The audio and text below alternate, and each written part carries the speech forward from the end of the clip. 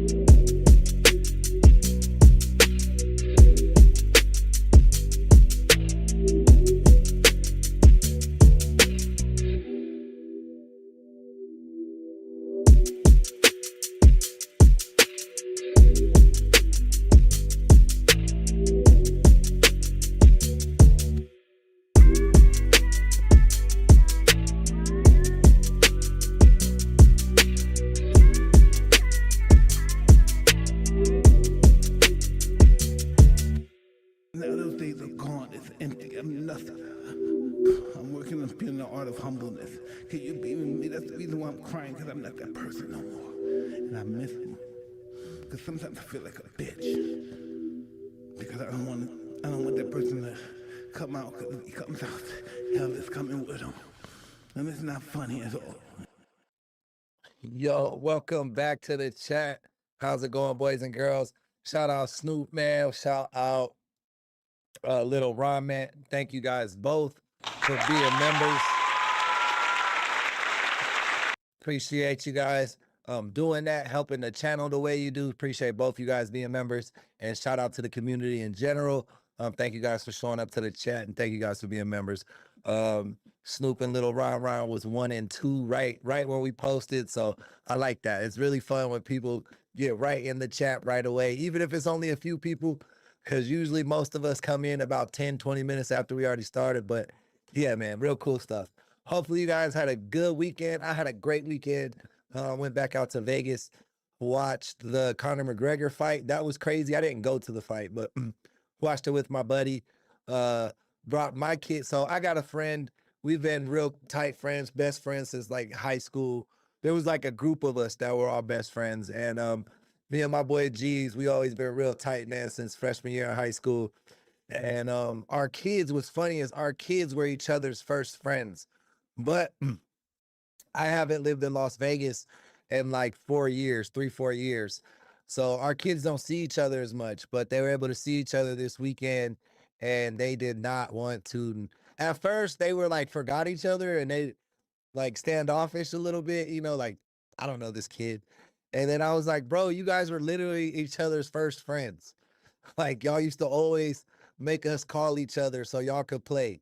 And then like after about 10-20 minutes of getting recoordinated, they reintroduced. They didn't want to leave. When we had to drive back to California, my kids all were like, their kids and my kids were like, can we spend the night? Can we spend the night? It was really cute to see them reconnect like that. But yeah, so we got some cool videos lined up for you guys today. Hopefully you enjoy them. First one comes from EWU Body Cam, came out about a week ago. Man cuts up his girlfriend to prove she was a robot. That's pretty wild. Teens realize, and then we got another explorer with us. Teens realize cops discovered their secret. I got a ton of videos loaded up. Besides that, we'll probably go random after we do that, and just kind of pick and choose what we want to watch. But with that being said, man, let's get into the videos. Appreciate you guys staying by. Make sure you check out our membership, like and subscribe if you haven't already. I know things are been real slow this month, but I got to pick it up. I got to get back on camera. Y'all know this is my job, and I think we've only made $100 so far this month. So shout out to everybody who's actually donated. Appreciate you guys. I'm not blaming y'all on this one. I just think with my kids in town and all the traveling, I haven't been able to get on camera as often as I'd like. So hopefully today we have a really good stream, get into some extended viewing hours, try to make back some of this month's money. Let's do the damn thing.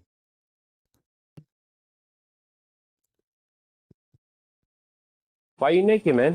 Who told you I was naked? You have no clothes. Who told you that? I'm looking at you. After receiving multiple reports of a naked man harassing residents at an apartment complex in Orlando, Florida, deputies quickly moved to get the situation under control. God damn, bro, it's always Florida. Florida is crazy as shit. Florida is crazy as shit. Oh, shit, hold up.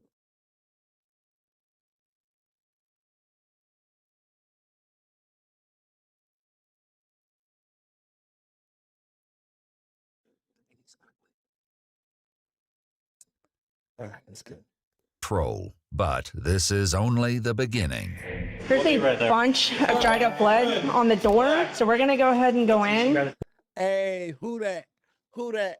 Who that? Drop that super chat. Who that? What up, girl? Thank you for the $20. Thank you for helping us out. Thank you for helping paying some bills around here. And thank you for helping be in today's thank you for helping sponsor today's stream. What deputies find inside that apartment will become one of the most... You have no clothes. Why are you naked, man? Who told you I was naked? You have no clothes. Who told you that? I'm looking at you. After receiving multiple reports of a naked man harassing residents at an apartment complex in Orlando, Florida, deputies quickly moved to get the situation under control. He got to be on some type of drug episode, right? Like this.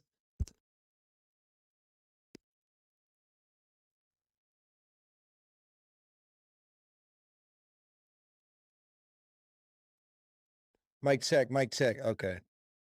All right, it's working. Hold up. The color's fucked up on my mic, though. But this is only the beginning. There's a bunch of dried up blood on the door, so we're gonna go ahead and go in. What deputies find inside that apartment will become one of the most gruesome crime scenes of their careers. Orange County Sheriff's Office, if you're in here, come out, please. So you ready? Ready? Go. The following is based on official police records released to date, and the footage has never been seen before until now. Please note that all persons charged with a crime are presumed innocent unless and until proven guilty in a court of law. On July 29, 2021, deputies respond for the second time to an Orlando apartment complex after multiple 911 calls report a naked man acting erratically, screaming at residents, and peering into vehicles in the parking lot. When deputies responded to the first call earlier that morning, the man fled into an apartment before they could identify him. Now back at the complex, deputies spot him on the third floor and cautiously make contact. What's up, man? Did you like keys earlier? Keys to what car? Yo, Snoop, thank you for the jewels. Appreciate the love. Thank you for helping sponsor today's stream. Sir. Did you like keys earlier? What is that in your hand? Excuse me? What's that in your hand? Oh, it's the courtroom. Why are you naked, man? Who told you I was naked? You have no clothes. Who told you that? I'm looking at you. I had clothes on. Is that what? Huh? I was looking for my keys. Your keys? Yeah. Maybe we can try to help you find the keys. What's that in your hand right there? Yeah. Am I putting that down over there? No, it's mine. You put it down. That's mine. Put it down. Concerned for his safety and believing he may be under the influence of an unknown drug, deputies move in to secure him. We're gonna help you. We're gonna help you. Don't touch me. We're gonna help you. We're gonna help you. No. Don't fight. Don't fight. Don't fight. 331. Don't fight. Don't fight. Relax. Calm down. Calm down. We're gonna help you, buddy. Big Papi. Okay. Just relax. Relax. Okay. Let us help you. Let us help you. Okay. Come on. Let us help you. No. Yes. Come on. No. Oh shit, that girl Who Dat doing her damn thing. Shout out Who Dat for gifting 5 memberships to the community. Snoop, you got your you got gifted one, but you was already a member because you pay yours manually outside. No worries, you're full covered. Shout out Who Dat for taking care of Snoop and the rest of the people in the chat. DJ Glade, Kit Kat 9655, keeping it cute. Latish McMillan, thank you all for joining the team as members.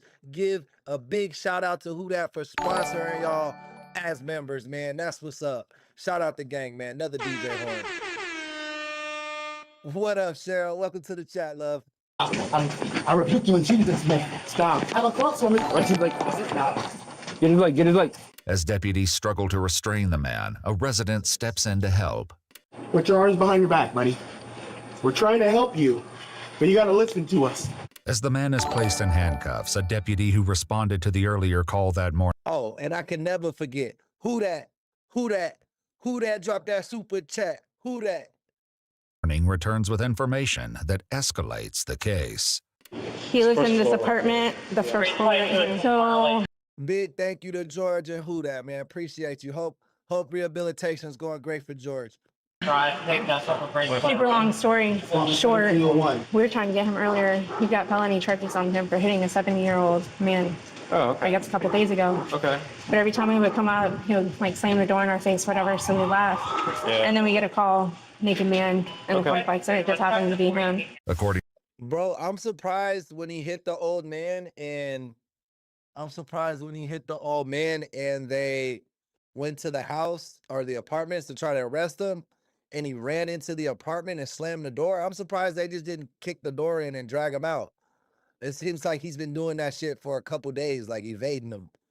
to the report, 2 days earlier, the man had attacked and choked a neighbor while saying, "I'm going to get the devil out of you." Upon speaking with staff at the leasing office, the deputy learned he has been living in an apartment in the complex for about a year. However, he's not listed on the lease, and deputies cannot identify him by name. They do confirm the unit is rented by his girlfriend, 32-year-old Turquoise Samuel, and they're only moments away from uncovering the horrifying truth about what happened to her. When deputies arrive at her apartment to conduct a welfare check, something on the front door immediately catches their attention. What's going on there? That's dried blood. Huh? Dried blood. The last thing we want is when she's dead inside. This is all dried blood. With concerns for Turquoise's safety growing, a deputy makes contact with an upstairs neighbor to find out when she was last seen. Hey, bud. Can I talk to you? Yeah. Hey, have you seen that guy before? Do you know him? Yeah, he knows me. Okay. Does he look down here? Yeah. Who does he stay with? You know? His wife. His wife? Yeah. When was the last time you saw her? Aside from today? 2 days ago, and Do you know what kind of car she drives? they scared that routine. Mercedes? So, if that car's here, is it likely that she would be here? Most likely. They have 2 bikes. Yeah, there's 2 bikes. Deputies also speak with neighbors who live on either side of Turquoise's apartment. Both report hearing. Can they just bust your door down for a wellness check? Can't they just like go inside, or do they still need someone to open the door? Because right now at this point, there ain't this a wellness check? Like nobody's seen her for 2 days and her husband just got arrested for being a psycho. She probably dead in that apartment. A woman screaming around 8 p.m. the night before, but neither called 911. While deputies regroup to plan their entry Oh shit, some neighbors heard her screaming. That's probably when he was cutting her up. into the apartment, the naked man is prepared for transport to the hospital, where he will later reveal a shocking and deeply disturbing story that leaves investigators. I don't know, Don. I fuck with Turquoise. That's a cool name. Like that's a real word. It's a different name. Like I like it. I fuck with it. It's not like one of the made up ass names, you know. Stunned. We have a bunch that dried blood that's on the front door. That's what I was trying to tell him about the girlfriend. All right, are we kicking it down, or? We haven't tried to unlock it yet, but either way, we're going to see. My main concern is obviously now he's acting this way. He's still belligerent. Let's go check over here. And the neighbors haven't seen her. After retrieving a key from the leasing office, deputies crack open the apartment door, bracing for what may be waiting on the other side. Orange County Sheriff's Office, if you're in here, come out, please. Orange County Sheriff's Office, come out. You got a sheet and something underneath it? The wall on that side. So you ready? Ready? Go. As deputies enter the apartment, they are immediately met with a gruesome scene. Blood is splattered across the walls with large dried stains across the floors. The blood doesn't just mark the apartment, it tells a story vividly illustrating a vicious attack driven by extreme rage. Nearly every direction they look reveals another. Holy shit. It's not just one weapon, bro. There's multiple things with blood on it. Mark the apartment. It tells a story vividly illustrating a vicious attack driven by extreme rage. Look, this knife has blood on it. This scissors have blood on it. This knife has blood on it. And this knife has blood on it. So bro was using different weapons like to stab her as he chased her, and a fucking hammer. Holy shit, I didn't see that. That's off screen. Nearly every direction they look reveals another imprint of the extraordinary violence that unfolded within its walls. In the center of the living room, deputies find a white bedsheet draped over what appears to be a human form. Upon lifting part of the sheet, they observe the head and shoulders of a deceased female lying on her back, confirmed to be Turquoise Samuel. When deputies peel away the remainder of the sheet, they observe that Turquoise has been sliced open from the top of the chest down to the lower abdomen, forming an opening like a set of double doors. She has also been dismembered, with both of her hands missing. A closer inspection reveals her left foot has been nailed to the floor. The scene leaves deputies struggling to comprehend how anyone could be capable of this level of violence. As investigators continue to process the Bro, that was a slow, painful death. R.I.P. Turquoise. I hope you're in a better place. scene, they locate Turquoise's severed hands on a table. Each of her fingers have been removed and scattered across the floor. Mind you, none of those weapons were like sharp. They were all like fucking kitchen knives and scissors and shit. That ain't meant to cut through skin and tissue like that. That's gonna rip. They also discover multiple bloody footprints belonging to someone other than Turquoise. The area is photographed, and the evidence is collected for analysis. As detectives dig into Turquoise's background, they identify the man she was living with as 37-year-old Arthur Creese. Upon visiting him at the hospital, he is still nude and handcuffed to the bed, where investigators begin noticing details on his body that could further connect him to the murder. Cut marks are on the inside of his hands, along with scrapes and abrasions on his knuckles and shoulders. They also find dried blood on his chest and stomach, but no corresponding wounds. His feet are then photographed. That's because that's Turquoise blood, not his blood. And measured, and are determined to be consistent with the bloody footprints found at the scene. Detectives finally begin speaking with Arthur, who says Turquoise recently ended the relationship and he moved out 2 weeks ago. But when they press him about what happened inside the apartment when she was murdered, Arthur begins describing one of the most bizarre and deeply disturbing stories they've ever heard. I want you to tell me the truth about when you were inside the apartment. You know what? I've heard the craziest things in my job, and guess what? I believe that you have seen some weird stuff going on. So do me a favor, tell me the truth. What happened today? Today, I did stay with her last night. Okay. And it wasn't her, it was a clone in there. It was like the clone was a malfunction, and it rushed me. The clone rushed you? What did you do? Did you defend yourself? Of course I defended myself. When I realized it wasn't her, it was a machine in there, and I started fighting her like a machine. Okay. So what did you do to fight her as the machine? Oh, I was just hitting her. You were hitting her? Did you use any weapons to defend yourself? I'll say a knife. A knife? What kind of knife? Like a kitchen knife? Kitchen knife, yeah. Okay. What did you do to her to defend yourself? Well, I thrust a few times, kicked her, and I was out of there. How do you know she was a machine? Did you see like the inside of her at all? Well, once I realized she was a clone, yeah. I want to know who put the spirit in her. That's the question. So what did you do to see inside of her? Oh, I sliced her open. You sliced her open? Bro is he crazy as shit, dog. To be honest with you, I don't even know if bro is sane enough to fucking face trial. 2 days ago, it seems like he murdered his girlfriend. Then he was running around choking 70-year-old neighbors, talking about getting the devil out of him. He said his girl was a clone machine, bro. This man needs to go to jail for sure. But I don't know if he gonna be able to stand trial. He too crazy. What did you see inside of her? It was lemons and grape jelly.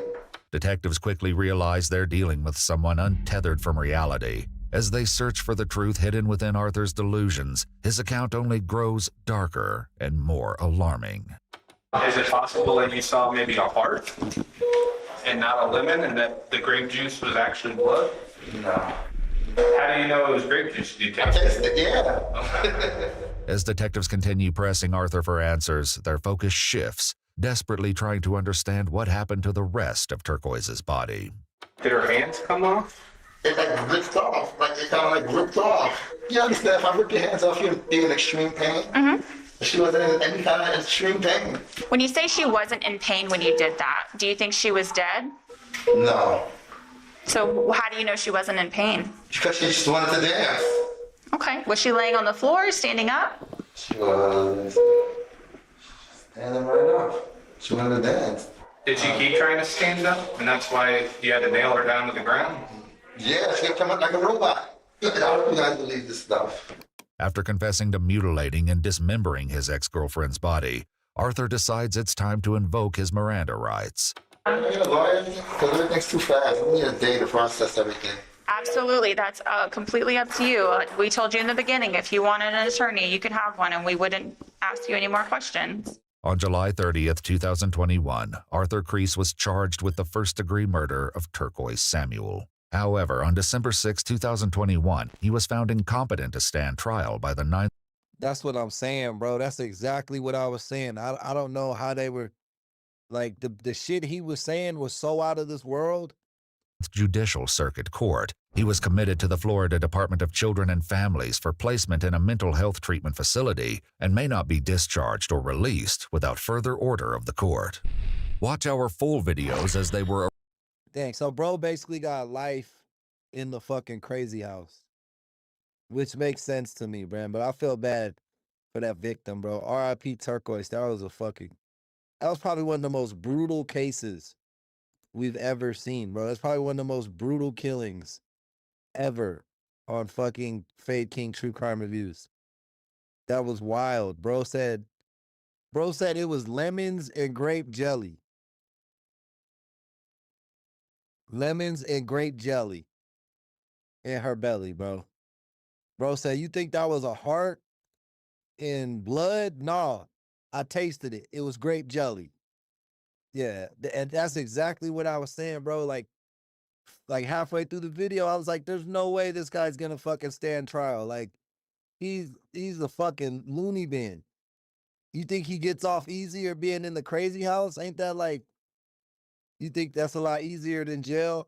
I'm sure it's just as violent and fucking bad in there too, right? It ain't no fucking cakewalk.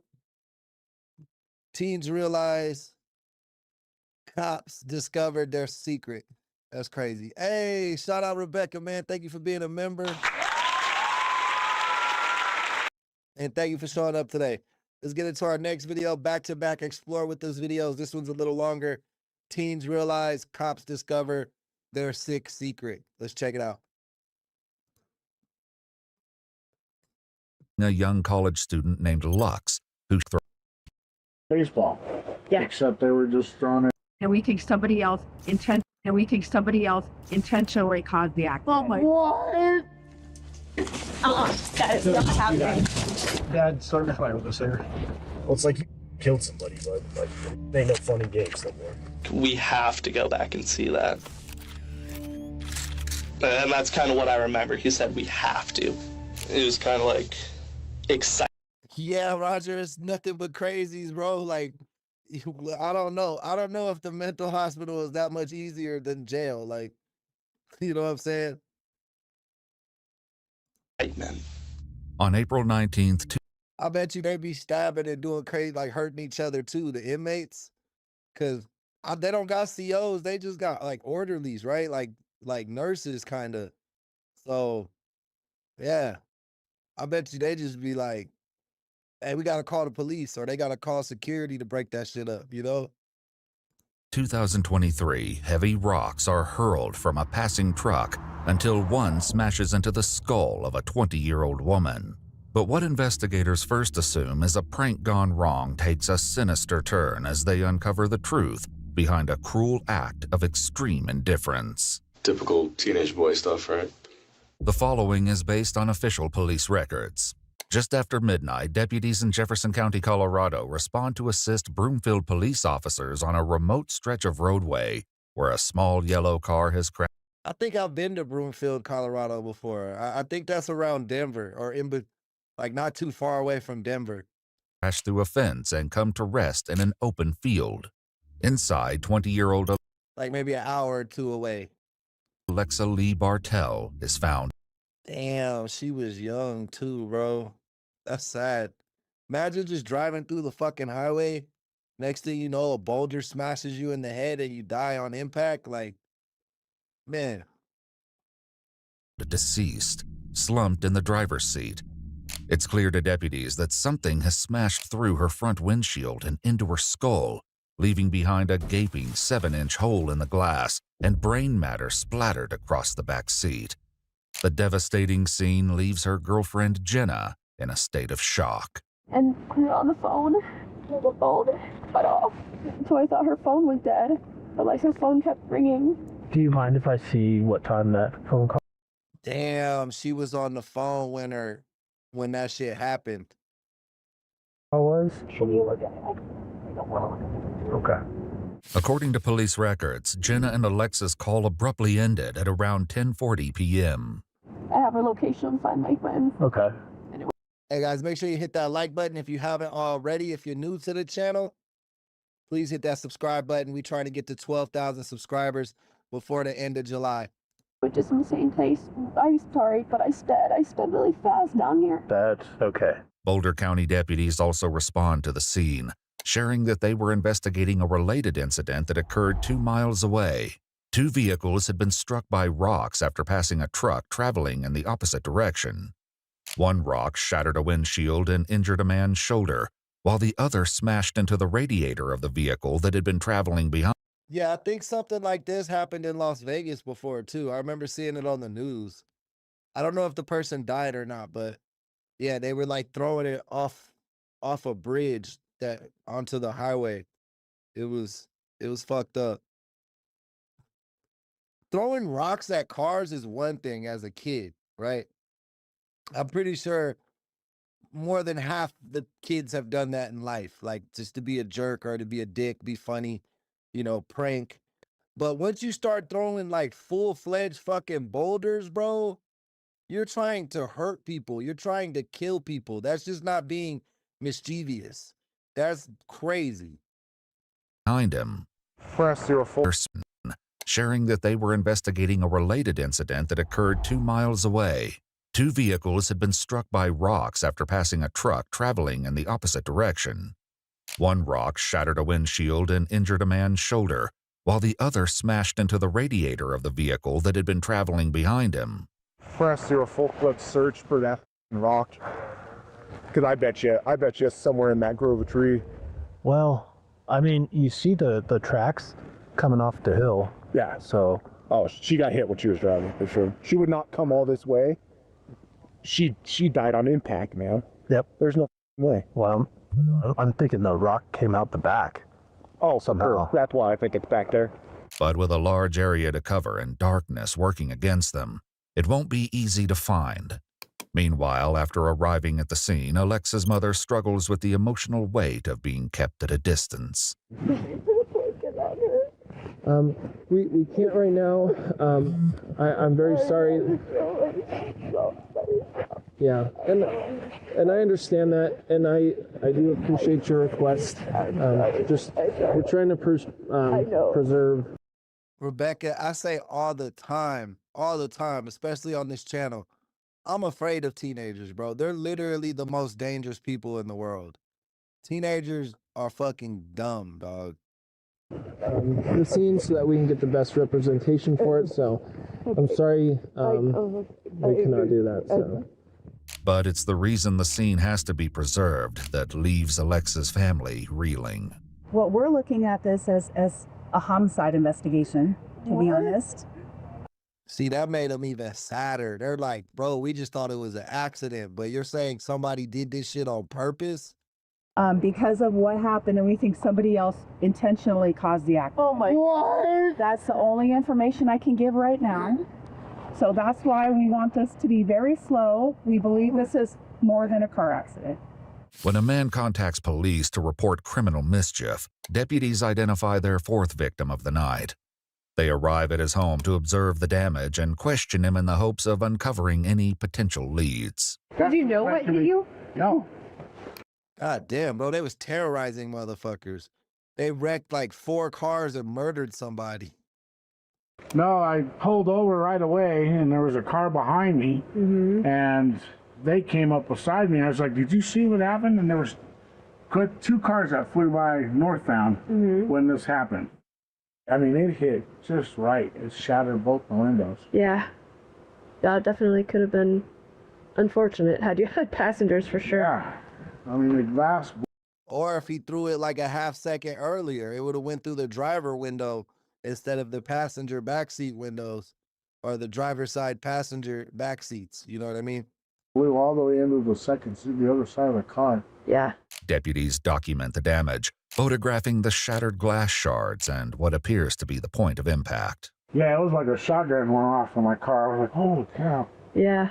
Scared the heck out of me. Well, and to shatter both windows, thinking it would have had to be something bigger at least. The incident draws chilling parallels to a 2017 murder in Michigan, where multiple teens were convicted after a rock thrown from an overpass smashed through a vehicle's windshield, killing a passenger. Given the similarities, the deputy entertains a disturbing possibility. If it's kids, they don't make good choices, and unfortunately, their choices, they made some extremely poor ones. I was like, it's not that these kids were being out to hurt people. They were just doing things like in the same realm as mailbox baseball. Yeah. Except they were just throwing in rocks at cars. And they don't. See, y'all giving them way too much credit. If they were throwing like rocks like this big at you, like, you know, like a fucking rock, then okay. But from the size of these holes and the fact that it's going straight through the windshield, they're throwing boulders, bro. They're throwing softball size boulders at the very least. It's not a fucking rock where you throw it at someone's car and it chips the window, or you fucking crack the windshield. No, this shit is going through. It's going through, which means they're driving at high speed and the other car's driving at high speed and they're fucking launching boulders, bro. And that shit's just slicing through those windows like butter. This is not a normal teenage prank, fucking egging cars or throwing rocks at cars. No, this is not that. They're going out with the intention to cause fucking accidents. That's what they're trying to do. They probably have no idea what kind of damage ended up coming up. Absolutely.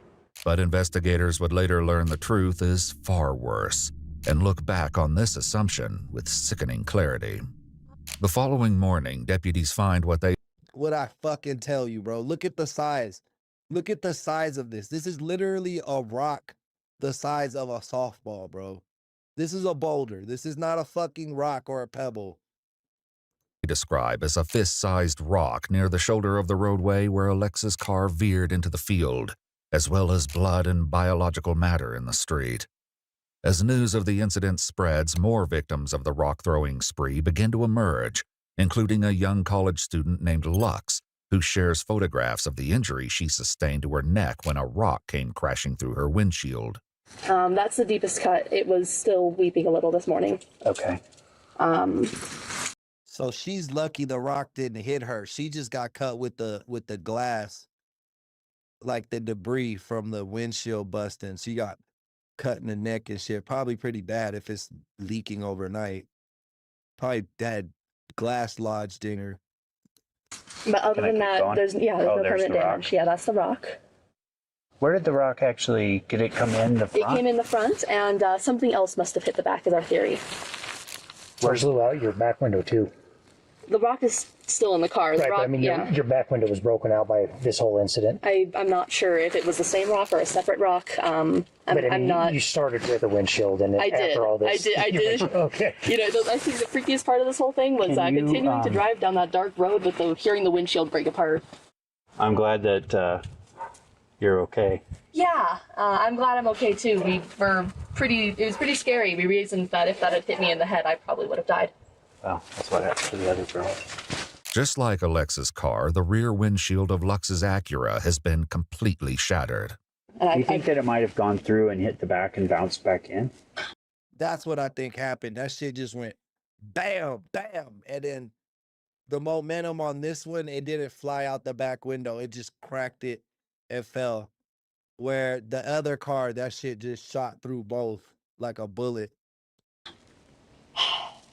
Possibly, but the indentation on this middle seat here would suggest otherwise. Yeah. That's odd. That's what makes me say if that had hit me in the head, I wouldn't have made it. Yeah. Because a 3-inch indentation like that in my skull. Welcome to the chat, Shouter. If I hadn't been killed on impact, I would have lost control of the vehicle. Things take a turn when another victim comes forward, this time with dash cam video. Bro, is this like 6 people? This like 6, 7 victims. Like, how many hours were they driving around throwing rocks, bro? Like, what the fuck? He brings up the footage on his laptop, sharing it with the investigator. So my wife and I are driving. Here's the pickup. This is at the bottom of the hill on Elkhire. Van Arsdale is right there. Did you hear that?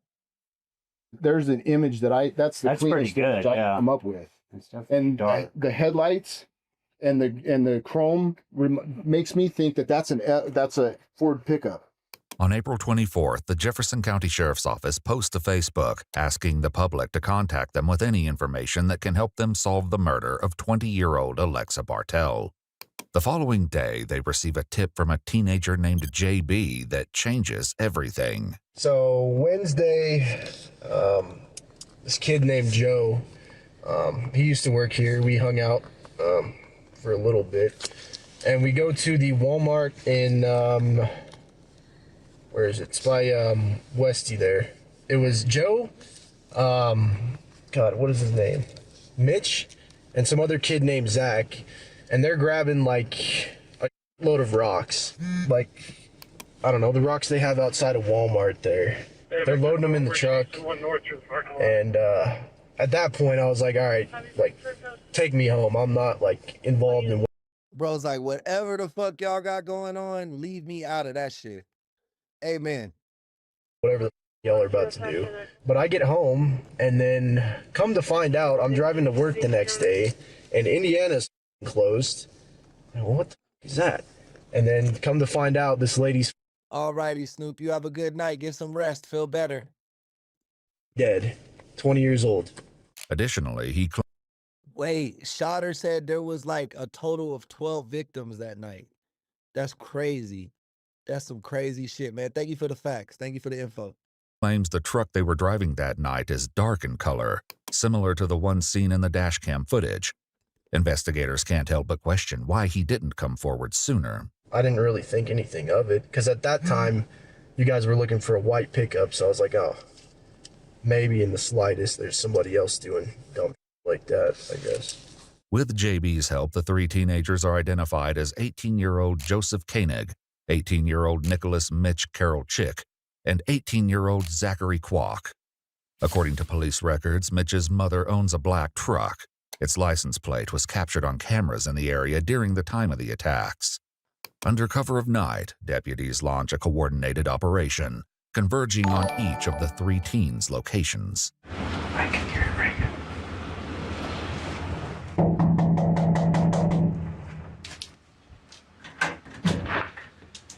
Sheriff's office, yes. We're looking for Mitch, Nick. Yeah, what can I do for you? Are you go by Mitch or Nick? That's me. We'd like to have a conversation with you. Can I ask what this is about? Yeah. Can you explain what might have gone on the past week?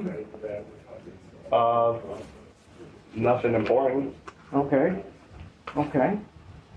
Did you go out last Wednesday with your friends? I mean, we were out for a bit, but Okay. Thank you for the jewel, Snoop. Have a good night, love. we were hanging out at my place and I dropped him off. Okay. Well, who you hanging out with? I was with my buddies. We need to stop calling. I know technically the numbers are teen numbers, but we really need to stop calling fucking 18 and 19-year-olds teenagers, bro. Throwing rocks at cars is like some shit a 12 or 13-year-old would do. Now, I just mean like pebbles, like regular rocks, not fucking softball boulders. These guys are 18 and 19 years old, bro. They knew exactly what the fuck they were doing. We need to stop calling people that age teenagers. They're fucking adults. Joe and Zach. 18-year-old Mitch agrees to come to the station for a longer conversation in what will prove to be the smoothest encounter with any of the three teens.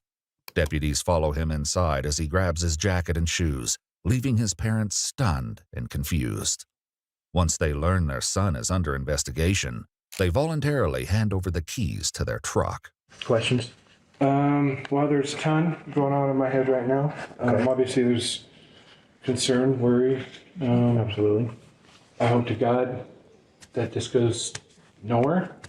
I think that's a normal reaction. Absolutely. I don't know. Mitch is then placed in handcuffs outside and led to a waiting cruiser. With one suspect down and two to go, deputies knock on the door of 18-year-old Joseph Koenig, but his arrest won't come as easily. Deputies quickly learn that to reach Joe, they first have to get through his father. Hey, Sheriff's Office. Hi, sir. Are you Mark? Yeah. Mark, I'm investigator here with the Sheriff's Office. Do you mind if we speak with you for just a couple minutes? Yeah, what's it regarding? I was hoping to speak with Joseph, actually. Is he home? Yeah, he's upstairs. Okay. We do need to talk to him tonight. Can we grab him or... What's it bring him down regarding? here? It's regarding an incident that we're investigating. What's that incident? What happened? It's an ongoing investigation, and I do need to talk to Joseph about it. Mark heads inside and returns with Joe moments later. Hey, Joseph. I'm investigator Kim at the Sheriff's Office. How's it going? How's it going?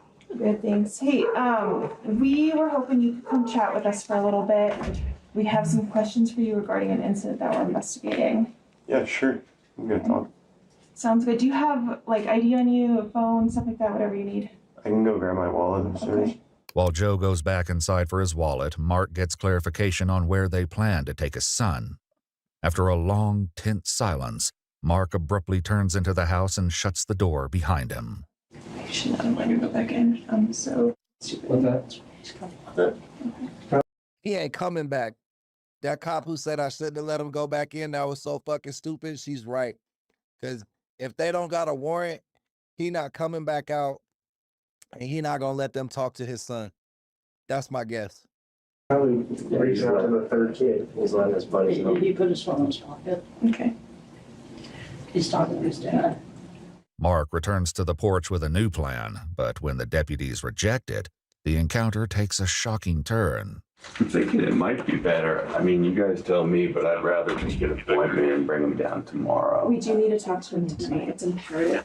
I don't know, arrest him or something? I mean, how are you going to physically coerce him to go down there? Well, I do need to talk to him right now.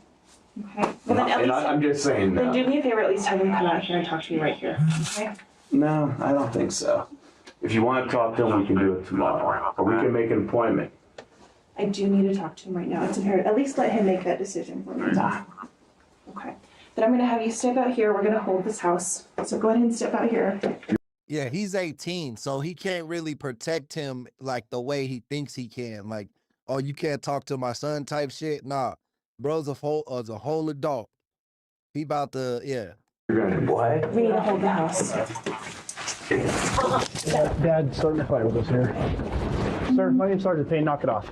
Okay, we're done. Outside, put your hands behind your back. We're done. You go to jail for obstruction.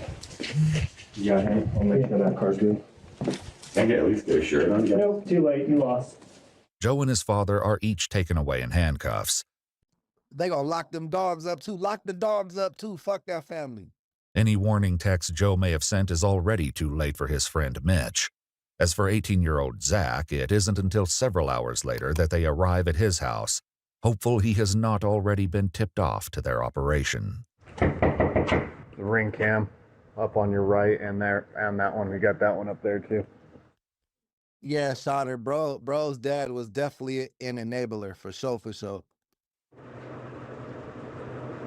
Right behind you. Open the door. Sheriff's office. Door. Open the door. Hey. Stand right here. What is happening? Stand right here for me, okay? We'll explain it. We need to speak with him. Okay? We've got an investigation. Hey, Scouser, thank you for the love, man. Thank you for the goal. Appreciate you helping sponsor today's stream. Going on where he's involved. We need to speak with him, okay? So he's going to be coming with us. Do you have a phone inside? With you? Do you have a phone inside? Can he grab it for you? And a shirt for you. And I think them dogs was mad aggressive, Shader.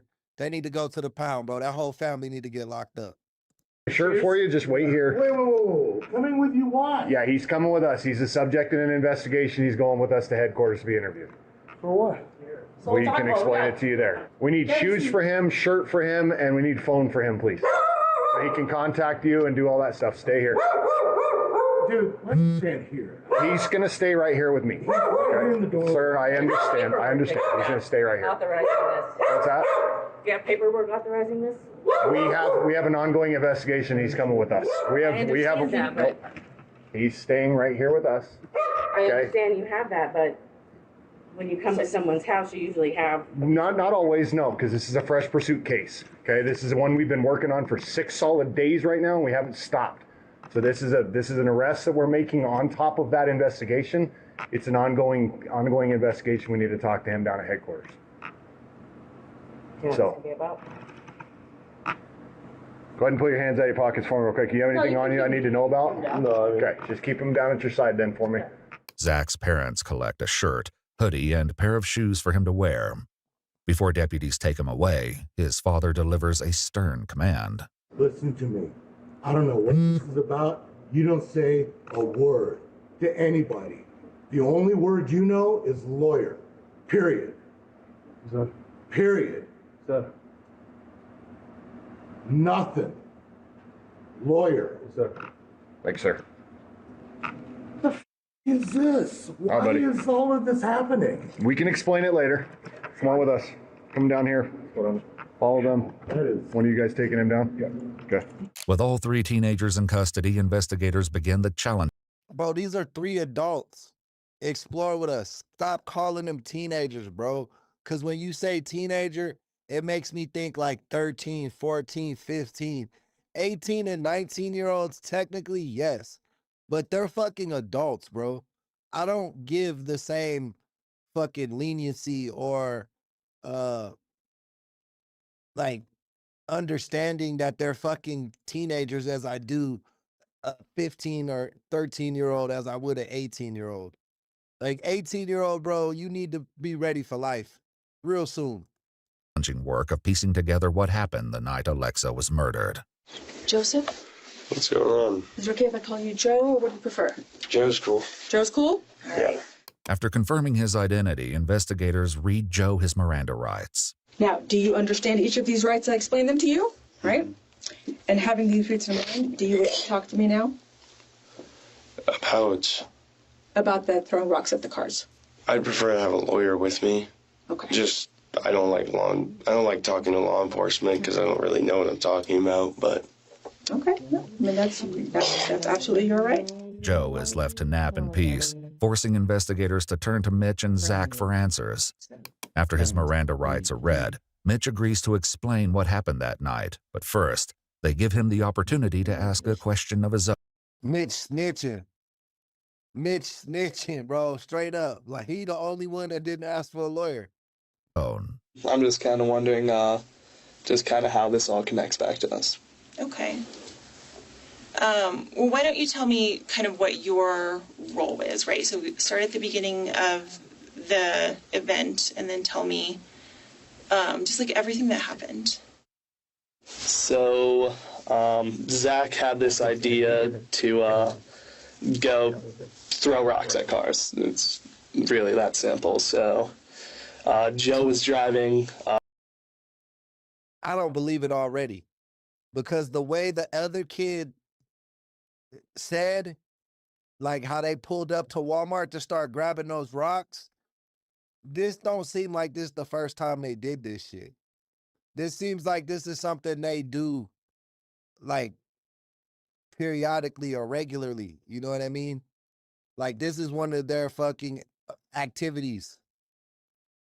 Because it seems like they knew exactly where to go to get the rocks, and everybody was all on the same page, except for the guy who was like, fuck that, I'm going home, bro.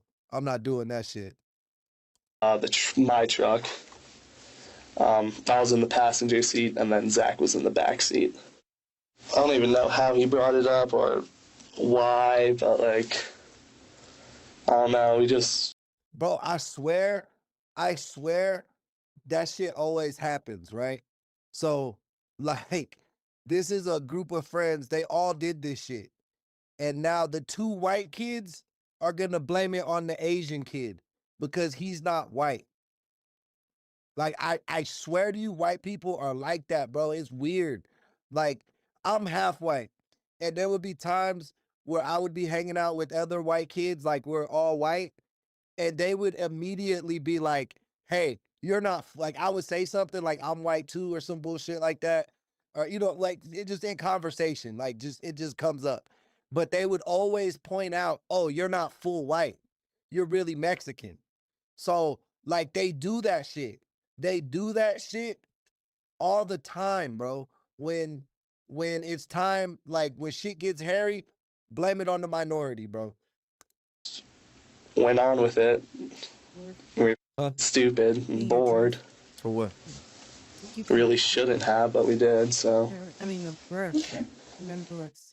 Tell me a little bit about Zach. I met him pretty recently. He's like, I'd say probably my first interaction with him was like a month ago. We met up via a mutual friend at the Grizzly Rose. Mm-hmm. So that's kind of how we met him. And then, I don't know, I'd say like a week ago is probably when we started like really hanging out with him, maybe a bit less. An investigator sits down with Zach in hopes of learning more about him and corroborating Mitch's account. But the interview... Hey, Marcus, that reminds me of Adrian Broner, the boxer, when he said, I'm the can man. Anybody can get it. Americans, what'd he say? Americans, Puerto Ricans, Mexicans, anybody can get it. View quickly gets off on the wrong foot. So you just turned 18, right? Yes. Do they always have investigators, or what's your title? Yes. Your title's investigator? It is. Are you guys always working at 2:36 in the morning? Only when we have to. We are interviewing concerning a homicide.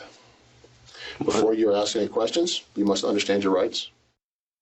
And you agree to talk to me now and ask some questions? Sure. Okay. Homicide? Mm-hmm. You think I killed somebody? I don't know. I don't have the answers yet. Hey, what up, Marcus? Welcome to the chat, though, brother. I've been piecing this together for a very long time now. And I know you're involved.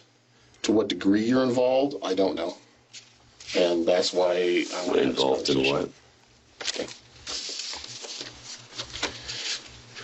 Oh, actually, my bad. I fucked up. Because because who that dropped that super chat because she gifted 5 memberships to the community.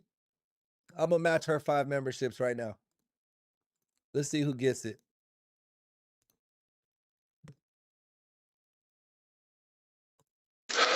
So let's start there. Like, You get woken up at 2 o'clock in the morning. What do you think this is about? I have no idea, dude. No idea. Okay. All I know is there's a bunch of you guys outside my door waking up my dog. While Zach remains unforthcoming, Mitch continues his story of what happened. He just started like throwing them at parked cars at first, and then he started throwing them at cars that were oncoming. And who was throwing the rocks at the parked cars? It was Zach, yeah. Okay. Hey, Roger, congratulations, man. Long-time viewer. You got gifted a membership. I like that. Shout out Green Eyed Pie, Spinderella, Chase Dene, and Eyes Like to Watch. Shout out you guys for getting those memberships. Appreciate you for putting in the time. Gifted memberships are through watch hours. I don't get to pick who gets them. So the algorithm determines who watches the channel most and gifts them to them.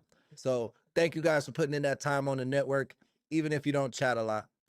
He was, for the most part, the only one doing it. Okay, for the most part. So who else was doing it?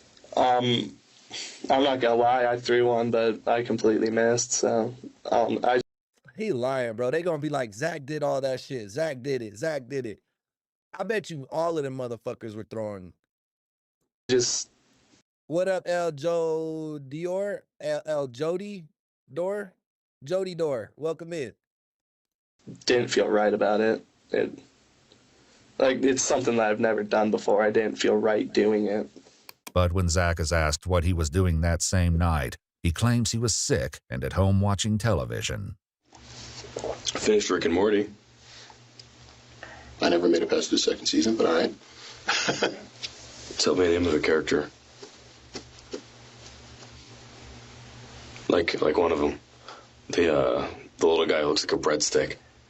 I have no idea. It's the pickle Rick that I always thought was amusing. But I was trying to bull you. I was trying to see if you're lying to me or not. I told you at the beginning, I don't want to lie to you. I'm not here to lie to you. Yeah, Marcus, they all about to start snitching on each other. Hey, Big Bertha, thank you. Thank you for the jewels. Appreciate the love. Thank you for helping sponsor today's stream. My dad. And I know you're not here to lie to me too, right? And I just want to understand what happened. And I know you were there, and I know you can tell me you're there, and I know you weren't sick.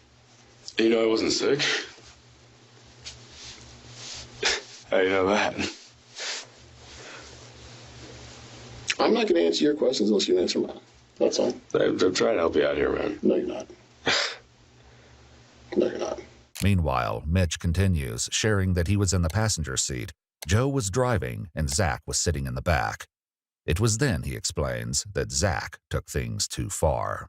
While we were going down, I heard Zach roll his window down, and I kind of said to him, are you really gonna, throw it at someone coming towards us, someone moving? You know how I know he's lying for a fact? Because JB, the witness that turned them in, he said all three of them were loading up fucking rocks and putting them in the truck. And that's when he was like, fuck that, I'm going home. So you wouldn't be like, are you really going to throw that at someone moving? Like, they did this before. This ain't the first time they did this shit. It was too routine. And he didn't really say anything to that. And did he? Yeah. He threw 4 or 5 while we were on 93. I don't know if he hit a car. Bertha, this is the best community on YouTube, man. I swear to God, we a little small group. We still small, but we a real tight-knit group. Everybody gets along. To be honest with you, most of my viewers are all 35 and older, so everybody's real mature for the most part. And we all have different perspectives and come from different walks of life. And, that's why I always say that chat is the star of the show. I'm only a co-host. You know what I mean? Because we're able to share all our different opinions. Or each time. Okay. Did he throw 4 or 5 all at one car, or was that? That was spread out. Okay. What were you guys doing while he was doing that? Me and Joe were kind of just we weren't really talking. We were just kind of exchanging glances. It was just kind of confusion, I guess. Still locked in a stalemate with Zach, the investigator seems to lose his patience, finally divulging a clue. You're gonna have to help me out a little bit, man. What time did Mitch pick you up? Mitch, K. I'm helping you out, you help me out. We're not gonna play this game all night. We're not. Either you start answering questions or you can make that look. Bro's dad told him, just say lawyer. Bro been in here chatting it up this whole time. He still ain't got a lawyer. He ain't asked for a lawyer. He just kicking it. On your face, and we just. That's right, Sean. That's right. We a small group, but we protect our own for sure. Anytime a troll comes in here and messes with somebody or me, like the whole chat gets on their head. Like every, especially if they mess with one another chatter, man, they get jumped so fast. Move on. I don't know. I met Mitch like a month ago. Okay. Did you guys talk about, what'd you talk about? Mitch out going anywhere?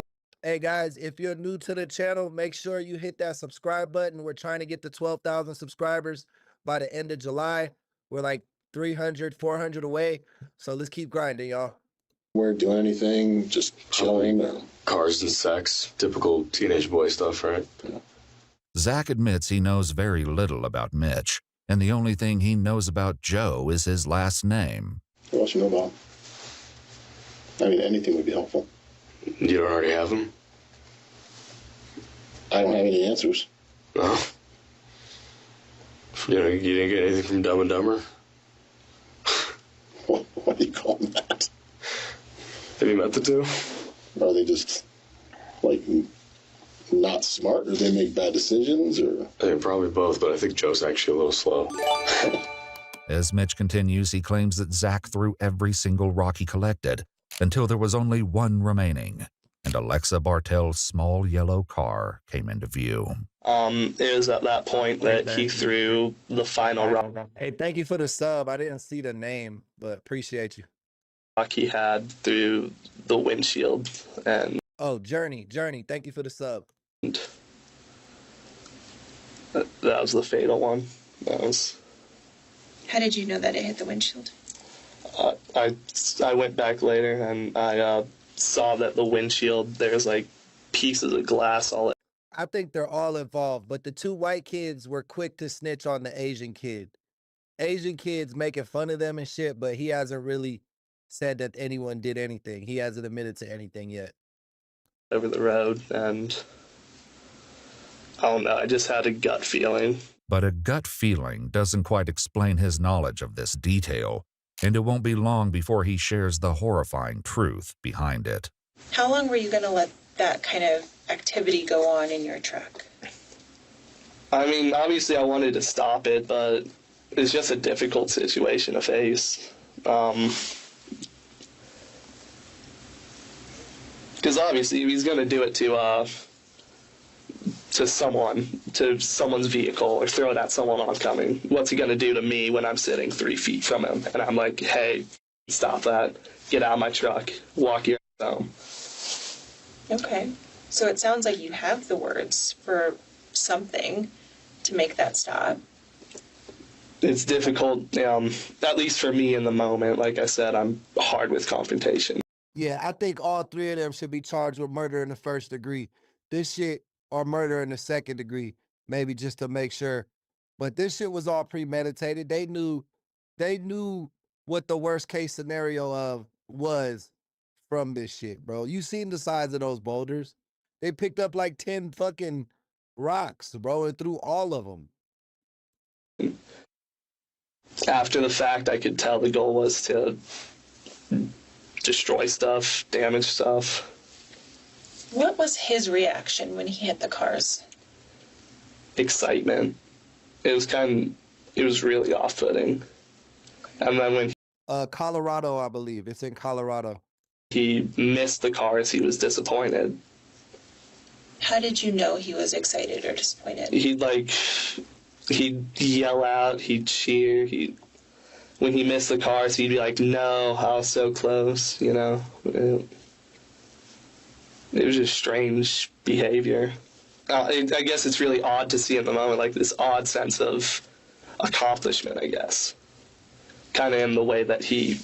I hate him the most. Out of all three of the kids, I hate him the most. I keep calling them kids. Out of all three of these adults, because they're 18, so let's stop calling them teenagers and kids and shit. They're adults. I hate him the most. Because he's trying to act like he's like has this moral high ground. Bro is a fucking psychopath.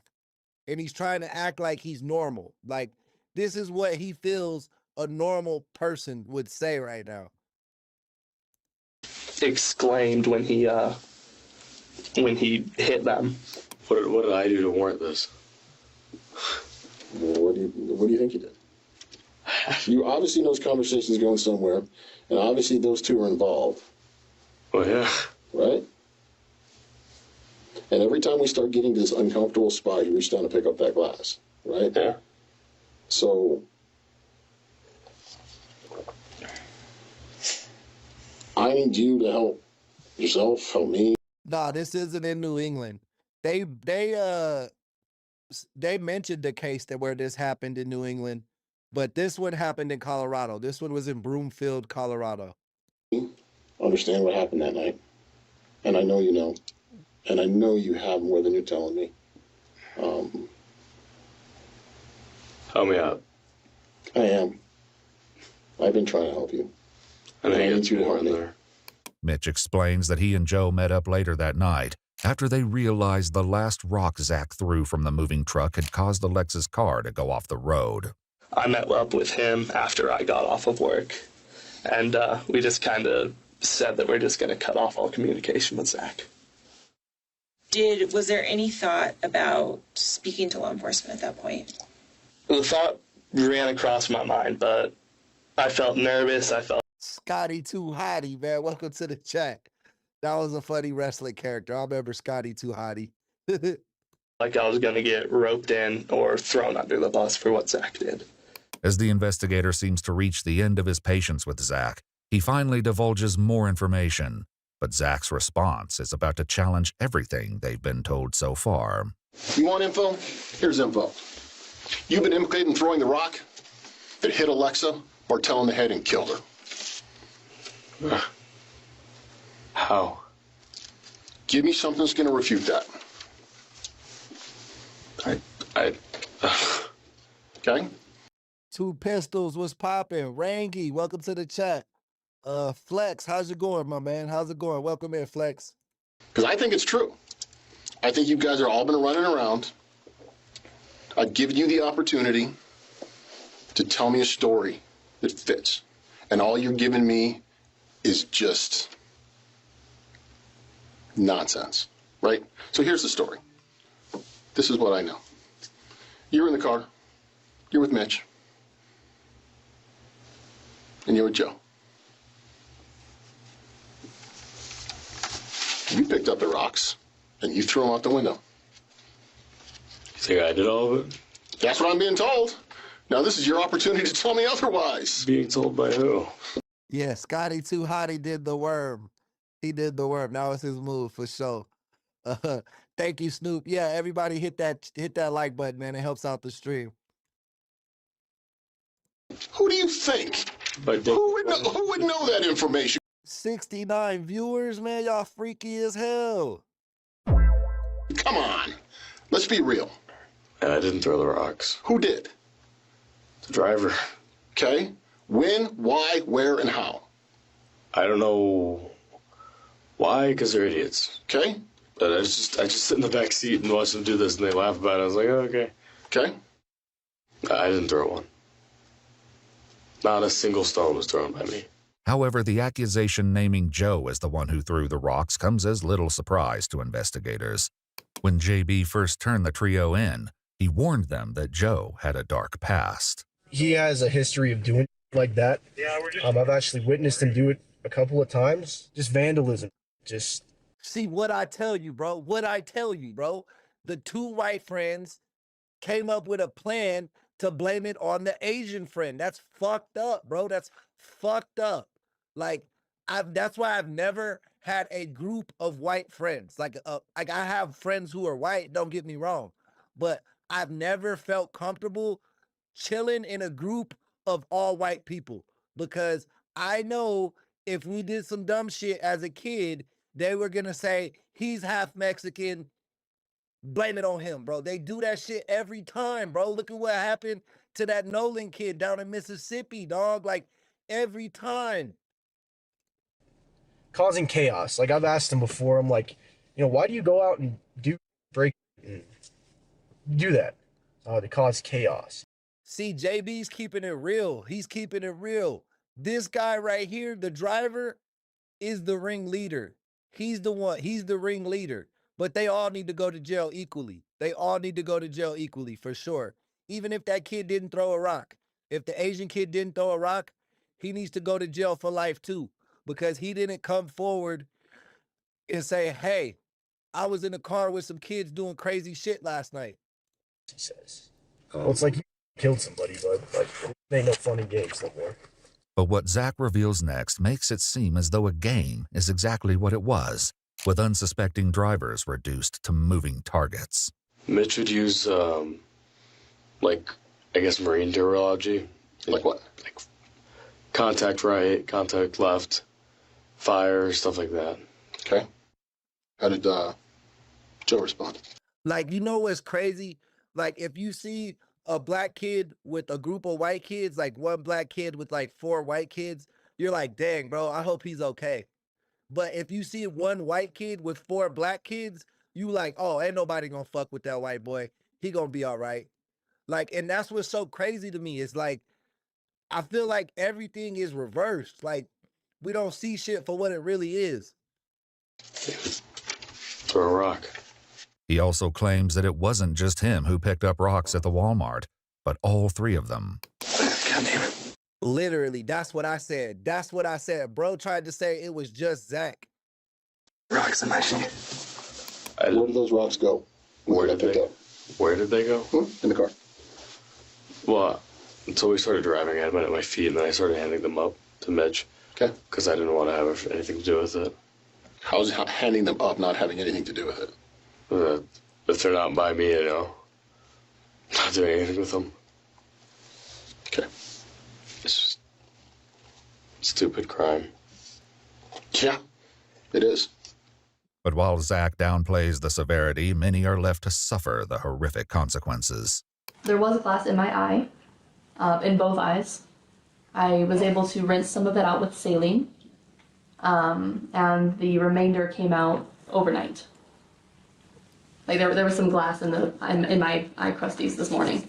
Now that Mitch is committed to his version of It don't matter what race you are, bro. If you only hang out with one race of people, I don't fuck with you.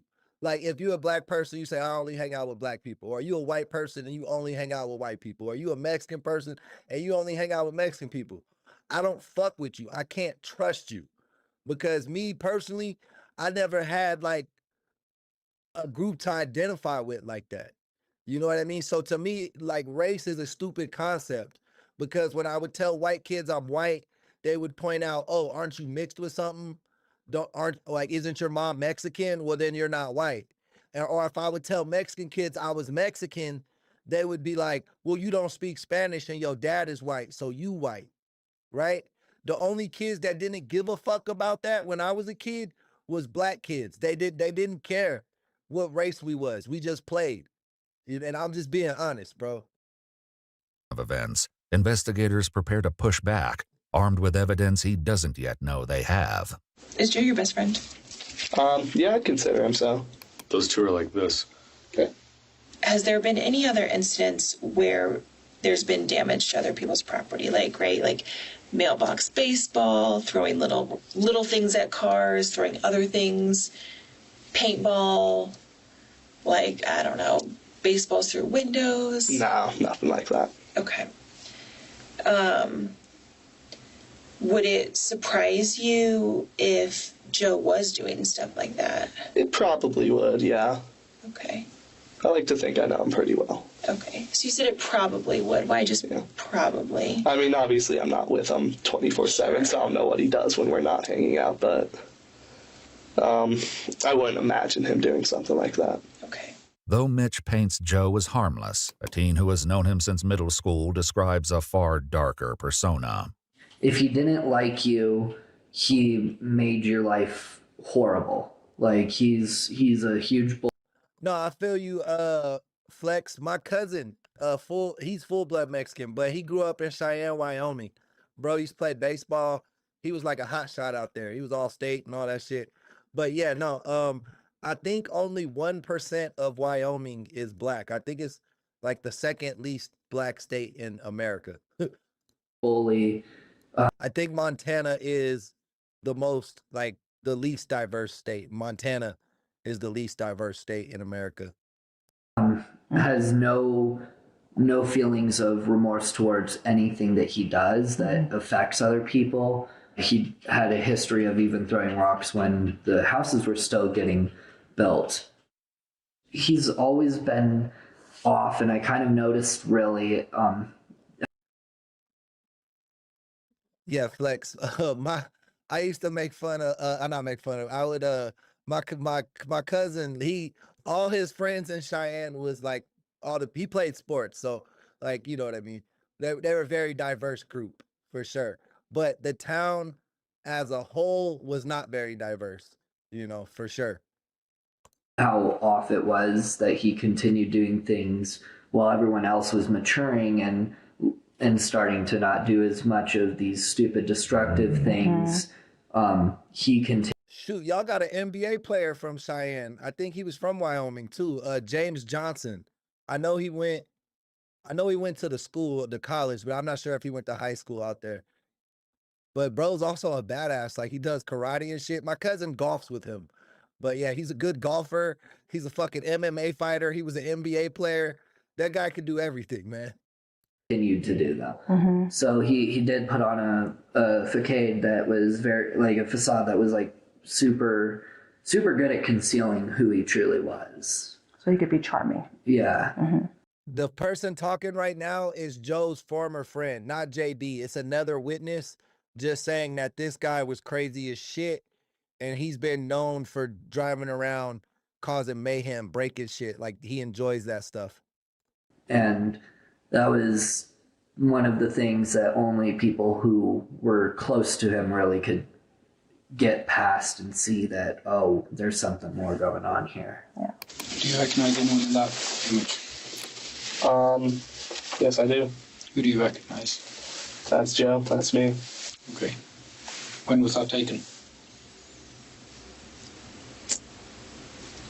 A month ago. Okay. Roughly. What are you holding? That's a statue head that we bought off of some dude. Okay. What did you do with it? We dumped it in a dirt lot.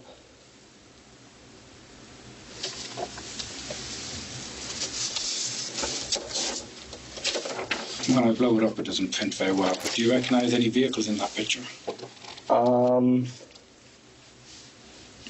That looks a lot like my Dodge. Is there anywhere else that you got rid of that statue head? I didn't really want to throw Joe under the bus like this, but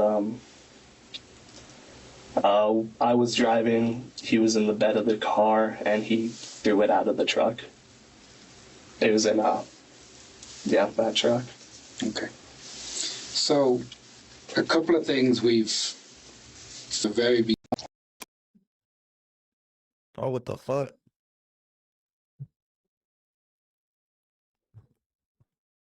Is this keyboard working, bro? This shit been dead for days. How the fuck is it working? Do you have any questions for me? And then what you My bad. I fucked up the video. That truck. Okay. So, a couple of things we've figured out in the last few minutes is you adamantly told us from the very beginning that neither you nor Joe have ever done anything like this, would never do anything like this. And this was all Zach, because you would never want to damage someone's property. Right? Yeah.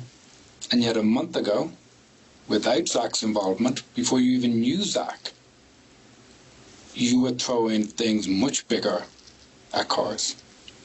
That's correct, yeah. So why should we believe this is Zach? You have no reason to. So why lie to us? Why are we playing this game? I want to cover for my friend. Obviously, like I said, he's the closest person I have The lady is dead. Time for covering your friend is well gone. Well gone. Her family don't have a daughter. But Zach's callous description of the moment of Alexa's death does little to show remorse. It was big. You ever heard of railguns before? Mm-hmm. It sounded like something like that, like a railgun hitting concrete at 1,500 miles an hour.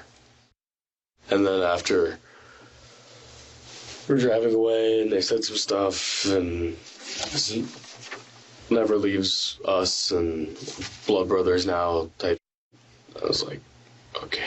And what happened next adds another layer of cruelty. I don't know. He don't seem that cold to me. I mean, he's not super remorseful, but I don't know if he's aware that that lady is dead yet. You know? I don't know. I need to stop caping. We turned around, and then we saw it, and then we turned around again, and it was on the side of the road.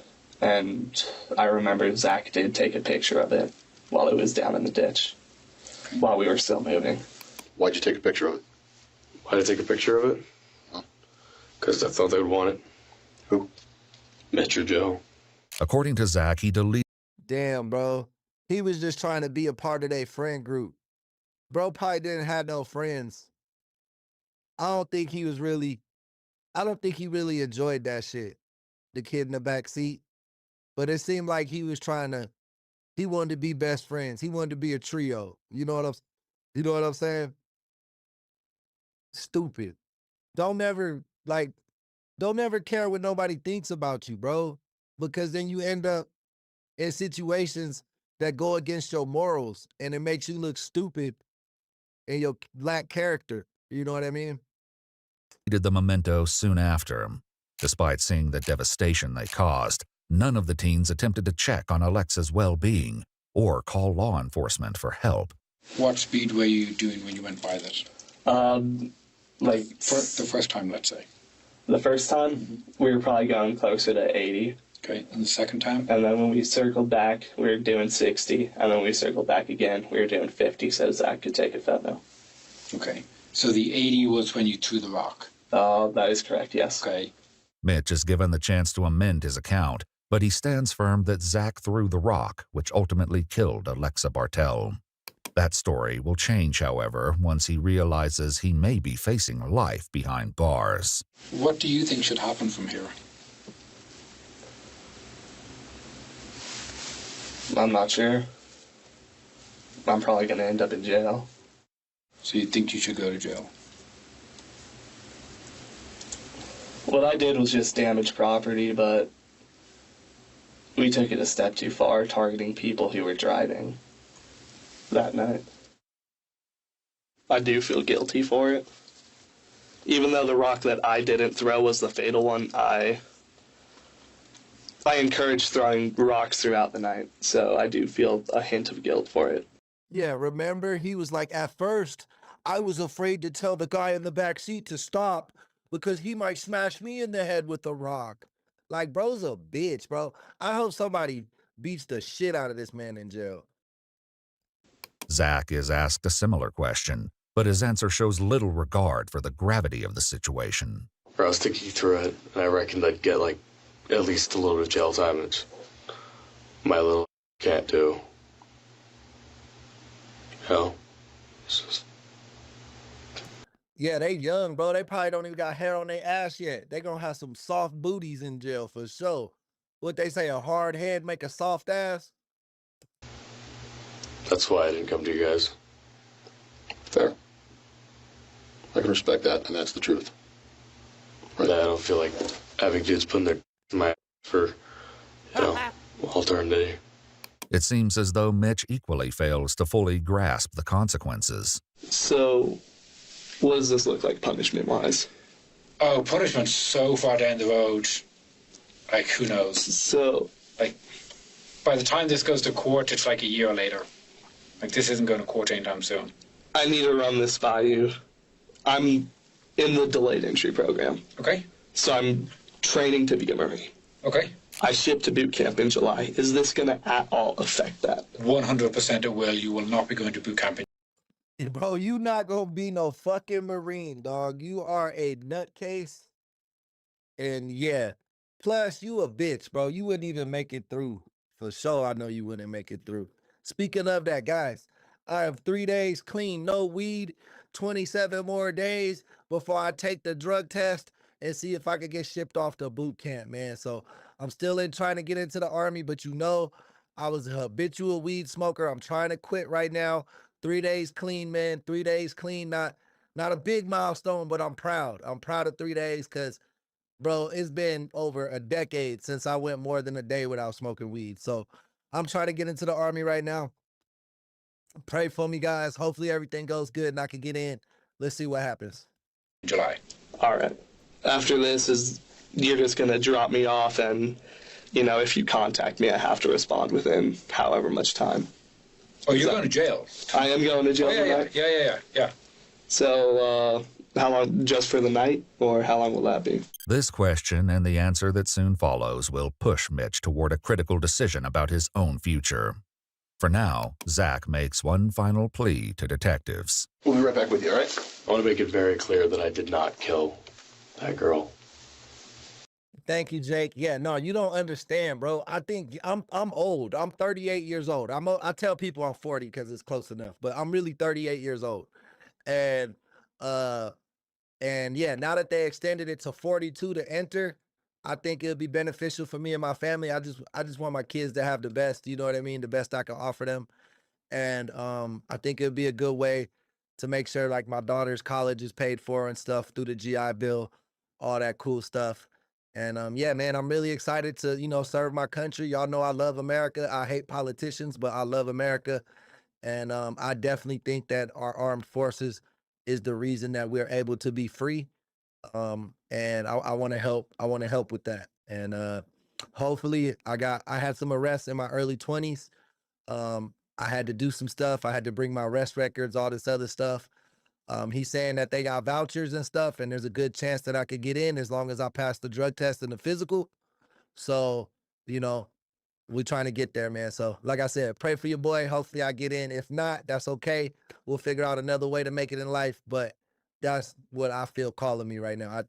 I think I want that. Like, I want that bad. I did not throw that rock. I don't know what they told you. I don't know what you think happened. I did not throw that rock. Okay. As we're talking, and we were talking about Alexa, I heard a lot about you being worried about getting blamed, being in trouble, right?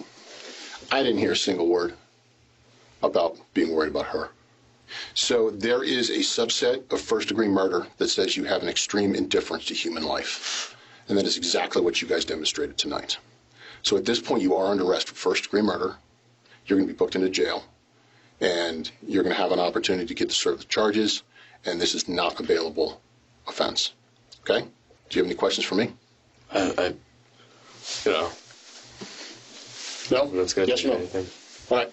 Do me a favor, stand up. That down there. Face the wall. As for Joe, he's roused from his nap and also placed under arrest. Because of your involvement in this incident, you are being charged with first-degree murder by showing an extreme indifference to human life. Okay?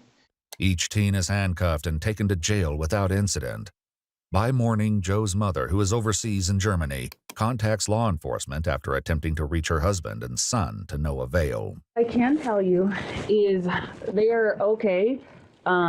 Your son was arrested on murder charges, and your husband is in our jail on obstruction charges. Yeah, my cousin's been telling me to go to the Navy or the my cousin's been telling me to go to the Navy or the Air Force. I already took the ASVAB. I scored a 70, which I was told was pretty high. I'm not too sure. I don't think I'm that smart. I actually call myself dumb all the time, but the dudes at the office were hyped and said that was a high ass score. And my cousin, who was a Marine, is telling me that that's too high a score to go into the Army. I should go somewhere else. But I want to be infantry soldier, man. Like, that's what I want to do. I think I'm either going to do medic or infantry. That's what I want to do, bro. I'm getting older, but I still got my prime left, you know? I still like feel like I got like 5 good years of being quick and athletic. You know what I mean? So I want to use that, bro. I want to push my body to its limits. And if I die, I'm not afraid to die because I'll be a hero. You know what I'm saying? I'll have a hero's funeral. But I want to do that, bro. I want to say I fought for my country. My uncle died in Vietnam. My best friend got blew up in Iraq. He lived. He got a Purple Heart. But yeah, man, I think it's my turn, bro. I just feel it calling me.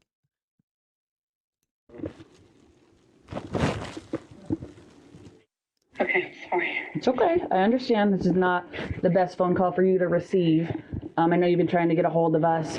We've had an No, I didn't practice for the ASVAB. I just showed up and scored a 70. I don't even know how I did that, bro. ongoing case. I don't know if you've been following social media or anything. So it was in reference to the incident with the rocks being thrown. Marcus, my plan is never to get out. That's my cousin said the same thing to me. He's a really smart dude. He was a Marine. He was in Coast Guard. He's a pilot. Like, bro can fly choppers and he can fly airplanes. So he's a really talented dude. And he's telling me the same thing you was telling me. But at the end of the day, if I get in, bro, I'm not getting out. I'm retiring, bro. I got to do 10 years to make sure my GI Bill can pass to my daughter so she could go to any school she wants to in the nation, you know, without worrying about money. And that's my goal, bro. I want to retire from the Army. I don't, if God willing, if everything goes, I ain't never getting back out, bro, ever. I'm just gonna stay. I don't want to think no more, bro. I just want somebody to tell me what to do, bro, and I do that shit. You know? Through the cars, your son was involved. Oh God. 9 months later, Mitch returns to the interrogation room with his attorney and one of the prosecutors on his case. Under a proffer agreement, he revises parts of his first interview. He now admits that all 3 teens took part in throwing rocks from the moving truck at passing cars. It felt wrong going against a person versus just going after a car. Okay.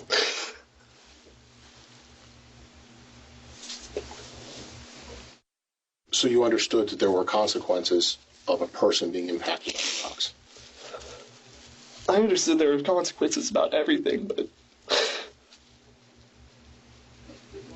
a person getting hurt isn't something that you can repair. But he still refuses to change one key part of the story. The prosecutor reads aloud communication they received from his attorneys. Mr. Karolczyk was not honest in his interview about who threw the rock that killed Alexa. In his interview, he stated it was Mr. Kwok who threw the rock. Mr. Kwok states in his interview that it was Mr. Koenig that threw the rock. Mr. Karolczyk was trying to protect Mr. Koenig for reasons that we will be able to explain.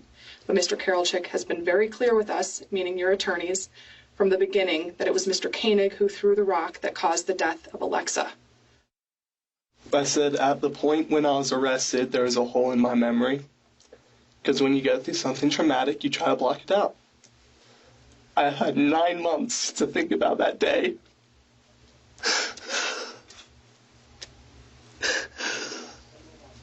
Nine months. And I can tell you with confidence that I do believe it was Zach. Mitch explains that once the news came out about Alexa's death, he and Joe met up in person to get their story straight. Joe was talking about how he had done research on prior cases where rocks had been thrown at moving vehicles. And he was saying it was a 50-50 chance that we were going to get caught. And hey, Bertha, thank you for the dono. Appreciate you guys helping sponsor the stream. And that we shouldn't talk to the cops. And no matter what, we would be fine because we didn't throw the rock that killed Alexa. So on the night that we were arrested, I did want to shift all the blame towards Zach. Why? To protect myself and to protect Joe at the time. Why would you protect Joe? Because at the time he was my closest friend. Then what happened? Well, after the fact, I realized I was stupid. Because I don't know. To be honest, Tubular, the ASVAB, I mean, I scored a good test score on it, but when I was taking the test, I wasn't very confident. You know what I mean? I'm old, bro. So Like a lot of that shit is like stuff you learn in high school, and you don't use like algebra and shit like that day to day. So when I looked at the formulas or the problems and I was coming up with the solutions, I was really surprised in myself, bro. Um, and honestly, I think it's kind of dumb to call people dumb or like make fun of intelligence, because at the end of the day, none of us are as smart as we think we are, bro. Like anytime I meet a person who tells me they're highly intelligent, they're dumb as fuck. And anytime I meet a person who's like, yeah, I'm pretty average, bro, or I'm not that smart, I'm usually like, damn, bro, this guy's way smarter than he leads on. You know what I mean? Like, so I kind of always just try to be humble. Cause as I got older, I realized no matter what I think I am, I'm usually closer to the dumbest guy in the room than we are like the Albert Einsteins of the world. You know what I mean? That's just the way I look at it. No matter what, they don't care what happens to me. So I shouldn't give it what happens to them. Who's the they in that sentence? After we all got arrested, Joe and Zach don't care what's going to happen to me. And I shouldn't care what's going to happen to them. I should stop trying to protect them. Stop trying to protect Joe. But given yet another opportunity to come clean, he fails to follow through. I can't think about that moment without thinking about what had happened. I don't want to think about what had happened. None of us do, but yet we're here. You're not the only one that relives that night. I wish I could remember, but I can't. I'm sorry. I will regret that night for the rest of my life. Hey, welcome to the chat, Wes. Wait, you learned algebra on the construction job site? I didn't know they used algebra in construction. That's amazing. That's fucking amazing, bro. I regret all previous nights that we did that for the rest of my life. God damn it, I can't change that now. In May of 2024, Mitch and Zach each accepted plea deals, agreeing to testify at Joe's trial in exchange for prosecutors dropping multiple charges, including for... Bro finally stopped coping for Joseph and admitted that Joe was the person that threw it. first-degree murder. At Joe's trial, when asked who threw the rock that killed Alexa Bartell, Mitch confidently stated Joe Koenig. This admission reframes everything he earlier said about Zach, casting the vivid descriptions of his friend in a far darker light. He'd yell out, he'd cheer, when he missed the cars, he'd be like, no, how so? See, when he was talking to the cop during this interview, he was saying this about Zach, but he was really describing Joseph's actions and behavior in the car. So close, like this odd sense of accomplishment, I guess. Kind of in the way that he... Hey, Dustin, welcome to the chat. I'm glad you love the channel. Guys, if you're new around here, make sure you hit that subscribe button, like the stream. It helps us out. Also, check out our memberships, man. For $2.99 a month, you can support your favorite YouTube community and true crime people for less than a cheeseburger. You know what I mean? It's definitely a good deal. There's perks inside the community once you become a member, including exclusive content, exclusive chat nights, movie night in Discord. You get a special welcome every time you come into the chat. So, you know, there's a lot of reasons that benefits you guys, but more importantly, it benefits the channel and helps us be able to go live every day for y'all. So definitely think about a membership, y'all. Exclaimed when he hit them. It was kind of like excitement. Nicholas Mitch Carroll Chick pleaded guilty to second-degree murder and attempted first-degree murder with extreme indifference, along with a violent crime sentence enhancer for causing death or serious bodily injury. He received a cumulative sentence of 45 years in prison. Zachary Kwok pleaded guilty to first-degree assault with extreme indifference, second-degree assault causing injury with a deadly weapon, and attempted second-degree assault causing injury with a deadly weapon. He received an aggregate sentence of 32 years in prison. Following his jury trial, Joseph Koenig was found guilty of first-degree murder with extreme indifference for the death of 20-year-old Alexa Lee Bartell, 5 counts of attempted first-degree murder with extreme indifference, 1 count of reckless endangerment, 3 counts of third-degree assault for knowing or recklessly causing injury, 6 counts of attempted third-degree assault knowingly or recklessly causing injury, 1 count of attempted second-degree murder, and 2 counts of attempted reckless manslaughter. He was sentenced to life in prison without the possibility of parole, plus an additional 60 years. As for Joe's father, we're unable to confirm whether Mark Koenig was formally charged with obstruction or sentenced. According to a Facebook post, Alexa's mother Kelly continues to celebrate her daughter's life by Sean, that sounds like a Discord message. supporting and raising funds for the causes she loved the most. She writes, "We're choosing to focus on honoring her the way she lived, with kindness, love, and a whole lot of fun." R.I.P. Alex. I'm glad we were able to help share your story. And yeah, those guys, the one dude got life. Those other 2 guys got like 30 years. So they ain't getting out till they damn near 50, bro. I think that's a DJ horn, man. Justice is served. I'm glad those fuckers didn't get away, bro.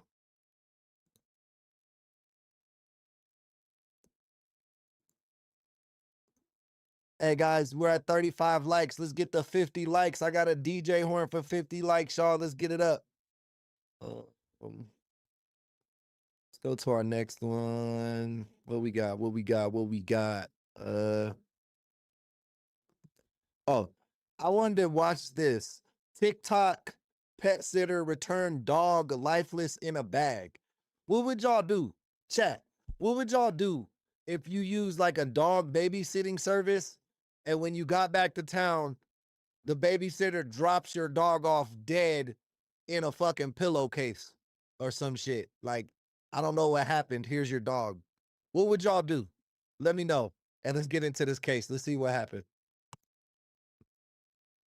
This influencer is at the center of one of the most disturbing pet sitting stories I've seen after a healthy husky never made it home alive. And I think if there were genres to all these influencer situations that I cover, this would absolutely be in the horror category, because the woman at the center of the story was already being criticized online over accusations that she didn't follow through on a collab with a family-owned restaurant. But this is so much worse than that, because while people were digging through her past, they stumbled across something that's way more disturbing. So months earlier, a 7-year-old husky named Jia Cheng, or JC, lost its life while it was in the care during a pet sitting job. And what happened afterwards is the part that left a lot of people extremely shocked. Everyone is talking about the influencer that's accused of scamming a family-owned restaurant.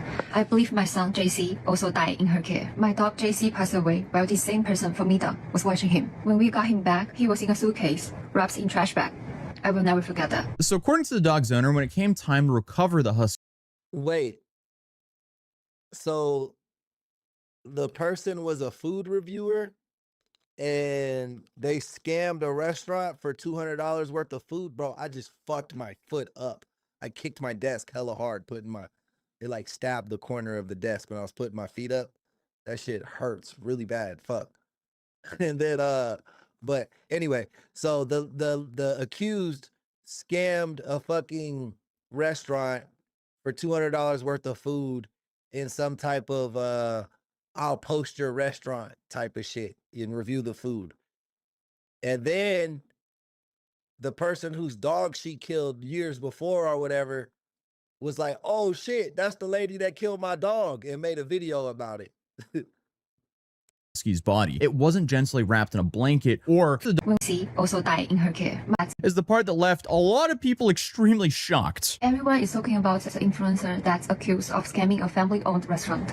I believe my son JC also died in her care. My dog JC passed away while the same person, Famida, was watching him. When we got him back, he was in a suitcase, wrapped in trash bag. I will never forget that. So according to the dog's owner, when it came time to recover the husky's body, it wasn't gently wrapped in a blanket or... You keep saying that. You're gonna be back, Snoop. Just leave it on and doze off. We'll talk you to sleep, love. carefully transported to a vet. Instead, no, she says the dog was just placed inside of a garbage bag, and that garbage bag was then put inside of a suitcase, and then the suitcase was wheeled into a vet clinic. What? Are you serious? And if just that image alone isn't enough, it gets so much worse, because JC's owner believed that her dog lost its life because of what happened while he was being cared for. So Famida has repeatedly denied harm. Yeah, what the fuck would you think, bro? My dog was cool. I went on vacation, left it for you and your babysitting dog service, and now it's dead. How are you not involved? Like, what the fuck happened? harming the dog. She says that she found him unresponsive in the morning and has said that she transported him in the suitcase because she didn't know another way to get him to the vet. Unfortunately, a necropsy was unable to determine the exact cause of death because of the stage of decompensation, and no criminal charges has been filed. So today, we're going to walk. Damn, so that dog had been in that garbage bag for a minute. It ain't like she put it in the bag and took it straight to the vet. It was too decomposed to understand why it died. So that means it was in that bag and suitcase for a minute. Through exactly what happened, how this case suddenly exploded months after JC's passing, and why so many people are still asking what really happened during those 10 days the dog was in her custody. So the owner at the center of the story is named Jenyo Lee, who also goes by the nickname 11. And if you just look at the photos of her and JC before all this happened, it's pretty obvious this dog meant a whole bunch to her. He was a 7-year-old husky who had been with her through everyday life, birthdays, outings, and countless photos together. Obviously, like most pet owners, she treated him like family. I mean, just look at the matching birthday cake. It's just very clear that she poured a lot of love into this dog. But needless to say, when Lee needed to travel to China for about 10 days to visit relatives, she did what millions of people do every year. She started looking for someone to watch him. And that's when she connected with Famida Sultana. The two initially met through Rover, the pet sitting app where owners can hire people to watch their animals. But according to the reporting, they eventually agreed to take the booking off the platform instead. So Lee would pay Famida directly, avoiding Rover's service fees. And at the time, there wasn't any public controversy surrounding Famida that would have given Lee a reason to think twice. So as far as she knew, she had just found someone willing to care for JC while she was away. So she dropped him off at Famida's apartment, said goodbye, and boarded her flight, believing everything was taken care of. So for the first part of the trip, nothing seemed unusual. But then the updates started slowing down. And not before long, what began as a normal vacation turned into the kind of situation that every pet owner dreads when they're thousands of miles away from home. At first, the communication was exactly how you would expect. Lee would check in, she would get regular responses, but then suddenly the responses got a little bit slower. Something started to feel a little bit off. According to Lee, she suddenly started to get ghosted. So she would ask for updates, wait hours, sometimes even longer, and get little to no response. And eventually, after repeatedly asking, Famida sent over some photos of JC. Instead of reassuring Lee, the pictures absolutely had the opposite effect. So she immediately noticed that JC looked a lot dirtier than what he was when she dropped him off. In one message, she asked, hey, has he been playing in the mud because he was filthy? But unfortunately, that wasn't the only thing she noticed either, because Lee also thought that JC looked a whole lot thinner. So she started asking a whole lot more questions. How was he eating? Damn, she starved that dog. She forgot to feed that dog, bro, and it died. And that's a big ass dog, so it needs high calorie intake. It ain't like my little poodle that only eats once or twice a day. You know what I mean? A big dog, you need to feed them motherfuckers, bro. They're like us. They need the calories. Was everything okay? Could she get a few more updates? So according to the messages, the replies stayed brief and didn't really address many of her concerns. Eventually though, Lee came up with what seemed like a simple solution. She told Famida that a friend happened to be in the area and asked if they could stop by and see JC in person. So according to Lee, that request was never answered. And at this point, she's thousands of miles away. She's already worried. And you know, the one thing that could have given her peace of mind, a quick visit from a friend, that just was being completely ghosted. So obviously she had a bad feeling, but she also didn't have much of a choice except to, I guess, trust that everything would be fine and hopefully that Famida is a normal, sane, responsible. Right. She's in fucking China, bro. It ain't like she could just pull up like she. Responsible person. But regardless, her trip finished, she was headed home, and she was expecting to land, pick up JC, and go back to her normal life. Instead, while she was still traveling, everything changed. So according to Lee, Famida contacted her and said, hey, there was an emergency. Then came the message that no pet owner really wants ever. JC passed away. Lee said that she couldn't even process what she was hearing. She later... Yeah, Z, she was still in the dog food. Crazy lady, I agree. Hey, shout out my boy Marcus, man. Welcome to the chat.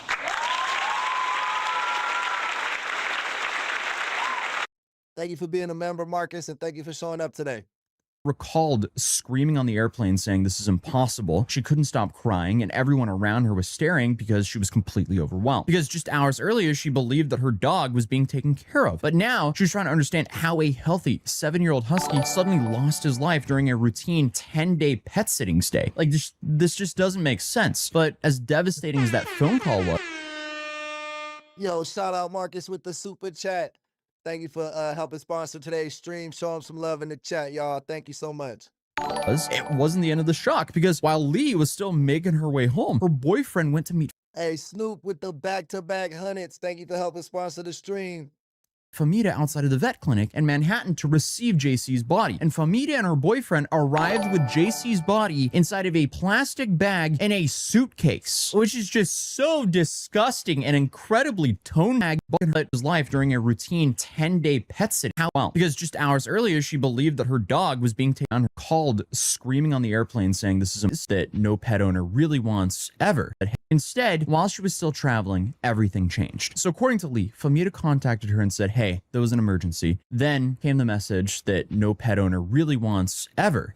JC passed away. Lee said that she couldn't even process what she was hearing. She later recalled screaming on the airplane saying this is impossible. She couldn't stop crying and everyone around her was staring because she was completely overwhelmed. Because just hours earlier, she believed that her dog was being taken care of. But now she was trying to understand how a healthy 7-year-old husky suddenly lost his life during a routine 10-day pet sitting stay. Like this just doesn't make sense. But as devastating as that phone call was, it wasn't the end of the shock because while Lee was still making her way home, her boyfriend went to meet Famita outside of the vet clinic in Manhattan to receive JC's body. And Famita and her boyfriend arrived with JC's body inside of a plastic bag in a suitcase, which is just so disgusting and incredibly tone deaf to do. Like, it's one of those moments where you almost kind of have to rewind and go, okay, why would you ever do that? What's going on here? Obviously, not because transporting a deceased animal to a vet is unusual, but because of just like how that animal was transported. Like the image of a beloved family dog being wheeled to a vet inside of a garbage bag, inside of a suitcase, just sounds gross. I mean, calling this sick, that would be an understatement. Like, I get not knowing What if it didn't get no food or water for 10 days? Then it would die, right? Like it would starve and dehydrate.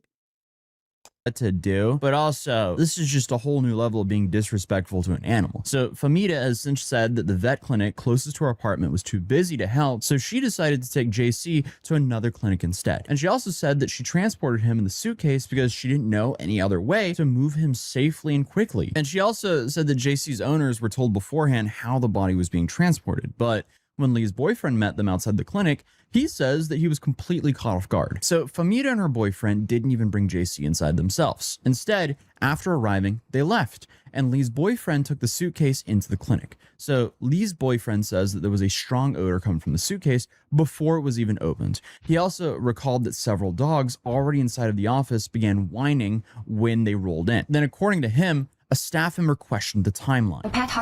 That's how smart dogs are, bro. Them dogs got sad because they knew there was a dead dog. They could smell it. They knew there was another dead dog inside that suitcase. Peter told us he did not look like he passed away that same day. That was when everything hit us and we began questioning what really happened. I stayed quiet because I was heartbroken and grieving. And this is a little bit shocking to me because, like, why would she not go in with the boyfriend to try to figure out what happened? There's just something off here. I'm just trying to put myself in the shoes of, like, if Because she's guilty, bro. She didn't want to have to answer any of the questions that the veterinarian office was going to ask them. So she left. someone's, like, God forbid, someone's dog died in my custody, I would want to be with them for as long as possible until I literally cannot provide any more answers. Like, it doesn't make sense that she would be like, well, here you go. Or actually with a suitcase. Well, here you go. That's your problem now. See ya. Like, it just doesn't make sense. So he says the nurse looked at the condition of JC's body and essentially told them that if they'd been told the dog died the same morning, the condition of the body didn't appear to match that timeline. So the staff's initial reaction raised a whole bunch of questions. So to try to get some real answers, Lee authorized a full necropsy, essentially an autopsy for animals, hoping that it would finally explain what had happened to JC. But unfortunately, the report would end up answering far fewer questions than anyone had really hoped, because the results of the necropsy were heartbreaking and You know how expensive it is to do some shit like that? Them vet bills be expensive, dog. just frustrating, because Lee had hoped it would finally tell her what happened, but unfortunately, JC had decomposed too much for them to actually tell what happened. And this just made it impossible to determine a definitive cause of death. And the report did not note signs of muscle wasting and also muscle atrophy. However, It also stated that it could not determine whether that condition had developed over a longer period of time or resulted from something that happened while JC was being taken care of. So testing also did not indicate poisoning. So despite all the questions surrounding the case, the medical findings couldn't provide a clear answer to why JC lost his life. But Lee believes JC died because of negligence while he was in Famita's care. And meanwhile, Famita has consistently denied harming JC and says that she found him unresponsive that morning. And obviously, I am no medical professional here, but you know, between the stench and the fact that this dog was obviously very cared for prior to all this, it seems like something happened to him while in Famita's care. Again, that's just what it looks like on my end. Something just seems off. Like, hey guys, we 9 likes away from 50. Let's get those 9 likes and get that DJ horn going. the dog, if she found him passed away that morning and then delivered him in a suitcase that day, why was the dog decomposed so much? Why was it already smelling?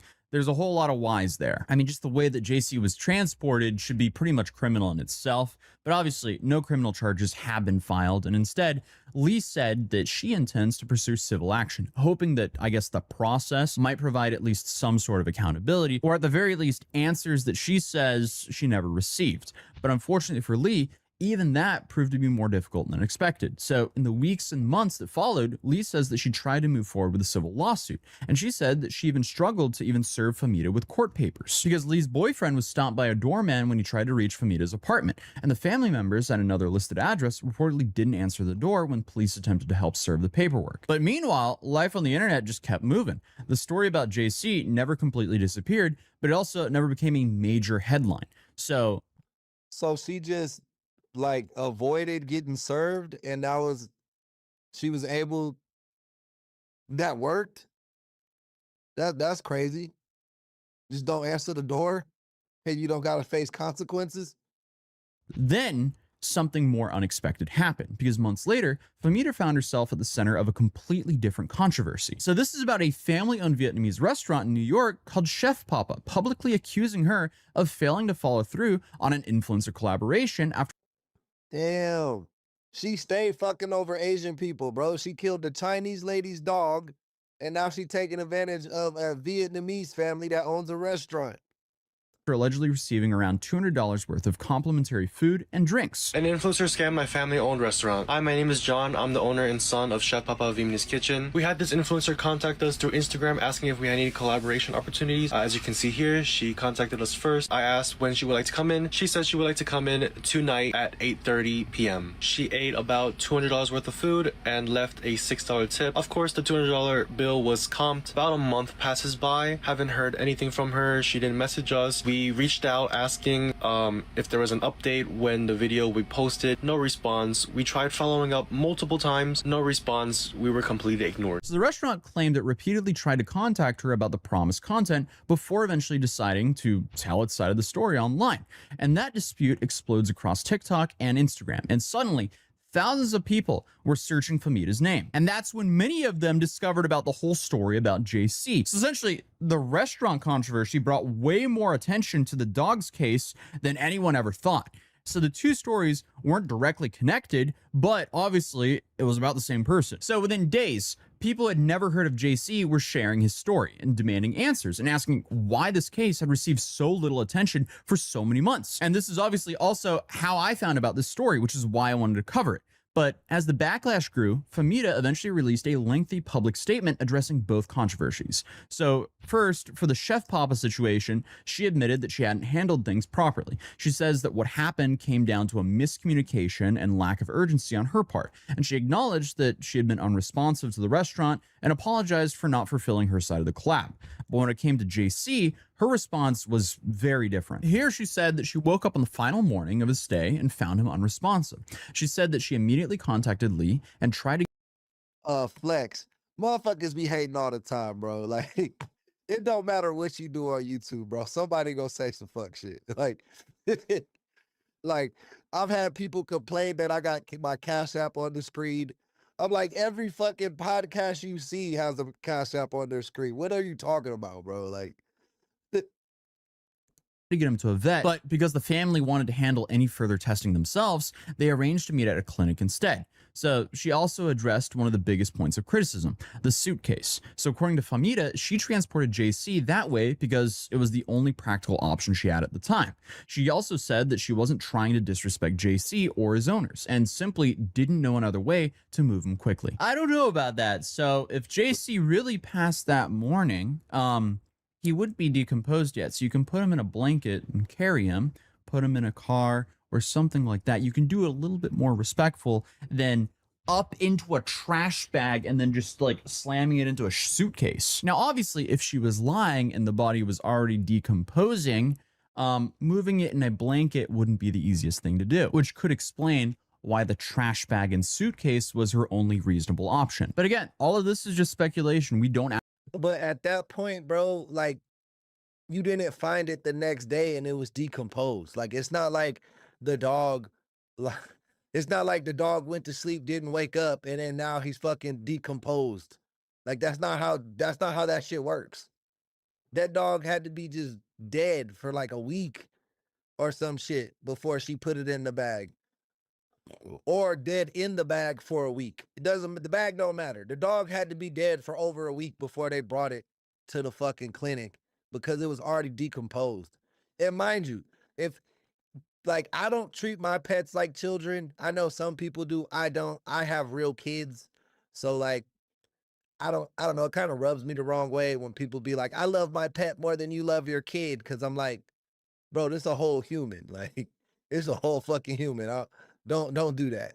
Like, don't compare pet love to parent love. Like, it's not the same. It's its own thing. And it's a real thing. People do love their pets. Like, I love my pets, but not as much as I love my kids. You know what I mean?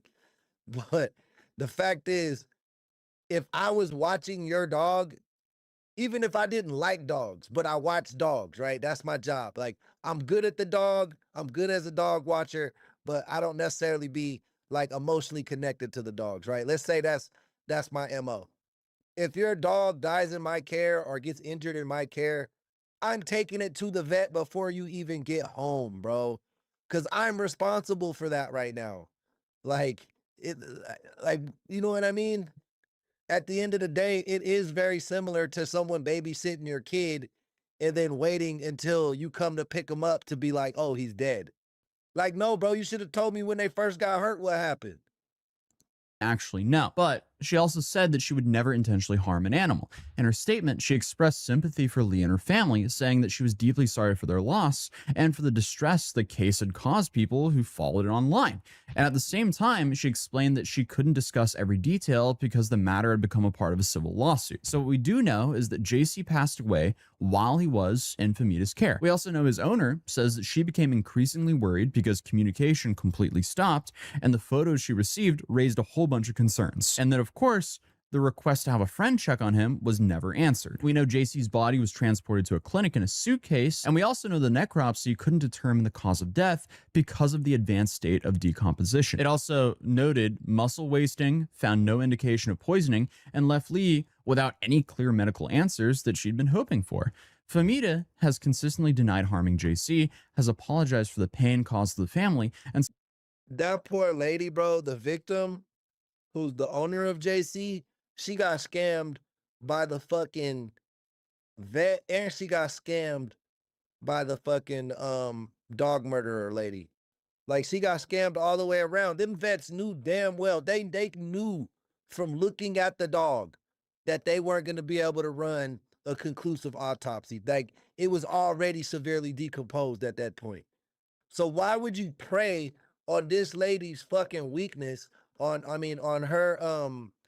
her sadness, and convince her to pay you thousands of dollars so you can find out what happened to this dog, knowing damn well that you weren't going to be able to do that. And you're not going to tell me anything different. That lady got scammed all the way around, bro. I feel so bad for this Chinese lady. Says that she'll cooperate with the civil lawsuit. So, at least for now, the legal process isn't centered around proving a crime. It's about whether the civil courts determine someone should be held financially responsible for what happened. But then obviously, when you leave your pet with someone, you're trusting them with a member of your family. most people don't think twice about boarding their dog or hiring a pet sitter because they expect to come home, open the front door, and see a wagging tail waiting for them. But for Lee, that didn't happen. So for now, we're just sitting with a whole bunch of unanswered questions. When we do get some answers, I'll probably make an update video. So if you're new here, feel free to subscribe, drop a like if you enjoyed this video, and I'll see you guys. Yeah, that lady, bro, I don't think what's fucked up is the lady probably gonna get a judgment against this lady. She's definitely gonna win the civil case, but I don't think she'll ever get paid. Cause what if she's awarded like $1 million? You know what I mean? What if they say, bro, you lost your dog? Like I would say she should be awarded $1 million+ dollars. You killed my dog. That's hella fucking pain and suffering. You know what I mean? And emotional damage and trauma, all that shit.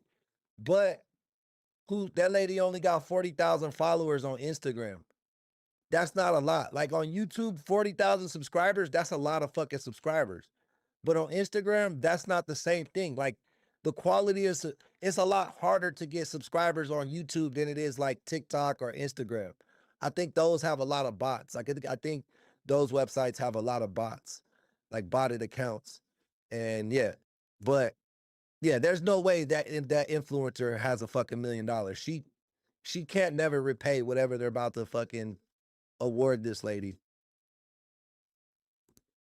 And I don't know how that works out. What if you just don't, what if someone has $1 million judgment against you and you have like $100? Like, what the fuck are they gonna do?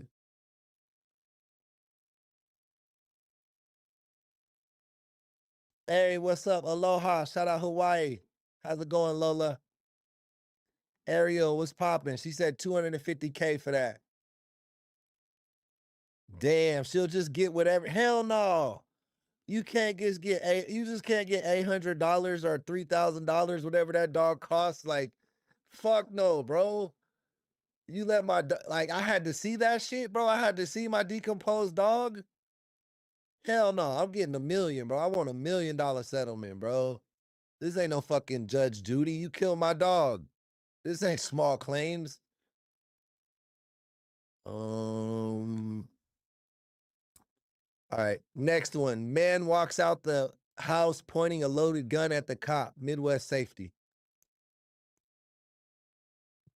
Deputies in Virginia arrived to check on a man acting erratically, and the moment they approached the house, Deputies in Virginia arrived to check on a man acting erratically, and the moment they approach the house, he emerges with a loaded gun aimed straight at them. Now! No. Put it down. Anthony! Come on. Anthony. Mary Jane, is that a real gun? 7-Act, Max. Let me back up now. Got one at gunpoint. Anthony? Anthony? Anthony! Put the gun back!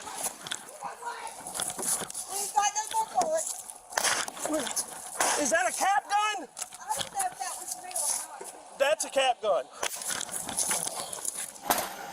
7. That ain't no fucking cap gun, bro. Y'all better shoot this man.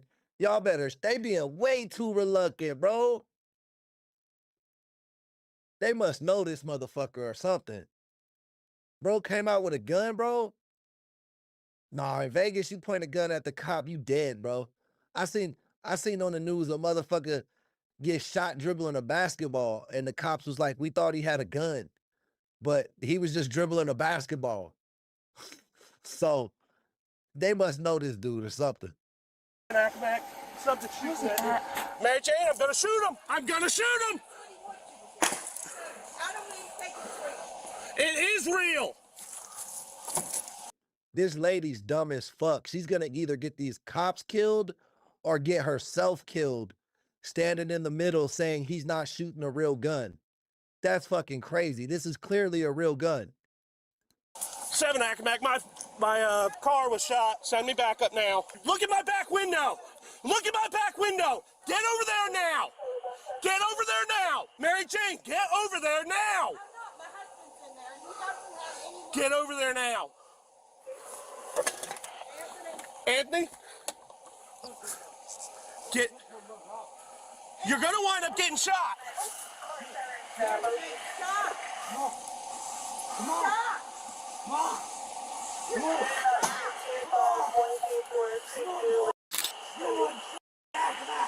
better send me to hell. He got a gun and a machete, bro. He trying to do suicide by cop right now. But he did shoot the cop's back window out, bro. That's low-key attempted murder on a police officer.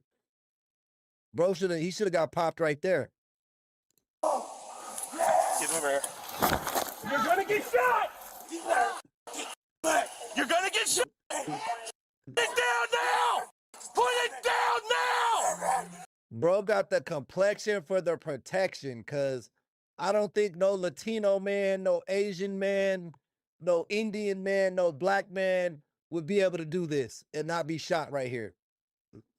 This cop better shoot this man. Put it down! Put it down now! Put it down! Put it down now! Put it down now! Hey, bro, lucky as fuck. This cop must really know them, bro. Cause I'm shooting him. If I'm a cop, I'm shooting him right now. I'm sorry. He popped. Put it down! Where's that other girl? Anthony, I do not want to do this. I do not want to do this. Put it down. I've been wanting it. I had a bad day. Put it down now. I know you want to.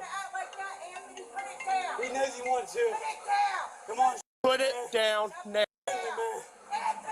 Put it down now, Anthony. Big dog, yeah, bro. A lot of people would have been shot already. Bro shot the cop car and charged him with a fucking machete. You wanted it to. Come on, tell me. Put it down. Come on. Put it down.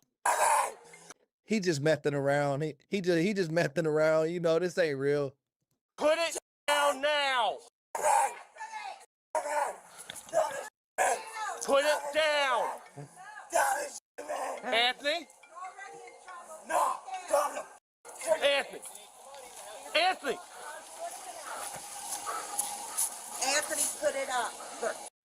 Why you have Jane? Mary Jane, move over by your car now. Nah, Ma, don't go over by your car.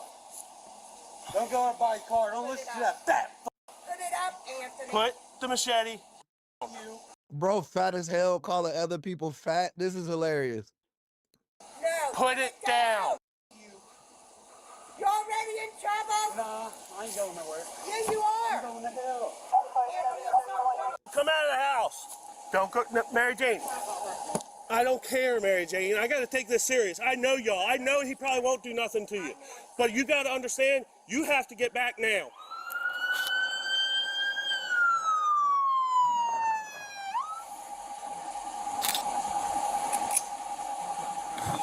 He's right on the inside of the door. He won't come out. Get the out of the house now. He's unshot the back window out. Get the out. Get the out now. Bob, come out. Come on over here. Why are you holding your arm like that? Is there anyone else in the house? Did he shoot at you? Yeah. I should have. I had a clear shot. I should have taken it. I'm regretting. Is this not a gun? The gun, it's supposedly out of bullets, but that's why he got a machete now. Okay. Just wait for backup right now. I mean, the cage won't do anything to the door, so. I think the only other back door is on that side, that far side. The subject inside with a machete now. Supposedly he does not have any more bullets. This is Anthony Baumgartner. No, absolutely not right now. He's currently cutting with the machete. Mary Jane, I cannot have you go to the door. Why? The reason why I didn't shot it because it sounded like a pop gun. Let's make entry. I'll cover you with the taser.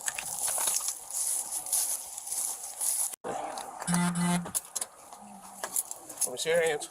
Hands, bud. Hands. Low key, these cops are good people. You can tell they really don't want to hurt this man. Hands. Cause this cop had like 3 chances to catch a body and he didn't do it. Come here. I know. Come here. Give me this hand. We're gonna get you help. Hey, at least he just went down. At least he... Bro is fucking spazzed out on some drugs. I bet you. 8 Act Mac, 1 to 10. Come on, man. Alright. Hi, Lucy. Love you. You got anything on you I need to know about? I don't think so. You might want to check the left, though. Huh? Left pocket. Left pocket? What you got in there? Anything? Anything that's gonna poke, pry, or stick me? I don't. This. That had to have been a BB. Can you get me? Well, I'll go get it. Bro, that ain't a BB gun. That's a long. That's like a 9mm 22. You realize you pointed that right at me? Yeah. Mitch, take him. Take him. Don't do what you did last time. What I did last time? What are you talking about? You know what you did last time. When? You know what you did. You thinking of the wrong dude? No, I know. I got videos. Put him in your car. Boy, his eyes is popping out his head. He was smoking that shit, bro. He was smoking that shit. Come on, man. I handled it horribly. That's what I'm pissed about. What'd you handle? You did great, dude. No.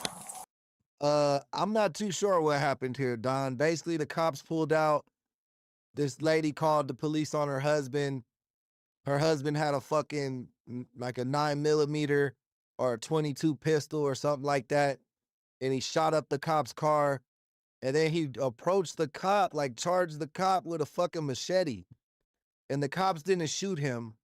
He then went back into the house and ended up giving himself up to the police when they entered the house after him. Look, bro, it's in the fence, too. I think bro just having like a drug panic attack. Yeah, 1, 2, 3. There's like 3, 4 bullets. He shot like 6 times, for sure. You ought to check that house, make sure they're okay. Well, John, can you make contact with the house, make sure everyone's all right? He's in custody. He shot at me. What? Yeah. Make sure they're all right, because the bullets were going this way. I handled it horribly, though. You good? Yeah. I'm just pissed at myself right now. What's going on? I handled it horribly. Okay. He knows. He's like, bro, I should have shot bro. Like, somebody could have got killed out here because of me. I didn't take action. I gave this guy way too many chances. Shout out this cop, bro. I fuck with this cop. He's a good cop. He didn't want to kill nobody, but he also feels guilty that he didn't shoot dude because he was able to get 6 shots off, and one of those could have killed a neighbor. Or himself. You good? You checked out? Yeah, I'm fine. Who is it? Anthony Bumgardner. Fucking shot at Cody, man. I imagine they're going to want an investigator out. That's why I haven't moved anything. Actually, we need to get them out of the house. Bob's in there too. They both need to get out. They can sit in the car, but the gun's still in there. What did you shoot at you with? Apparently a lot bigger than I thought. It sounded like it was a BB gun. It looks like it's... You had a couple rounds. They were on the car. Yeah. One through the fence. Good? Yeah, I felt something in my leg, but... When they shot at me, I swear I thought my windshield busted, and I had glass in my face, and they never hit my... It must have been just the glass. Okay. I don't know if investigators coming or what. Where's the scene so we can set it up? Yeah, I guess we can start roping off. Honestly, if we all get back to Eric's car and just rope off the whole, because I know them, they want it roped off big. The suspect, 19-year-old Anthony Bumgardner, was taken into custody and charged with 2 counts of attempted aggravated murder of a law enforcement officer, use of a firearm in the commission of a felony, shooting into an occupied dwelling, destruction of property, and several related firearm offenses. According to court records, Baumgartner later entered a guilty plea. He was sentenced to 28 years, with all but 8 years suspended, meaning he will serve 8 years in prison, followed by strict supervision after his release, and was ordered to pay restitution. Anthony will be 27 years old when he is released from prison in 2032. Anthony was like, you fat fuck, bro, fat as hell. 19, hella out of shape, bro. I thought that guy was 30. He was fucking 19 years old. Holy shit, bro.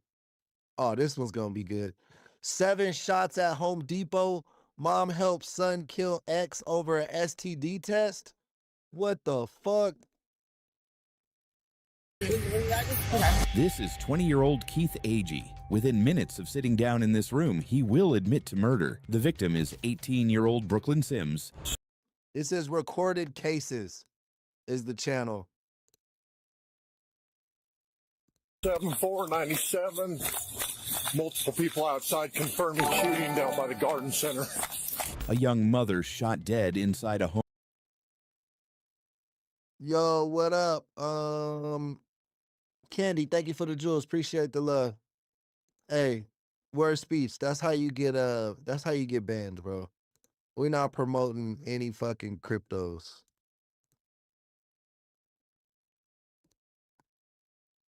Home Depot store. Keith is her ex and the father of her 1-year-old daughter. With a confession already on the table, this looks like an open and shut case. This woman is Sheila Agee, Keith's mother and the grandmother of Brooklyn's daughter.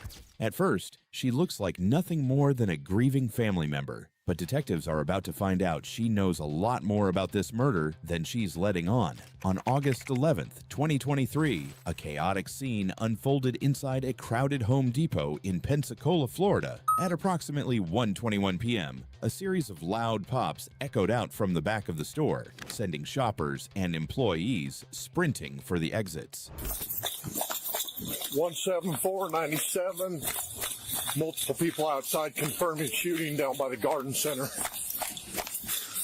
That's 4 traffic for a unit. The shooter's gone. They saw him run out. What was he wearing? I couldn't see it. Real light faded blue shirt with 2 white stripes. Light faded blue shirt, stripes down the side. White male ran back toward Davis Highway. Go ahead. Is there any victims I need? Hey, Lovey, thank you for the sub. There's a victim down on aisle 52 right here.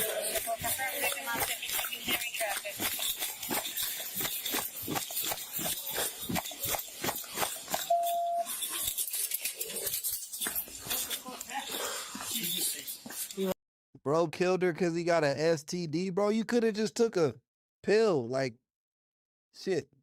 Even like motherfuckers are surviving AIDS now and shit, bro. STDs ain't what they used to be. Like, you don't gotta kill nobody. She's gone. 174 confirmed signal 7. The victim was 18-year-old Brooklyn Sims. She was a young mother to a 15-month-old daughter working a shift for a contracted inventory company. She had been targeted in the middle of her workday, shot at least 7 times at close range. 2 of Brooklyn's co-workers had also been hit. One grazed across the back, another struck in the hand. Yeah, we live, Candy. We live. Both survived. Yeah, big red flag. She was 17 and he was 25 when they had that baby. Yeah, big red flag. With the gunman unaccounted for, officers evacuated the store and began sweeping it. Outside, witnesses began telling deputies what they'd seen, one by one. You got her. Okay. What happened? Okay. What'd you got? That's my truck right there. I Okay. see my truck. I just loaded up. I started the truck. I saw the guy run around the corner. He had on a blue jacket. At first, I was thinking maybe she gave him an STD, but I think he gave her an STD and she exposed him, and that's why he killed her. But we'll find out. I'm just guessing. I'm a legend. I'm trying to piece this shit together like y'all. Jacket, black male, 25 to 30, 6'1", slim build, he had a Glock 19 in this hand running. And when I saw the Glock, I'm like, oh shit. I started out across the parking lot. So black male around in his 20s, 6'1", Glock 19. Mostly blue with white stripes on the sweat jacket, workout jacket, zip up the front workout jacket. I knew I should have hit the car. It's none of this is your fault. None of this is Should your have fault. hit the car. Does anybody want to go and look at the exact where he ran in case he threw the gun? Yeah, we got a million people. We got dogs coming. We got the whole thing. This witness had been loading his truck when the shooter sprinted past him, close enough that he nearly ran him down with his vehicle. He watched the man escape in a waiting car. I'm on aisle 1. They're like on this way behind me. I heard a voice that I don't recognize. I thought he was cussing, but I heard him looking down at her because she'd been down counting.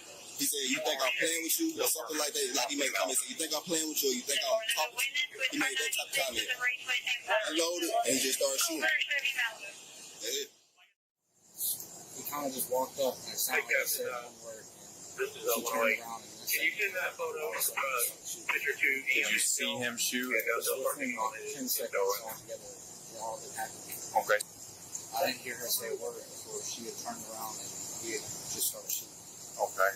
So not much of a conversation. Maybe he just said a couple words. He said a couple words or one sentence, and then she was saying. According to these co-workers, there was no argument, no struggle, just one sentence from a voice they didn't recognize, and then 7 or 8 rounds. The whole thing was over in seconds. They couldn't say whether Brooklyn even knew the man. The last witness deputies spoke with knew Brooklyn better than anyone at that store. Her supervisor, 50-year-old Sheila Agee. I was gonna say she probably ain't gonna be able to talk right. My name is Blue. Okay. Okay, what is the victim's name? Her name is oh, okay. I thought that was your name. No, Brooklyn. I'm sorry. Taylor. Yeah, that's Brooklyn. Brooklyn Taylor. My name is Sheila. I'm Okay. sorry. Did you hear or see anything? No, I was in. Okay, and so you. I heard gunshots, and I just. Okay. And how far away were you from this? To be, must have been close because you heard him. Yeah. And you heard him say, "You think I'm playing with you?" And then next thing you know, like 7 gunshots. I just heard the call. Do you know her well at all to know if she has? I know. Does she have? No, he knew her, Joshua. He knew her. That was his baby mama. The shooter is the baby daddy. The victim is the baby mama. It's not random. The baby daddy? Yeah, my son is her baby daddy. Your son is her child. Have they been having issues? No. Okay, what's your son's name? Keith. Are they broken up? Oh, they hadn't been together in years. But they have children together. One baby. They hadn't been together since the baby was born. And they don't have any issues? Blackmail your son? No? Okay. Sheila told officers there were no problems between her son and Brooklyn, and that her son wasn't even a black male. But just as she was about... Was she working there too? She worked with the baby mama. So she lying. She told her son where they were at. Because it's not like they have a job.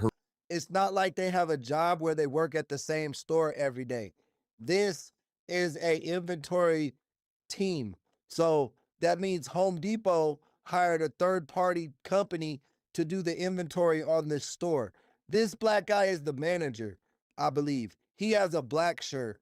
All the other workers, including the victim, have a red shirt, like the mom. The mom had a lanyard and a fucking tablet, an iPad. So she was helping scan the shit. She told her son where they were working at that day, and he pulled up and killed his baby mama. She acted dumb as fuck. She trying to protect him. She lying. Her written statement, everything stopped. Somebody, EMS! Come here. Hey. All right, okay. Written statement, everything stopped. Somebody. There were no problems between her son and Brooklyn, and that her son wasn't even a black male. But just as she was about to fill out her written statement, everything stopped. Somebody, EMS! Come here. Hey. All right, okay. All right, now! Someone get somebody now! Hey, breathe. It's okay. So this was, remember they said 2 other people got shot besides the victim who died? I bet you this person ran out the store after they got shot with adrenaline and collapsed right here. That's what I'm thinking is going on. But she's one of the workers too. See, she has the same red shirt as the mom and as the victim. And even though the victim was blurred out, you could tell she had that red polo on too. It's okay. We're getting you enough, honey. Okay.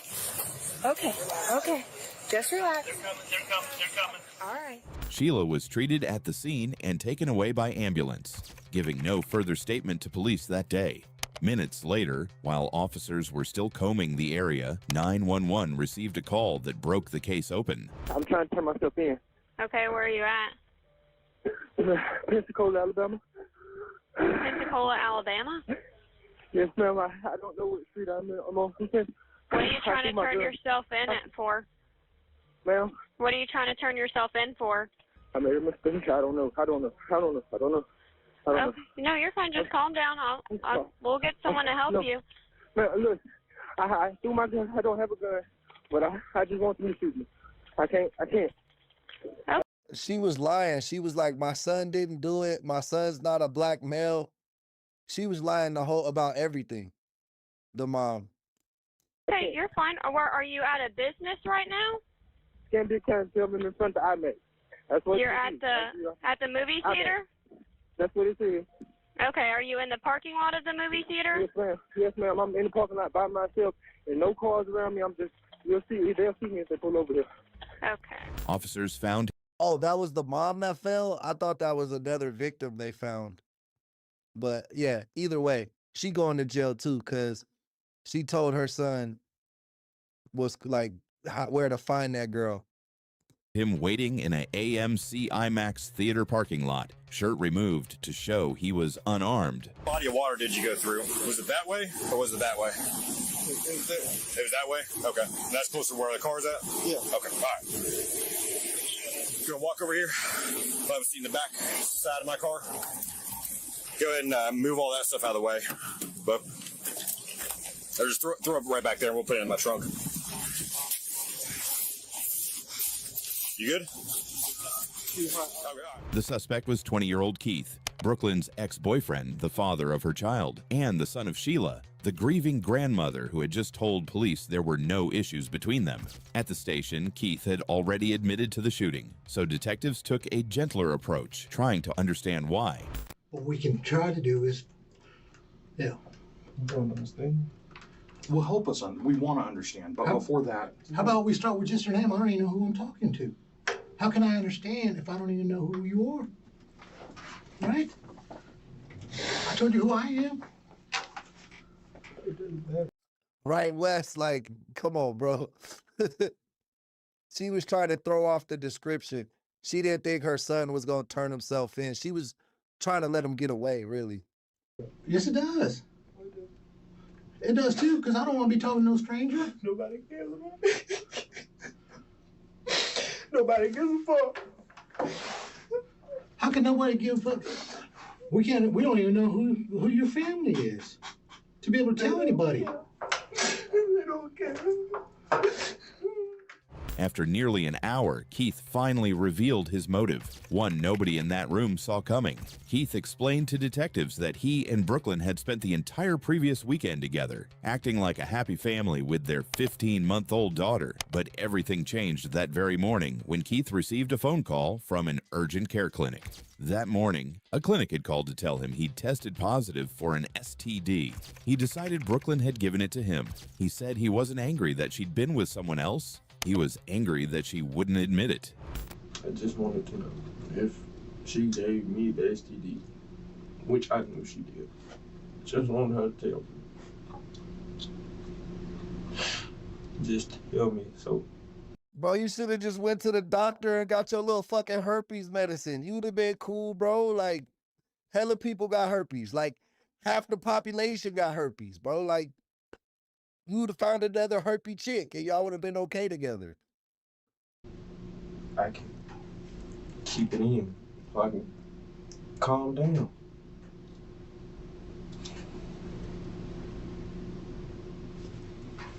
Because I'm putting the pieces together. You didn't have one going in, did you? No, sir. Enraged by a positive gonorrhea diagnosis, Keith left his job at an Alabama steel mill, drove home to grab his Glock 19, and drove straight across state lines to Florida to confront her. But as detectives began processing Keith's phone, they realized he didn't find Brooklyn on his own, and his final... Oh yeah, broken benching, that's the quickest way to get packed out. When people be like, stop pausing the video, that's the quickest, that's like the fastest way to get banned, bro. Like, literally. Final chilling admission broke the entire case wide open. I had to text my mama beforehand. You text your mama what? I had to text my mama beforehand. Okay. Okay. And y'all got my phone, y'all got to open it. Did too. I was lying when I said, I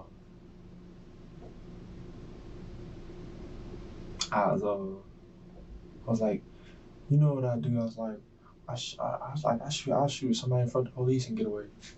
I was talking shit. All this shit's coming back to me at once. And that was today you text her that? Gotcha. The phone extraction told a story nobody expected. Starting 2 minutes after Keith got his test results, he and Sheila exchanged messages for 2 hours. He told her in writing that he was going to shoot Brooklyn. Sheila didn't call police. She didn't warn Brooklyn. Instead, she told him not to shoot near her car, suggested he not do it in front of the baby, and then sent him the address of the... I told you, bro. I fucking told you. She knew what bro was on and gave up where they were working at. She worked with him. I knew they worked together. And somebody says she's a supervisor. I don't think she's a supervisor because she's got the red shirt. All the people had the red shirt, and then the one dude had the black shirt. Usually when one person has a different, well, maybe he just was like the lead, like the head of the rim, and she was like middle management. You know what I mean? Maybe he was like the team manager, and maybe like she was one of his like assistant managers. But she had the same uniform as the other people scanning. So, and then the guy with the dreadlocks, he had a black shirt from the same company, which let me believe he was the supervisor. But I could be wrong. I'm just piecing this shit together as we watch it. The Home Depot. What was your involvement in what happened on Friday? My involvement in what happened? My only involvement in what happened was Keith texted my phone and he said that he was gonna, his thing come back, I think Brooklyn gave him something, but he was gonna let it go, and that's fine. Would it surprise you to find out that the text messages on Keith's phone weren't deleted between you and him that day? Between me and him? I mean, Got you. So she wasn't necessarily the leader of the team, but she was some type of middle management and got her hired there. But either way, I knew the mom fucking gave the intel on the address. I told you that type of that type of job, they don't work at the same store every day. So it's not like he just randomly found her. Someone had to tell him where they were working at that day. And of course, you knew it was his mother. Don't shoot him by my car. Don't do it in front of the baby. Like, what the fuck? Did she think she was going to get custody of the baby? Like, was this her way to sacrifice the baby mama and her son at the same time so she could have the baby? Like, I just don't understand the thinking behind this. It has to be something crazy. No, it's surprising. It would surprise you. Okay. Would it surprise you that I have 32 pages of y'all's text messages? No, that doesn't surprise me. Okay. Destin, that's exactly what I was trying to say. She was a team lead and the dark shirt guy was the site supervisor. Yeah, that's exactly what I was trying to say. I wasn't saying she wasn't like some type of management. I was saying she for sure wasn't the head manager on that job because of the uniforms. But yeah, I think you're right. That's definitely what it was, Destin. Do you want me to read some of those? I think you can. I mean, you can. If you want to, sir. As the investigator began reading her own words back to her, Sheila spun a desperate new alibi. She claimed Brooklyn had stolen her phone and was actually the one replying to Keith, pretending to be her. You're getting off right now. I'll give you the address here, and you can ride over here. It had to be Brooklyn. I would never. And do it so that you don't have to do it in front of Casey. I would never do that. But she lying through her fucking teeth, dog. Lying through her fucking teeth, blaming the victim. Like the victim was daring him to come shoot him or some shit. Come shoot her. Like, bro, people ain't shit. People ain't shit, bro. But I understand where your hands Why would Brooklyn send that message I don't know. to him? I don't know. Hold on. Here's the problem. Yes, okay? So what you've told us thus far is that, well, Brooklyn took your phone. I didn't think she took it. But then you're texting him. Now, conveniently, you're only sending the messages that make you look good. No, hold on. Let me finish. That you're trying to talk him out of it, and then you want to come back with when there's the messages that he'll talk about shooting, and then also, Brooklyn's got my phone again. So you guys are just handing the phone back and forth. No, I'm sorry. Well, I know that's what you're saying. saying. I know that's what you're saying, because you're acknowledging the text message, and then when the one that comes up that's bad, no, that wasn't me, that was Brooklyn. So what you're saying is, because he's reading this to you. You're right. So what you're saying is you and Brooklyn are standing there handing this phone back and forth. Sir. Bear in mind, we got video of the Home Depot. I'm saying no, that we're not sending that back and forth. You never had a clue where y'all were at, other than you were in Pensacola. And even if you knew, you know how many Home Depots there are in Pensacola? I mean, he could have driven around all afternoon trying to find y'all and probably never gotten there. I'm sorry. But you shot the address right to him. Come on, come get her. After I've called you a bitch for not doing it, after I've told I swear to God, I didn't do that part. Okay. Come on. Okay. So again, we're back to, we switched the phone back and forth. So it's me texting, and it's her texting, it's me texting, it's her texting, it's me texting, it's her texting. The flow doesn't, your story doesn't hold water because the flow doesn't make sense. Confronted with store surveillance footage showing her pacing and texting completely alone during the exact window, she claimed Brooklyn had her phone. Sheila's alibi collapsed. She finally admitted to sending the address. You don't come up here and kill this bitch. No. I did not know he had a gun. He told you he was going to shoot her up. He said that. He said, if my mom will open the door, if she won't get out of the car, I'm going to open the door and shoot her. Don't shoot me. I thought he was talking shit. Bro, this lady, bro, I hate her more than I hate the dude that shot her. That shot the victim, bro. Like, it seems like the dude who was the killer was like super mentally unstable. Like, bro, and when you got a mother like this telling you to do shit, calling you a bitch if you don't do it, it's like she was daring him to do it. Instead of like letting him get his anger off and then trying to calm him down, like, hey, you got a kid, like, even if she did do this, like, it's not worth it. Like, no motherly advice. Like, it's like he was talking to a teenage gangbanger or something. Like, oh, you a bitch. If somebody gave me an STD, I'll shoot that hoe. Like, who the fuck is this lady?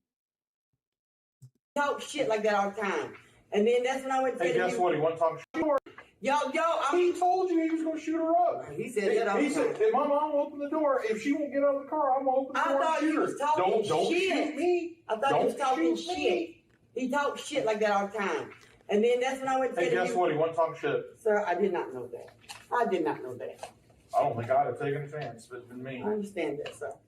She was arrested and charged with principal to first-degree premeditated murder. Keith Agee stood trial first. He took the stand in his own defense, trying to convince the jury that the murder wasn't planned, that he only snapped at the very last second when he found her on the aisle.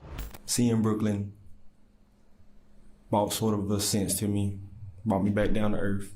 You know, being hot the whole way there, driving mad, seeing her kind of brought me back down to earth. So I remember pointing out my finger. I never got close enough even to touch her. I said, hey, you gave me something. And she said, not this again, and turned around. Hey, yo. Hey, y'all ever had the White Russian? Y'all ever had a White Russian? These motherfuckers is good, bro. I'm not even a drinker, but these motherfuckers are good. And proceeded to walk off from me. How does that make you feel? I've never been so mad in my life. What happened next?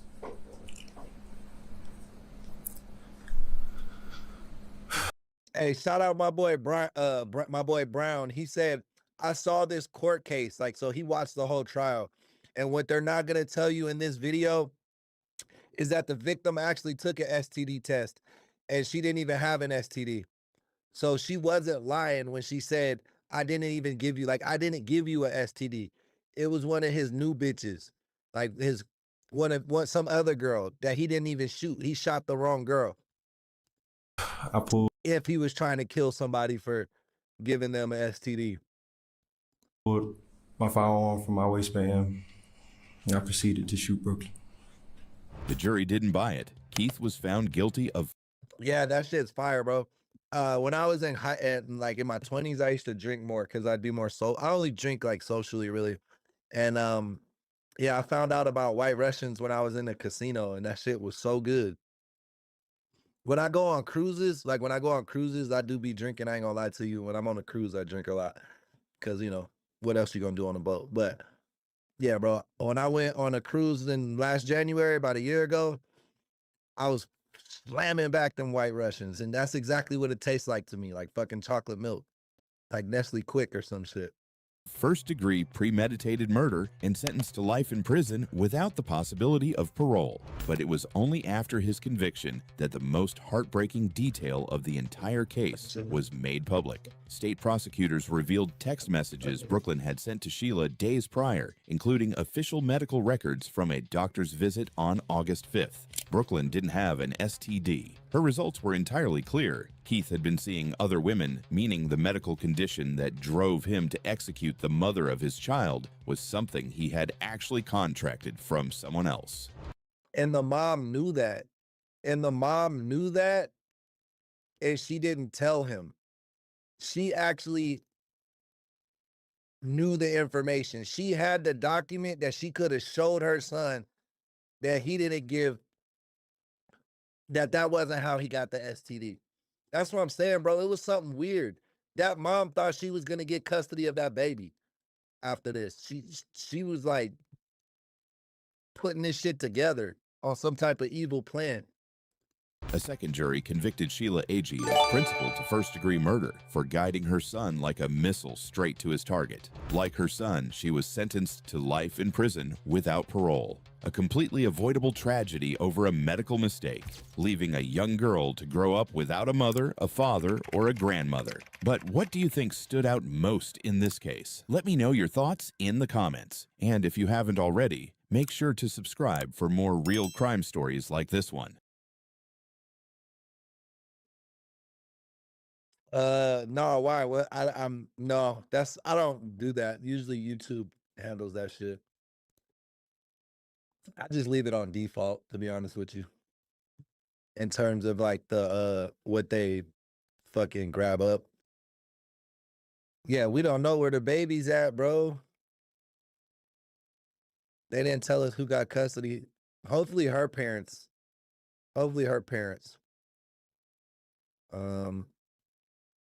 All right.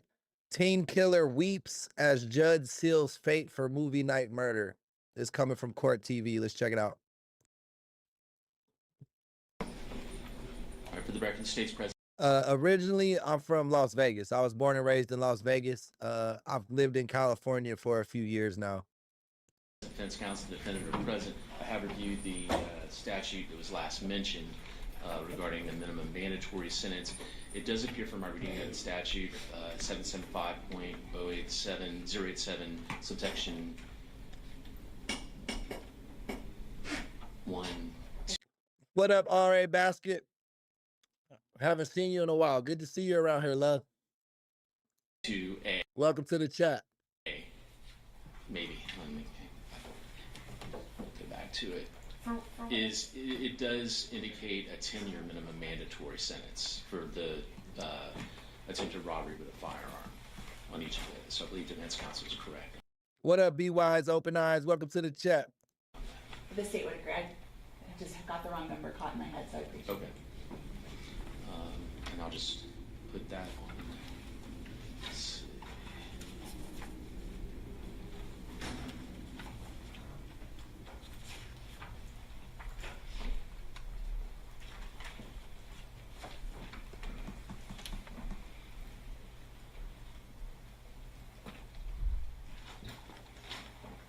Yes, it's Florida statute 775.087, subsection 2, subsection A, subsection 1.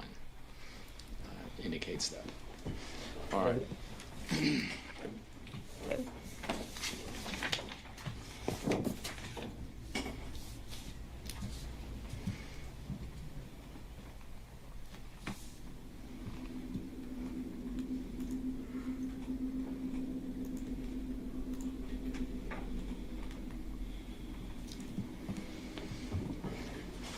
All right. Was there anything else from my...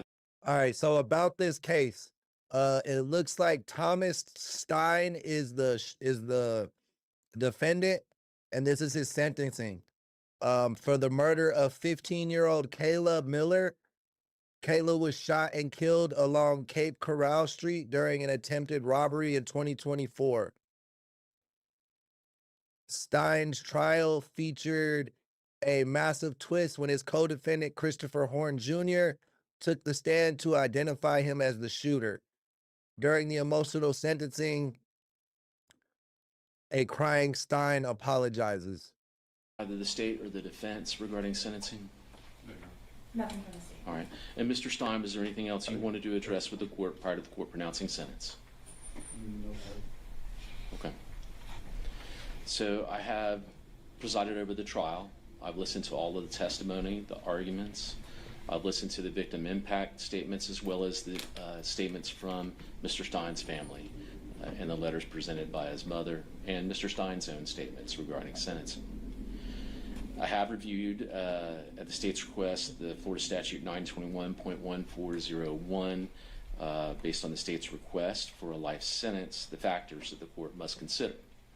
And in that statute, 921.1401, subsection 2, A through J, are the following circumstances the court must consider. It says, in determining whether life imprisonment or a term of years equal to life imprisonment is an appropriate sentence, the court should consider factors relevant to the offense and the defendant's youth and attendant circumstances, including but not limited to, and I'll go through each of these factors. A, the nature and circumstances of the offense committed by the defendant. The jury found Mr. Stein guilty of the offenses charged in counts 1 through 4, and that he did actually possess a firearm. The nature of the offense was violent in nature, terrorizing to the Hey, well, I don't even know you're there. You're sneaky. victims based on their testimony. Yeah. And certainly tragic in all manner. The victims had done nothing to encourage violence against them. They did not participate in any way in having an altercation with the defendant or the co-defendant, that they were innocent young women walking home from a movie. Hey, shout out to the chat. We got that 50 likes. Let's get up to 100 now, y'all. Let's start aiming for 100 likes. Make sure you guys hit that subscribe button if you're brand new. We're trying to get to 12,000 subscribers before the end of July, so help us out with that if you can. Which used to be parents were comfortable letting their children out at night, out of the house, and be out in the streets. And most parents in this community for many years felt that their children were safe. This is the kind of crime that makes parents afraid to let their children out at night, and certainly had an impact on the victims and an impact on the community as well. And that addresses subsection B, the effect of the crime on the victim's family and on the community. Subsection C, the defendant's age, maturity, intellectual capacity, and mental and emotional health at the time of the offense. The defendant was 16 years old, had, based on the evidence and testimony, an apparent knowledge and comfort with firearms, that he knew what they were, he knew what they did, and was not something that was foreign to him in possessing or using a firearm. His age, even though 16, his maturity, based on evidence, was that he drove a car, was provided a vehicle, he was capable of doing many things that 16-year-olds can do, and maybe even a little bit more, because he had developed a sense of independence after his father had passed. Leading into subsection D, the defendant's background, including his or her family home and community environment. Certainly from the testimony, the defendant had a supportive family. He had many responsible adults and caring brothers and other family members that were there for him. And bro, it's the cut water joint. It's the cut water. I just tagged it in the video, man. Y'all could buy cut waters too through my affiliate link if y'all want. Hold up. And then I'm gonna pin it right now. So yeah, y'all should be able to see it. I don't know if y'all can see it on stream, but yeah, there's some grown up. Yeah, there's some good shit, bro. I like it. So if you want to grab yourself some, go ahead and use the tag in the video, and it'll help the channel out as well. He had those resources available to him up to and including through today. While his family faced You'll see it at the top right in the corner. Hold on, let me make. I don't think that's the right flavor, but I couldn't find the flavor. But that's the brand it is. tragedy, and Mr. Stein himself, I'm sure, suffered that tragedy of his father's loss. Families face tragedies, and yet are able to come together and support each other and help each other get through that and still remain productive members of society. Yeah, Westman, get a cut water. You don't know about them cut waters. They get one, bro. They fun. You only need one can. I swear, that's all you need. You just need one of these little cans, and you gonna be good, bro.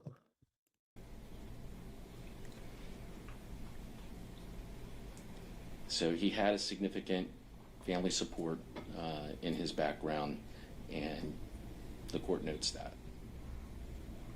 Subsection E, the effect, if any, of immaturity, impetuosity, or failure to appreciate risks and consequences on the defendant's participation in the offense.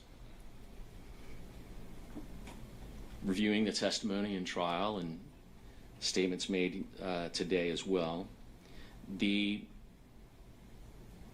defendant really was more mature in some ways because of the loss of his father and his obligation that he seemed to express to step up and help provide in the family and take care. Yeah, you get 10% off too when you fuck with my affiliate link. So you get a little savings too.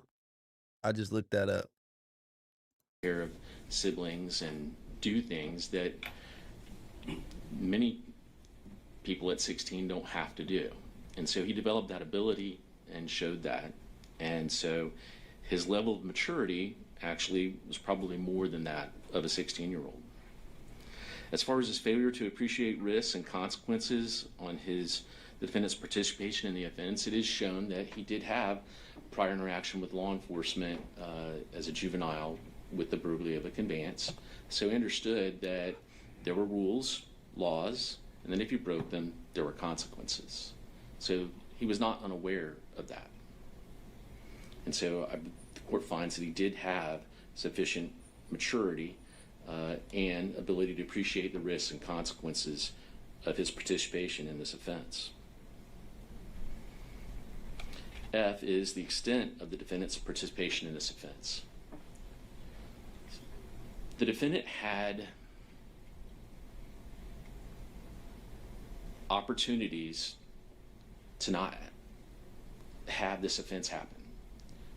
It was noted in the trial by the court that the evidence of the video showing the vehicle that he drove passed by the victims more than once.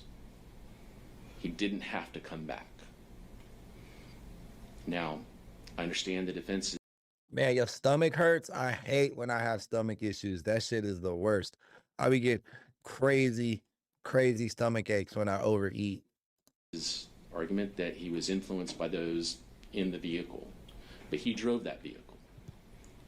He brought that evil to the victims, and he had the choice to do that on more than one occasion or to avoid that.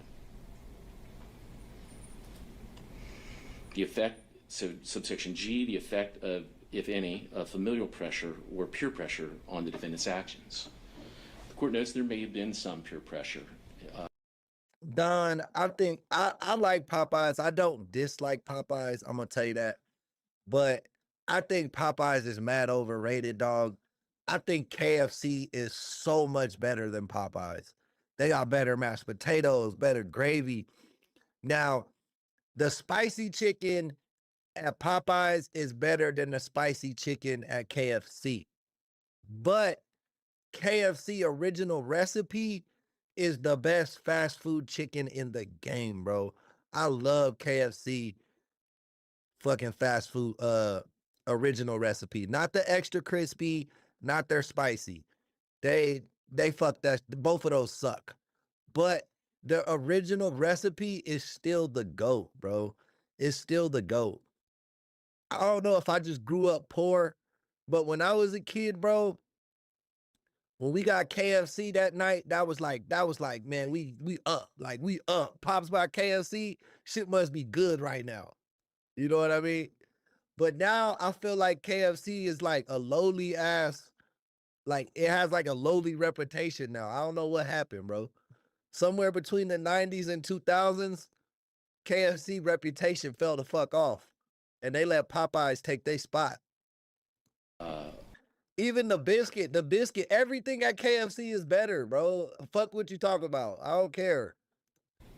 On the defendant, however, again, he had opportunities to get away from that pressure to avoid this incident and prevent it from happening.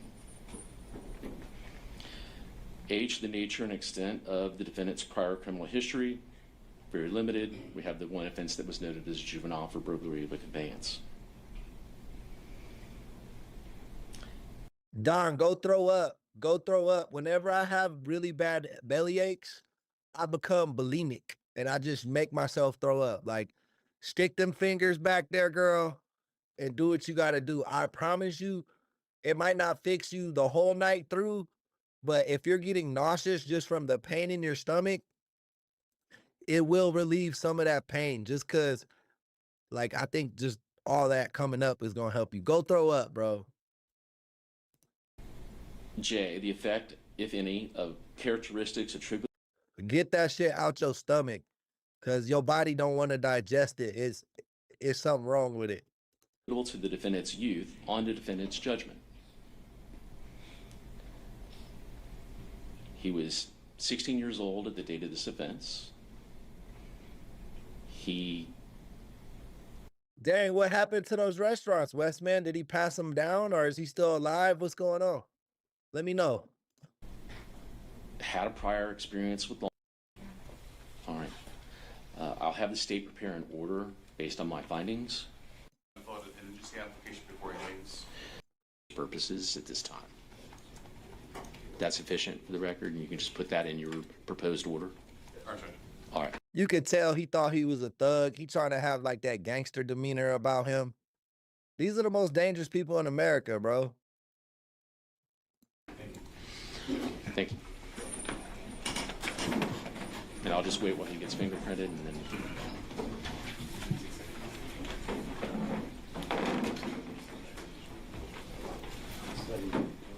So he got sentenced to 45 years in jail, y'all, if y'all missed it.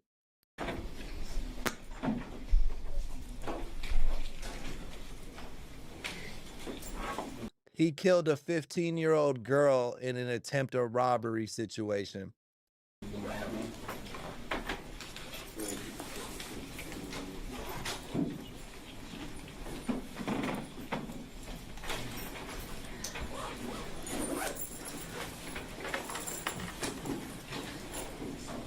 Yeah, Dom, go yak that shit out your stomach and then come back. You'll be all right. If you feel better, let me know. They're like, hey, Fade, that worked. But if it didn't work, still let me know. Like, Fade, that didn't help me out. And I'm like, all right, I'll stop telling people to do that. It just works for me.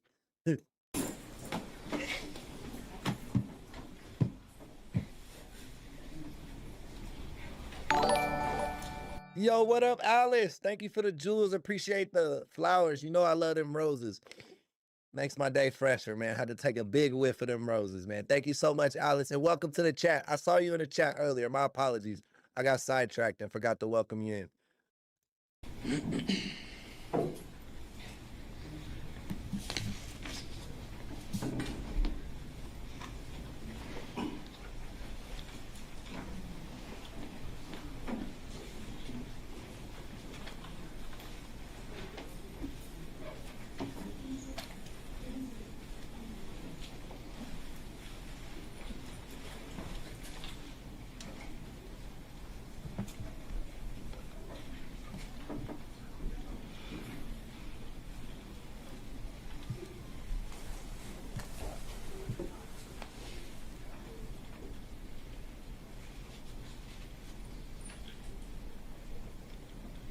Oh, and stay away from Taco Bell for like the next month, y'all. I heard on the news that their food is getting people sick, like giving people some crazy ass diarrhea bug. And that's funny because, you know, Taco Bell already has that fucking demeanor, but I guess their lettuce and their tomatoes was like fucked up in like 13 different states. California wasn't one of them, but I'm still not fucking with Taco Bell for like 20 days. I'm not gonna never turn away Taco Bell forever because I like Taco Bell. But yeah, just hold off on Taco Bell for like 30 days because they had some fucked up lettuce and shit. So don't eat that.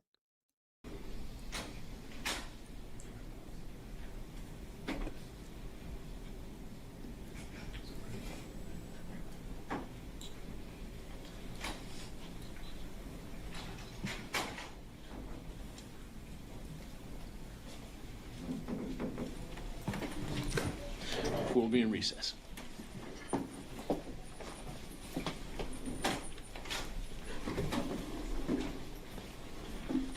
Yes. Objection.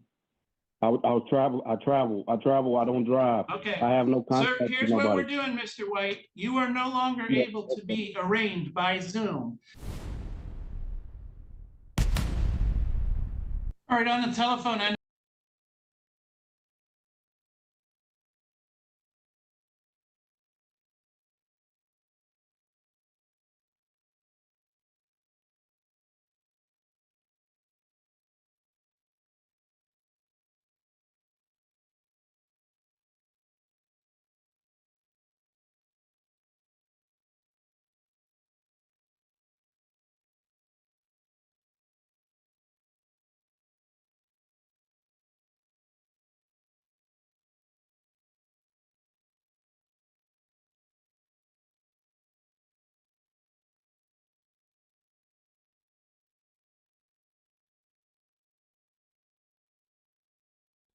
My bad, I was muted.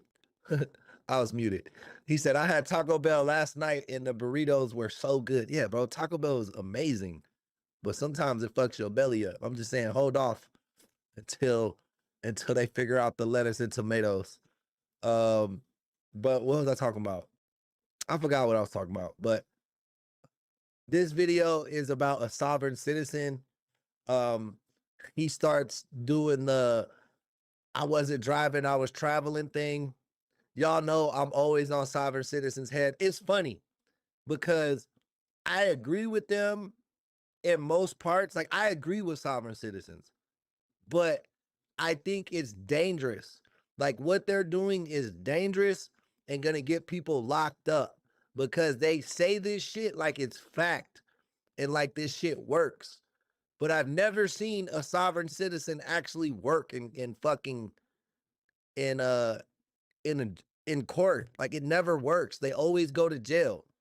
The closest I've ever seen it to working is a cop just being like, this bro's crazy. Like, just get the fuck out of here, bro. Like, I don't want to see you here again. And like the judge let him slide. And then they'll be like, see, it works. But like 99 out of 100 sovereign citizens go to jail and get their cars taken away and shit. So it really doesn't work. It's just, if you have a cool judge and he don't want to hear that bullshit, you know, then you might get away with it. But in terms of legally, this shit is fake, bro. Our social security card is not a bank account. You do have to have a driver's license. You do have to have car insurance. No, there's no fucking such thing as national registration of your car. You have to be registered to the state. Like, yeah. So just don't ever listen to a sovereign citizen and think that it's real. Like, it sounds cool, but it's not real. It's like WWE. Like, when Shawn Michaels jumped off the top rope, that shit was fire. But like, he wasn't really fighting that other guy. You know what I mean? In 1336, tell us your name, please. I come in sui juris. Only one of you actually has that phone number, and the other people are just wrong about what their phone number is. Who's calling ending in 1336? Sui juris and personal persona. I'm Stephen hyphen Tyrell : White, comma beneficiary, and sovereign. I'm here under fraud, menace, and duress. Fiduciary Daniel Williams Norbeck. Okay, Mr. White, we're going to pop you over in the waiting room because you're just going to be a distraction for all the citizens here willing to abide by the laws of our country. So we'll pop you over in the waiting room and we'll get back to you. In case you guys have ever heard of the term sovereign citizen in the news, that's what one of them sounds like when they try to come to court. All right, Ms. Lopez. All right, Mr. White, are you able to hear me? Your Honor. All right, I'm going to read this to you so you understand what you're charged with. This says that on January 7th of this year on 2nd Street there in the city of Fenville. I already know he about to say some dumb shit. Like, I wasn't driving. I was traveling. Why, he gonna say that dumbass shit. Watch. That you were driving while license suspended. That is a misdemeanor. It's punishable by up to 93 days in jail and or $500 fines and costs. Do you understand your charge? Objection, Your Honor. I do not understand my charges or okay. I'm going to mark you down as not guilty, and we'll set you for a jury trial. You can continue to. Your Honor. Your Honor.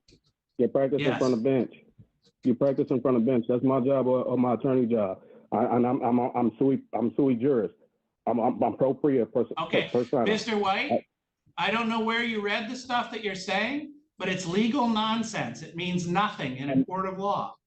So that shit is bird law. Have y'all ever seen the show Always Sunny in Philadelphia? Like, I haven't watched it in years. I think I watched like the first 7 seasons, like when it was like first hit the scene, you know, but I know the show still goes on today, but I don't watch it anymore. But my favorite episode was when Charlie was a bird law lawyer. That's what the sovereign citizens are practicing, bro. That shit is not law. That shit is bird law. And it will never fucking work. Ever.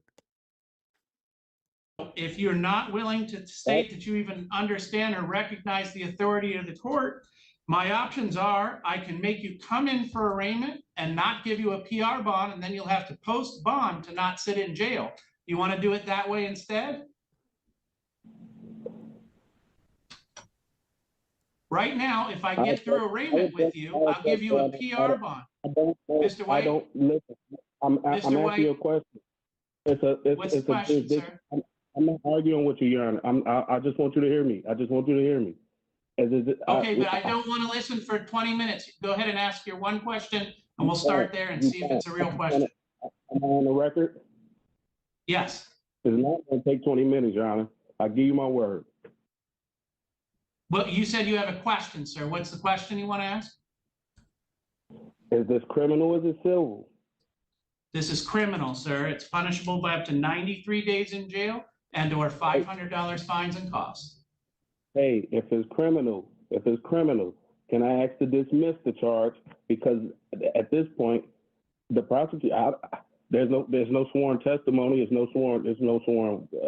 It's because this is just arraignment, sir. What you're talking about is trial. That would be several steps down the road. Arraignment is just for you to make sure that you understand what you're accused of, what the penalty is, and for you to enter a plea. You're accused of driving while license suspended. I read to you what the possible penalties are, and I asked you if you wish to plead guilty or not guilty at this time. No, Your Honor, I'm a beneficiary and I'm a sovereign. I'm here under fraud, menace, sir. Those sentences don't mean anything. They have no legal meaning whatsoever. It's guaranteed by so my constitutional. I've indicated that since you can't understand arraignment, I've entered a plea of not guilty on your behalf. I've set you for a jury trial. You can represent yourself free of charge, or you could hire an attorney. And now you must make a choice, sir, for bond. If we get through the arraignment with you on Zoom, I'm going to give you a PR bond. Personal recognizance bond. That means you don't have to post any money. We're essentially trusting you that you'll keep coming back for your court dates. It is no driving without a valid driver's license. If you cannot get that far, in other words, if you really don't understand what's happening here, then I'm not going to allow you to be arraigned by Zoom. I'm going to set you for arraignment in person. And you will come to this courthouse. You will not get a PR bond. You will get a $300 cash or surety bond, meaning that you will need to post $300 in cash, or you will sit in jail from that day until your trial date. So I'll give you a choice. I like this judge. I like this judge. I like the way he's not letting the sovereign citizen like piss him off. He's keeping his composure and he's explaining the actual process and how the courtroom works.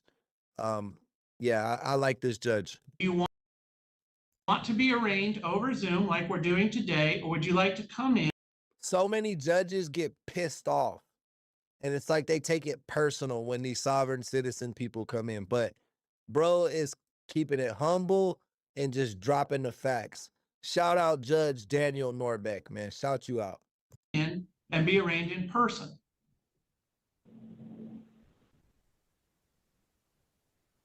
Well, I object to all this, Your Honor, because bro's objecting. You can't object in an arraignment. There's nothing at arraignment. He just explained what an arraignment is.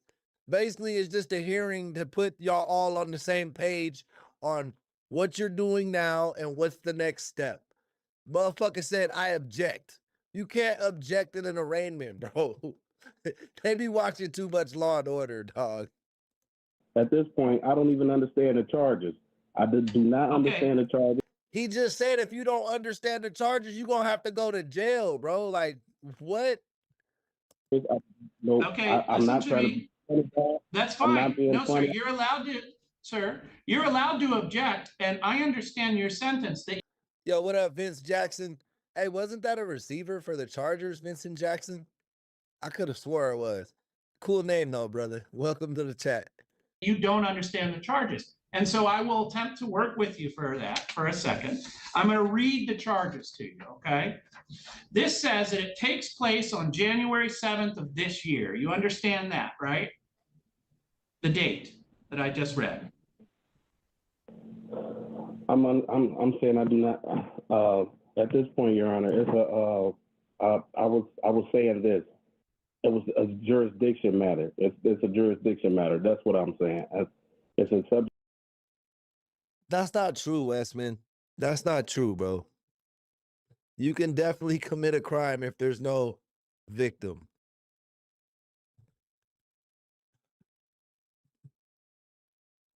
Sir. Well, I guess the rest of the people on the road would be the victim. Maybe you're right, but like, let's say you're doing 100, right, in a 20-mile-per-hour lane, but nobody gets into a crash. Or if you drunk drive and you don't hit nothing, technically there's no victim. But at the same time, the whole society was a victim, because if you fuck up, somebody could have really got hurt or some property could have really got damaged. So, yeah, I don't agree with that. I don't agree with that. I'm sorry. I'm sorry, Wes. I know you my boy, and I agree with a lot of your stances, but I don't agree with that one. Here's the problem with you arguing jurisdiction. I am a lawyer, so I understand what jurisdiction means. I'm not sure you do. The accusation is that you're driving around on 2nd Street in the city of Fenville, meaning in Allegan County, and that you're doing so when your driving privileges with Secretary of State have been suspended or revoked. Because this is the county. I wouldn't even say the government was the victim, bro. When you fuck up and you drive reckless or you drive drunk or you drive on suspended license or drive without insurance, I would say everybody on the road is the victim. Every other person in a car is the victim at that point, even if you don't hit them. Because if you do hit them, you don't have any of the things in place that are there to protect us from fucking car accidents. Like, if you hit me and you don't have fucking car insurance, bro, I'm fucked. I'm fucked over. So just the fact that you didn't hit me, but you're driving without car insurance, everyone on the road is a victim. when you drive without car insurance or you drive drunk, whether you hit them or not. That's like saying, I shot a gun into the crowd, but no one got hit, so there's no victim. You got to think logically. Yes. Objection, Your Honor. I travel. I don't drive. Okay. I have no Sir, contact with here's what nobody. we're doing, Mr. White. You are no longer able to be arraigned by Zoom. What I'm going to do is adjourn this. I'm going to adjourn this, and you will get notice at your address there. You will. No, Wes, that's not trial before a crime. If there's a rule and you break that rule, there's a victim. Like, you know what I'm saying? Will come in and we will arraign you in person. I'm telling you that Objection, I'm not Your going to give you a personal Personal recognizance bond. Sir? It has to be before we can Mr. proceed. White. Before you can proceed, it has to be Mr. addressed, White. Your Honor. Because we are on the record, I'm going to make this infinitely clear. You're going to get notice to appear in front of me. You have two choices. If you do not appear, I'm going to put out a bench warrant for your arrest. If you do appear, we will have this conversation again about arraigning you to see if you understand the charges, but you are not getting a PR bond. You will need to bring with you $300 cash or surety, or you will be in jail. Do you understand those two options, A and B? That's a violation of my constitutional rights, Your Honor. Well, no, it isn't, sir. So we're all set for today. We're done talking. We cannot make any progress. You will be asked to come in person for arraignment. You can either choose to come in for arraignment or you. Bro, if he don't come in for arraignment, he gonna get a warrant. So, yeah, bro fucked himself over trying to be smart. You can choose to not be here. If you choose to not be Oh, shit. here, a warrant will be entered for your arrest. And if you do choose to be here, make sure you bring that $300 because you're not getting a personal recognizance bond. But we are done with this hearing. I'm going to go ahead and release you. Thank you. When's my date for court? It'll get sent out to you at your address here of Landsberg Road, sir.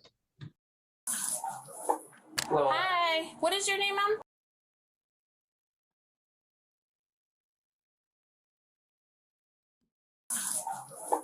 Hi, what is? All right, this one is interrogation court.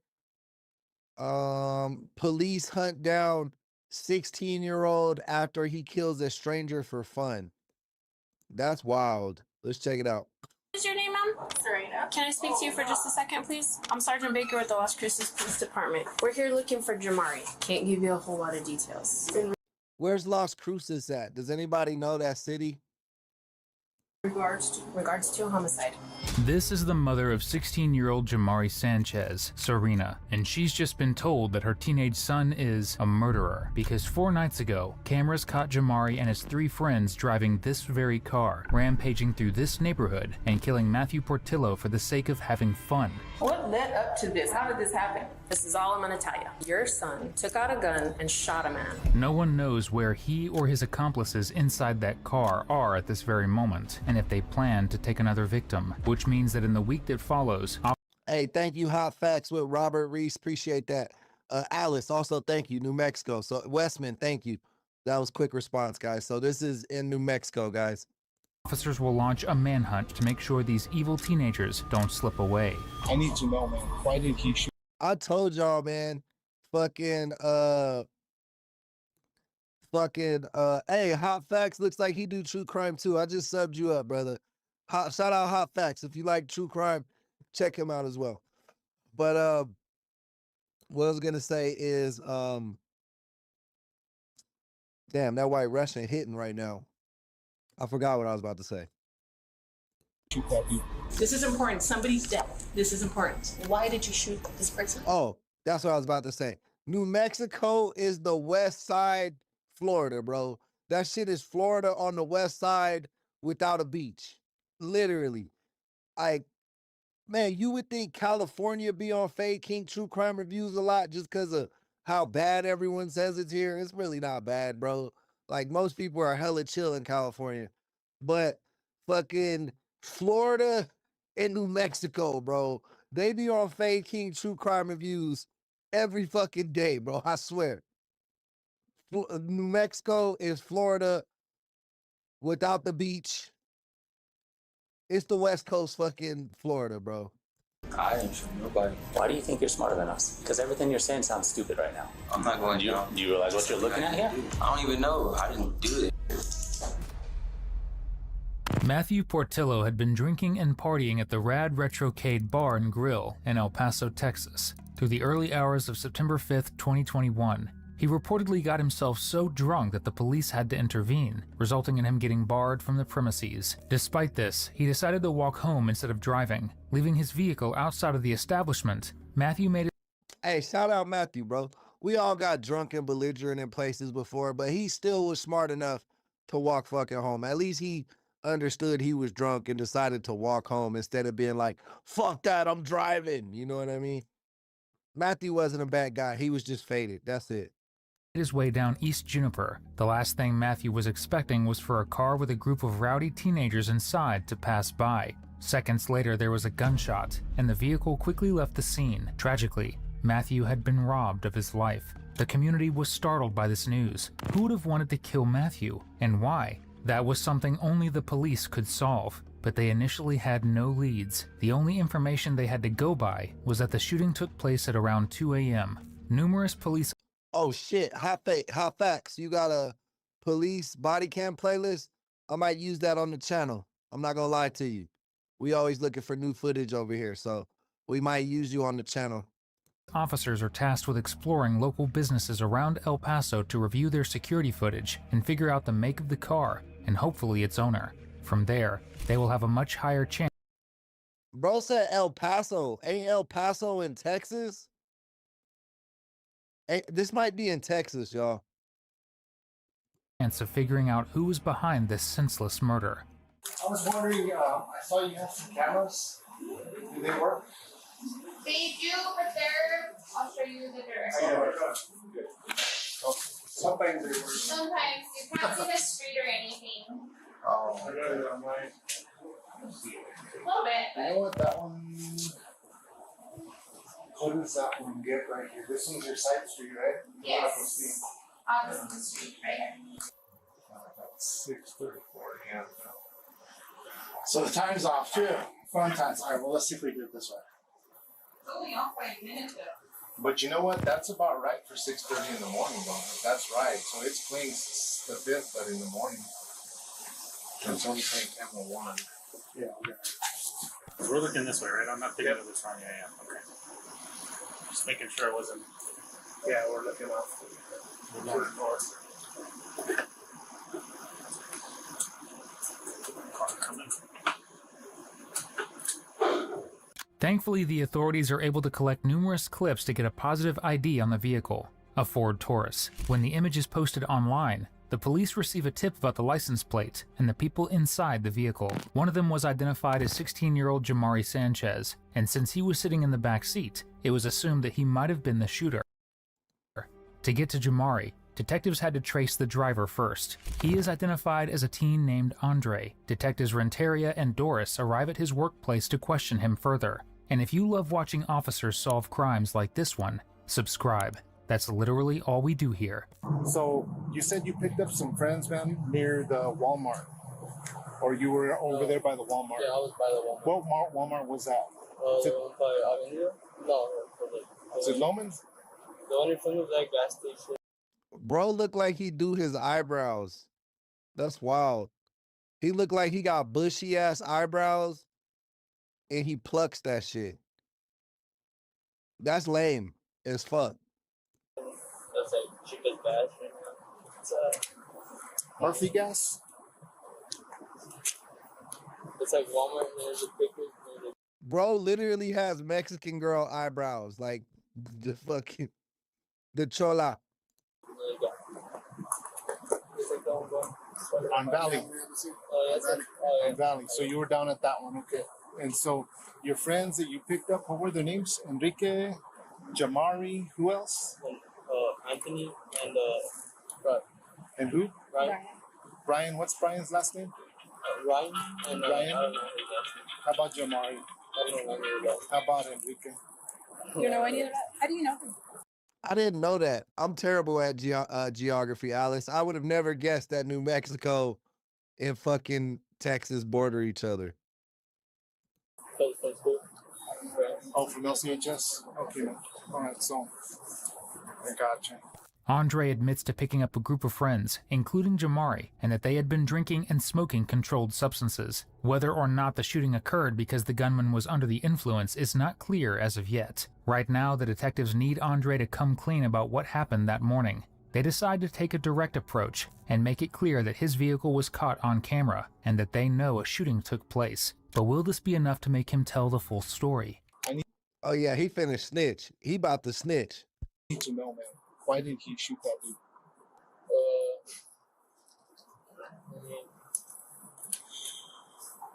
Tell me, man. Just tell me. What do you think, bro? What do you think?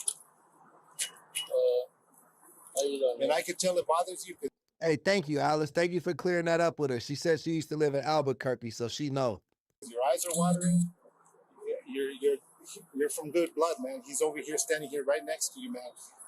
You don't want to go down that road with what your friend did, man. I need to know what was going on in that car while your friend did what he did. How you don't know why? Tell me. Just tell me. I feel bad for this dad, bro. He got a look on his face like, bro, what the fuck is my son doing? Like, how could I have went this wrong, bro? Bro's eyebrows are tripping me the fuck out, dog. Bro, eyebrows are so wild. I can't not focus on anything but these eyebrows. Hold up, man. Hold up. What the fuck is it? Look at this. I'm not tripping, bro. Let me highlight it for you. Let me highlight this for you, bro. Oh, hold up. Look at bro's eyebrows. That's crazy. Because the guy comes up to you guys, you creep up to him. What happens? Come on, man. I know your dad's upset. We're gonna stay right here, man. We're just gonna stare. Take me to the car. You're in the car, and what happens, man? Just tell me. Just tell me. I know you're still upset about it. Your hands are all clammy. You're watering eyes, everything, man. I want you to get out of this. I want you to not be. There's suspects and there's people that are witnesses. You know what I mean? Bro, he dumb. He should just tell on your friend, bro. Just be like, yo, we was drinking, we got faded, we was listening to some rap music, and the homie wild out and shot somebody.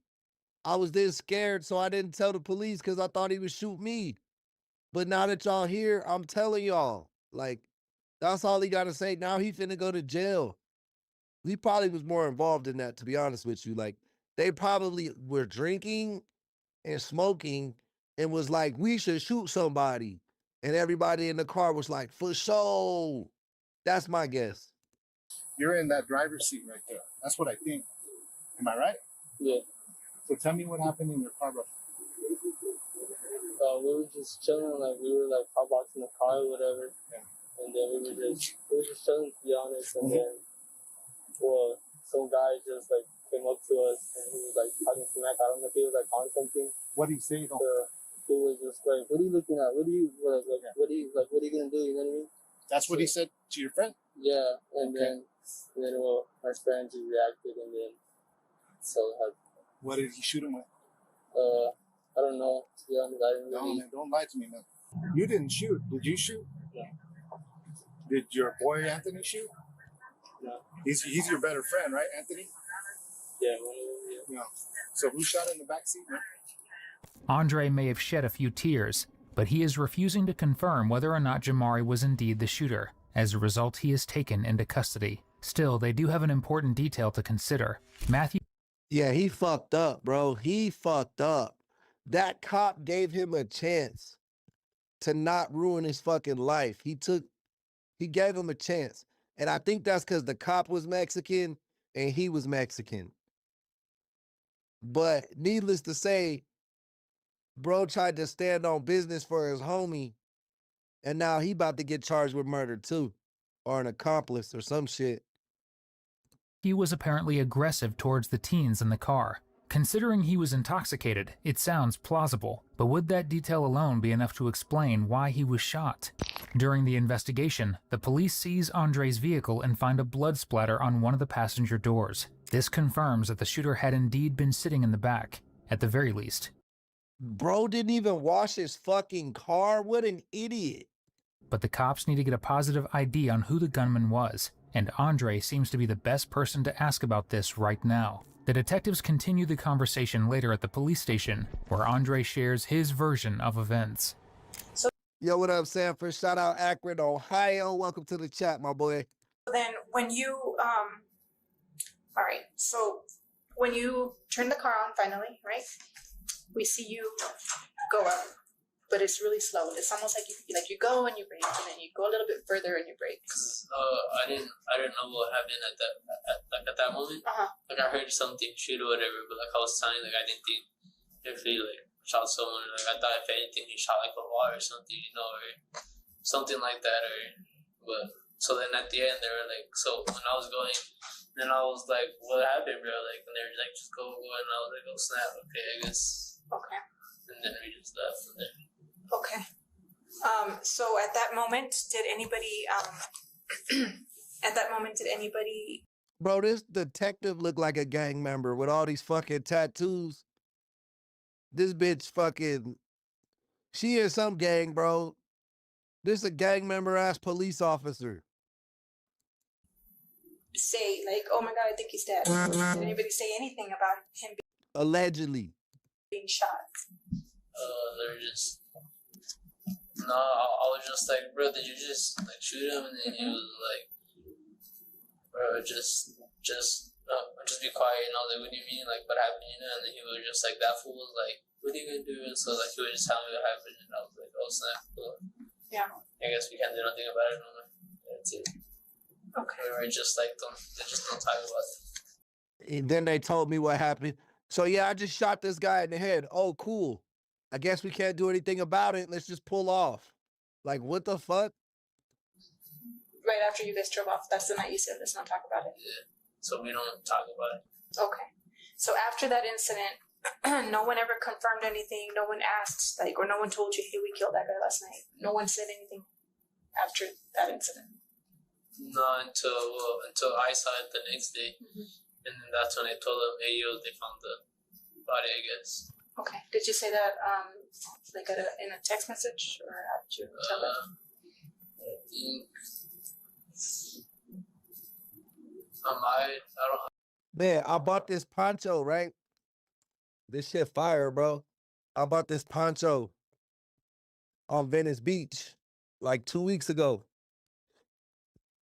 And I got the Fresh Prince of Bel-Air Jordan 5s that match perfect with it. But I'm just sad because it's summer and it's hot as fuck. And I can't wear my new poncho that match my favorite shoes. I never even wore those shoes. One time I bought them and I never have worn them. That's how much I like them. I just haven't had a shirt that I wanted that really matched with them. But this poncho's so fire, bro. But it's so hot. I don't think I called him. It could have been a message. Okay. It was a message. Okay. And then, do you remember? You started talking a little bit about what the victim was saying to you guys. Was it anything that made any sense, or well, how did he appear to you? Tell me. Was he under the influence? Yeah, he looked like a tweaker. He looked like a tweaker to you. So you thought? Did you think he was under the influence of drugs or alcohol or drugs? What made you think that? Because he was just like moving all weird, and he was just like saying a lot of stuff, just moving all weird. Okay. And do you know for sure he was saying that directed to your vehicle? I don't know, to be honest. Okay. Do you think he might have been just talking to himself, possibly? Could have been. Okay. And then Jamari is the one, or you don't know who started interacting first between each other. What did you hear when you heard the interaction? Like, what caught your attention? Just, I didn't really hear much, like, because I was in the front talking to Anthony, and then, like, all of a sudden, like, this guy, and then, like, I just, like by the time I even saw it happen, like, it was already done. if that makes sense. It's like all this arguing and stuff. Like I was like, what is this guy even doing? Like I wasn't really paying that much attention because I was just trying to leave, you know. So then like after that, like I heard the gunshot or whatever, and I was like, Juan Carlos Fernandez said Trump is king, bro. I don't got no king. I'm a fucking American, bro. And that was literally what we was built on, bro. No fucking kings, bro. So I'm not a Republican nor am I a Democrat. I don't fuck with no political people, bro. If you a Democrat, you dumb as shit. If you a Republican, you dumb as shit. But you super dumb because you just said Trump is king. That's dumb as fuck, bro. I would never submit to a king or a queen or royalty because of the fact that I was born in the United States of America. I'm a free fucking man, bro. Fuck royalty. what's that? Were you like driving, like inching up, you know, like real slow, like driving slow, and then at the same time were they still interacting, like were you driving and then Yeah, I got like 12 pairs of shoes that are like super fire, like Jordan, like fresh ass Nikes and Jordans and shit. But I probably got like 30 pairs of shoes total. You know what I'm saying? But I try not to wear like my really nice shoes too much. stop and were interacting? Yeah, because I was like leaving, and then they were interacting while I was trying to leave. Right here. So you were trying to leave, but then you heard them still going back and forth? Is that why you would stop and go, stop and go? Okay. It sounds like Andres changed a few details in his story here. Earlier, he made it seem like Matthew was being aggressive, but now he is depicting him as someone acting bizarrely, supposedly mistaking him for a drug addict. However, what he does confirm is that Jamari was indeed the shooter. This is a massive breakthrough in the case, and now the cops have a clear target to go for next. Yeah, bro better start snitching now because they gonna fuck the shit out of bro in jail, like on me. Like he got big lips, he got fucking plucked eyebrows, he got the little skinny beard, bro. Like, yeah, that's a chick in jail. That's the same as a girl. When you go in there with all them feminine ass features, curling your eyelashes and shit, trying to be a pretty boy, you a girl now, bro, when you go to jail. So you better snitch, bro. If they can figure out where he is right now, their best bet is to question Jamari's mother, Serena. He was here. He was at home, I believe, in the front yard. I have video to show otherwise. Really? Yes, ma'am. I'm not gonna. I was there. You seen his face? I can't say that I've never seen your son before other than this picture, so I can't say with 100%. But I have another person saying that, yes, he was there. Which is... Hey, I got to put that time in, Rebecca. I can't even lie to you. This month, we've only made $100 so much. And y'all know, YouTube is my job, bro. But my kids are in town, and we've been traveling a lot. I'm not blaming the chat. Don't get me wrong. I just haven't been on camera a lot so far this month. So I got to grind. Even if we get into extended hours or not, I got to give you extended hours. Because I still owe y'all some hours because the paycheck says I still owe y'all some hours. You know what I'm saying? I think we're at like $100 so far this month. We usually do about anywhere from like 500 to 1,000. And that's not a lot of money, but it covers the cost that we have as a channel. And so I got to grind. This next 2 weeks, I got to grind the fuck out of July, bro. I got to try to catch back up. And it's going to be hard because, next Wednesday, I'm going camping. So I might be streaming from my campsite. Shit's going to be wild. We're going to try to make it happen. I'm going to bring my internet with me, and we'll see what happens. We'll see how that works. That's why I'm not going to sit here and tell you, like, I just want to talk to you. I'm being straight with you. It's a homicide investigation. I have one kid saying that Jamari was in the car and was present. I have the car from the homicide. And I would like to take Jamari into custody. Hey, that girl Rebecca just hit us with a $20 super chat. Thank you for the love, man. You know we down bad this month, so anything helps, man. Especially $20 from Australia, man. Shout out to Aussies. Shout out my girls and boys over in Australia. You know we love the Outback. It's one of my favorite places that I've never been able to visit. I love the people. All right, so this sidetrack. Sorry, y'all. I'm a little faded and I get sidetracked sometimes. So if you're new around here, hit the subscribe button and shut the fuck up. But the fact is, I used to work at Boot Barn, like the biggest fucking cowboy store in the world. And I didn't know Australians love American cowboy culture. Y'all be buying the fuck out of cowboy boots, man. And every time I meet somebody from Australia, they're just so fucking cool and friendly, bro. Like, that's what makes me want to visit there. Like, I don't even think there's anything that I know about Australia in terms of like tourism that makes me want to go see or do anything there. I just want to go to Australia to fuck with the people, bro. They're so cool. Like, they're so chill. And my wife, when she was in college, she was on like a hip hop dance club thing, and they got to go to Australia for 2 weeks to like teach people in Australia, like other college students in Australia, like hip hop dances and stuff. And she said the same thing, bro. Like, everybody there was just hella chill. Like, the coolest people you'll ever meet. Custody without incident. I don't want to have officers pointing rifles up in his face. I would like for it to be as peaceful as possible. Right. And that's why I'm being honest with you. I don't understand. I don't understand how he would be involved. Because if I'm not mistaken, he was here at home, outside, in a gold car, and it was two Mexican guys. They left in that car. In a gold car? Yes. That's the car I have. They were outside in this car, and they were smoking. I seen them. They were out here in this front yard. They were here for a little bit, and then they left. She trying to make a alibi for him, but that shit ain't working, bro. Jamari didn't. What are they saying is his extent? Like, was he in the car when the person got hurt? Or Hey, shout out my wife, man. I love my wife so much. I want y'all to know that. I make fun of her all the time, like to her face. Like, I always be trolling her, talking shit, making fun. I especially make fun of her friends, bro. I hate her fucking friends. But I love her, bro, because she puts up with my bullshit. I love you, babe. Really? So I'd like to talk to Jamari, and I'd like to see if he wants to provide a statement. If he doesn't want to provide a statement, I mean, that's totally up to him. No, sweetie. No, you can't go in there, baby. You have to wait.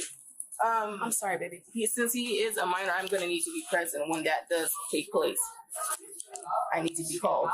Yes. Initially, Serena here claims that Jamari was taking drugs in a car with his friends outside her home, seemingly unbothered at the fact that her son was taking illegal substances. However, the police shoot down this claim and reveal that recorded evidence proves otherwise. She genuinely seems shocked by this. I don't know, bro. Like, I don't know how I feel about that. My kids are young. All right, but let's say I have 2 sons, right? I don't have 2 sons. I have 1. But let's say I have 2 sons. Like, my daughters, they can't smoke or drink or do nothing, bro. Fuck that. I'm on your head. Like, you can't do none of that. Not because of them. I just feel like the guys around them take advantage of girls who do shit like that. You know what I mean? But let's say I got 2 sons. I got a fucking straight A son that's like a super athlete, does everything good. If he smokes weed, I'm beating his fucking ass. But let's see, my other son's a fuck up and he gets like D's and C's. And I've tried my hardest as a parent to do what I had to do, but he just not listening. Some kids don't listen. They're late bloomers and it takes longer in life for them to understand that dad was right. You know what I mean? Kind of like me. And that son, if he's smoking weed at 16 and that's all he's doing, I might let that slide, bro. I might let that slide because he already fucked up, bro. He already finna be like average worker dude. You know what I mean? So whatever. That, I don't know if that sounds weird, but that's my thought as a parent.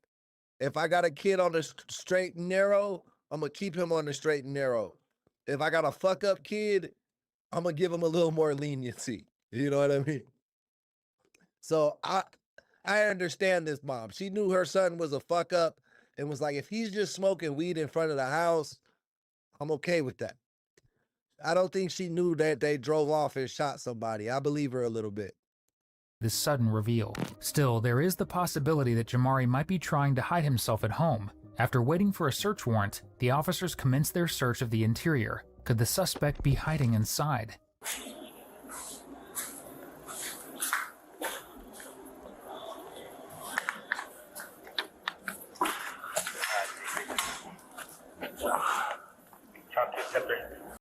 Oh, that's the difference between yeah, Lola, like real, for real. Like they definitely hold us down, man. I appreciate it. Life will be hard without a partner for sure.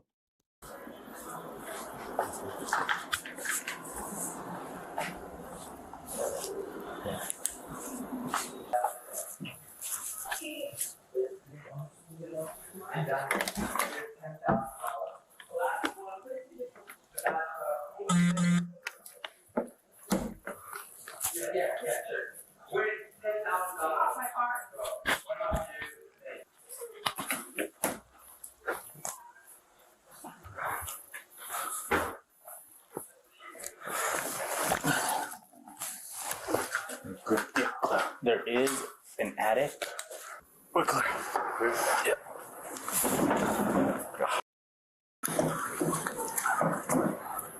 It seems that Jamari is not here. They will need to find him, and soon. Otherwise, this case may take much longer to solve if they can't get the full story. Contacting Jamara via phone might be a bit tricky, since his mother alleges that he only calls via Wi-Fi. That being said, even if they manage to call him while he's connected to the internet, there is no guarantee he will comply with the police's request to come forward for an interview. Thankfully, they already have a clue to follow, courtesy of his mother. Jamari works at a McDonald's restaurant nearby. Officers make their way there, in the hopes of catching him before he leaves his shift early. Hi. Hi. So, just waiting on him. Is Jabari here? His mom's on his way. Okay, where's he at? His mom's right here, buddy. What's up, bro? Step over here for me, please. Can you confirm your name for me? Alright. Okay, I just want to make sure you don't have any weapons on you. Put your hands behind your back. Just want to make sure you don't have any weapons on you or anything like that, okay? I have a knife in my pocket. Okay, you're good. You're good. You're just being detained at this point, okay? Alright, can you watch out? My left hand is fucked up. I got you. I got you. So I know your mom's on the way. Try to keep your hands popped out so we don't. You're gonna take me, right? No, so we're standing by for now. You're detained with us, okay? Nah, bro, your mom ain't taking you nowhere, brother. You getting your ass took to jail for murder. You fucking. That's what I say, bro. Teenagers are stupid as fuck, bro. I hate fucking teenagers. I'm so sad that my kids got to become teenagers one day because they're so stupid, bro, and they do the dumbest shit. They have no fucking care for life or death. Teenagers don't care about nobody for themselves. Like, you can have the sweetest 12-year-old. As soon as they turn 13, they're fucking assholes, bro. I don't get it. I don't understand it. I know she's on the way as well, but you have a knife somewhere? I don't think so. I think it's still inside. Okay. There's pockets in my ankle. Lola, he shot a guy in the head. Him and his friends were driving around late night, smoking and drinking, and they randomly shot some guy walking home drunk from a bar. The drunk guy might have talked shit to them or something, but they just shot him and drove off. Basically, pop, kept it moving. Just looking for that knife, okay? All right, bro. We're going to have you step out real quick. Thank you, guys. This is the shooter.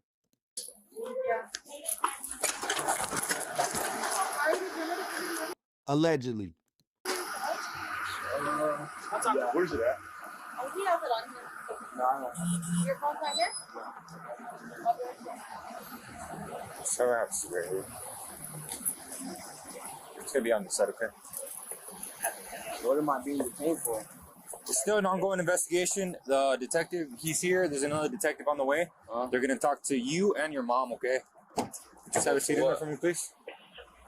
That's what they're going to explain to you, okay? They'll explain it to you. We don't go too much into that, all right?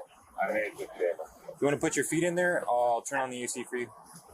As it turns out, Jamari is indeed at work. His shift comes to an abrupt halt as he is detained, ready to be transported to the police station. Unfortunately, now the cops have another big issue that needs resolving. During a search, the officers could not find a phone on him, and McDonald's is not giving the police permission to search for it. That phone could have invaluable information that may benefit the case here. Since Serena from before was being cooperative with the police, they call her to the station and ask her for help with identifying the device and whether she might be able to persuade the manager to hand it over. Jamari's phone, what kind of phone it is? It's iPhone 11, iPhone XS Max, because it's my old phone. Okay. What color is it? Gold. Does it have a case? No.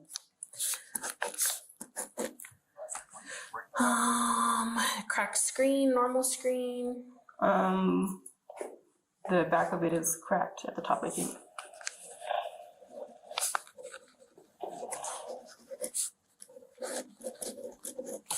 Do you know anybody that he works with? For the two, yeah. Please, from Lieutenant. McDonald's is refusing to give us his phone. So we're either going to do a search warrant for the business and cite them for obstruction. I get that that's their friend and their coworker. What up, Sammy? Welcome to the chat. Make sure you guys hit that like button, man. We have 61. Let's get to 100 likes tonight. Let's go. Let's go. We 4 hours into this stream. So if you're not a member, sign up for the memberships, y'all. It's the best way to help the channel build the community. And for $2.99 less than a cheeseburger, you support your favorite YouTube channel for 30 days, man. So shout y'all out. Shout out to all the members. Check out the memberships. If you can't afford to do so, if you don't got an extra $3, I understand in this economy. I'm not dissing you. Make sure you like and subscribe. Watch the videos. Help us grow. Do the damn thing. Shout out to the community. I love y'all. Back to the video. But I don't know if you know somebody there that you can talk to say like. I don't know anybody that he works with. Okay. Would you be willing to call the manager at McDonald's and ask them to turn over the phone? No, I'm not gonna do that. Okay. You guys can tell Josh to get a search warrant. Yeah, you guys can do your part. Okay. I'm just wondering.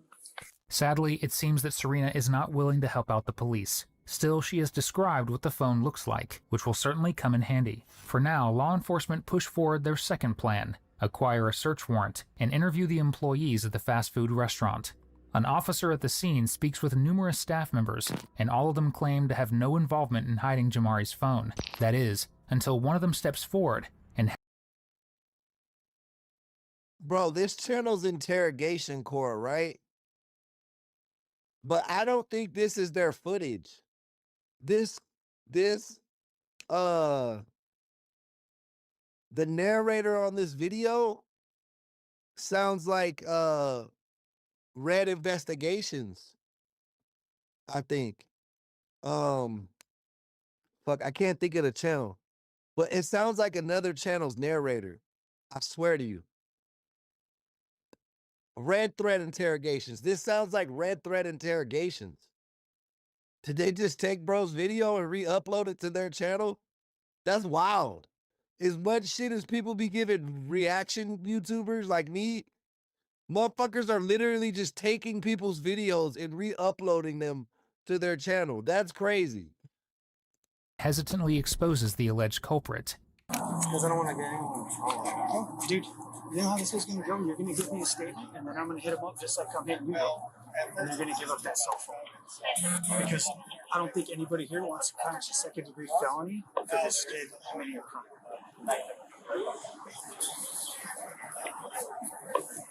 It's because whenever before you left, you ended up handing it to me. You gave it to me. I ended up giving it to my cousin, which is my yellow shirt. So he has it on. That kid in the yellow shirt has it? Yes.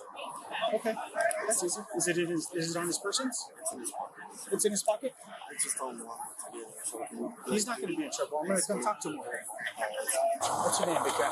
Ivan Bindings, sir? Ivan Bindings? Yes, sir. Okay. The supposed phone thief, Ivan, was handed Jamari's phone. Hiding evidence during an ongoing investigation is a crime, and this cop is going to make that explicitly clear to him. Have they caught the correct person, or does he actually have the device on him right now? I know for a fact that he has his phone inside. Okay? Listen to me. Okay? I want you to look at me because I want you to know how serious I am about this. His phone? The shooter passed him the phone before the police showed up. When he saw the police was coming in to arrest him, he said, "Hey, hold my phone, bro." And bro's his homie, so he did that shit. But now the cops telling him basically like, "Hey, he got you involved in some shit you shouldn't be involved in. That's not your homie, bro. Give me that fucking phone." Was given to somebody. The person that has that phone, if they don't give it up, looking at a second-degree felony because you have a murder charge. And anybody that tampers with evidence in relation to that murder, him giving you that phone is the same as him giving you a gun to destroy. Okay? Yeah. Okay. So the way you're talking right now, man, is it's not cool. So I just want to make sure that you understand how serious I am. Yes, sir. I'm going to do an investigation here. I saw it talk, sir. I'm sorry. That's okay. I'm going to do an investigation here. I'm going to be pretty thorough.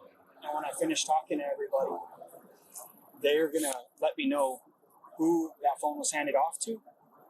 And then if that person, and I find out that that person doesn't give me the phone, I'm going to take them to jail. And they're looking at a second-degree felony for aiding and abetting murder.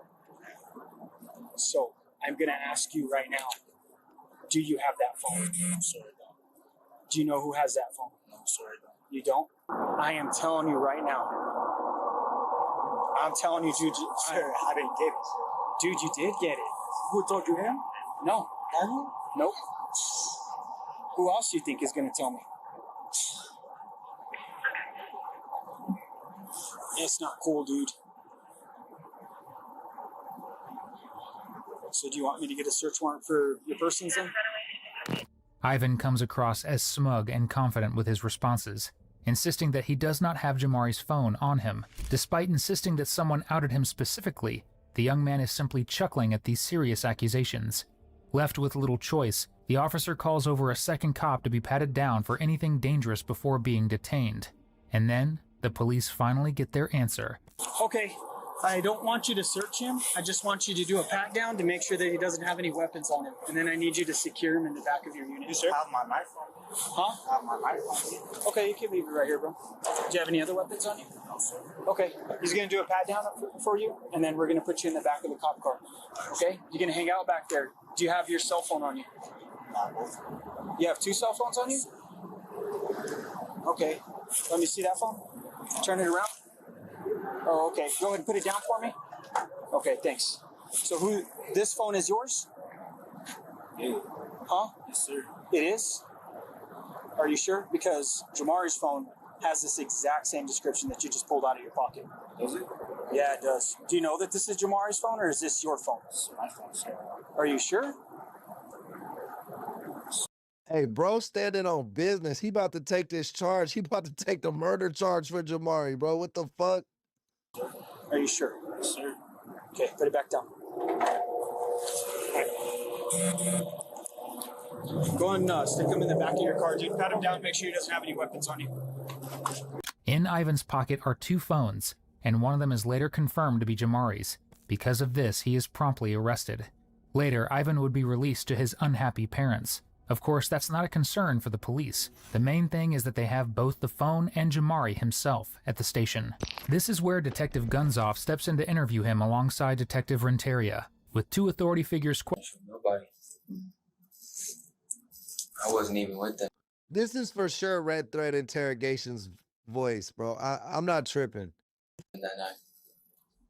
Before, whenever I got home from work, I got home, took a shower, then I went to my friends. Because I fell asleep there. Why would they say that you're with them? And why would they say that you're the shooter?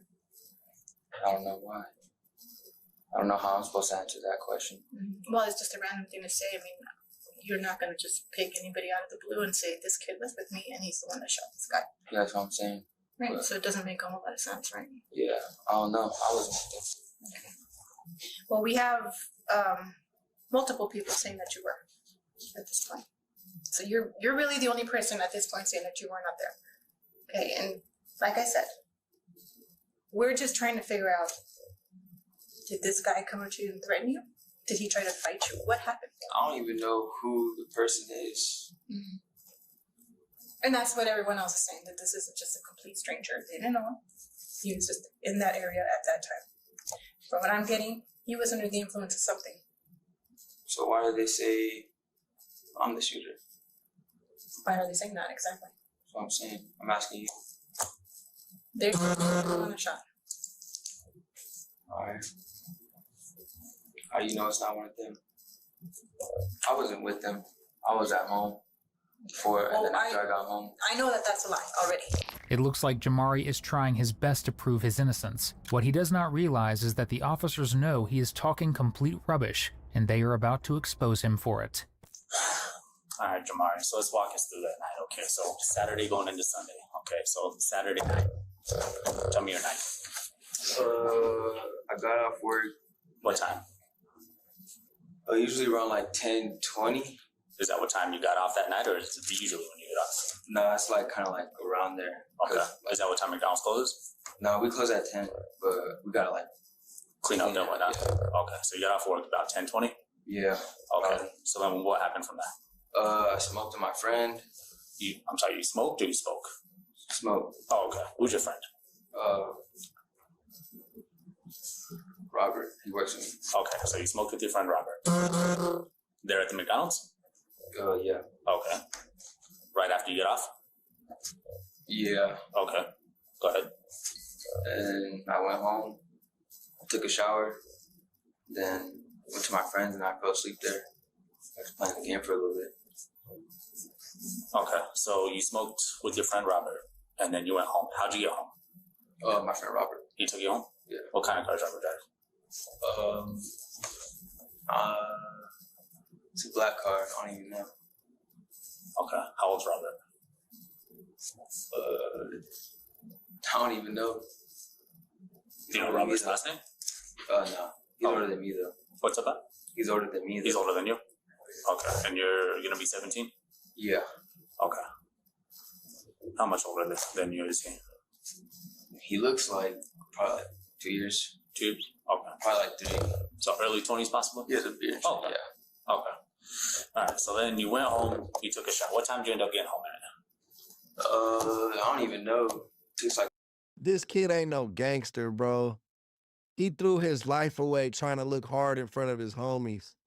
And it's crazy because none of these kids was gangster like that. Like, yeah, bro. Wild. Gangsters don't work at McDonald's, bro.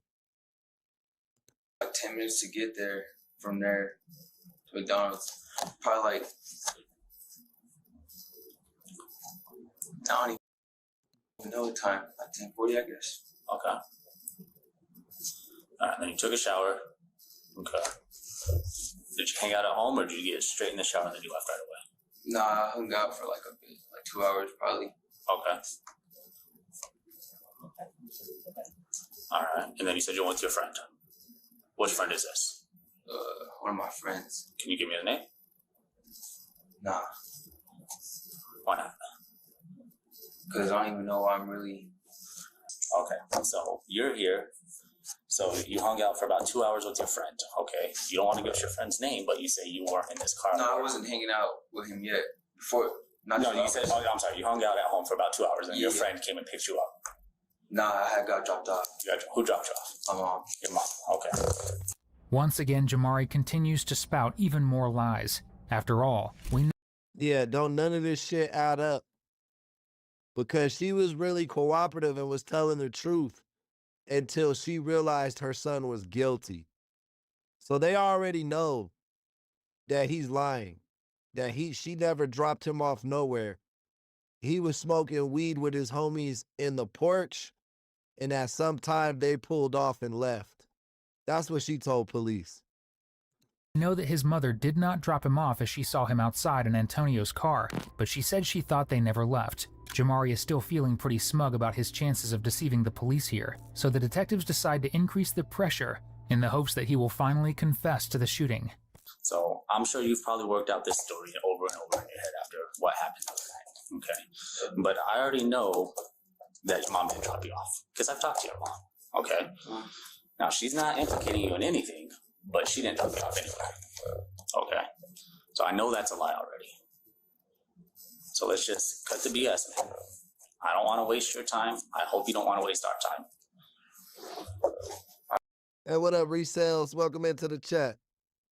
Alright, my mom didn't drop me off. My friend did, but it's the only part. Okay, so then give us a name for a friend, man.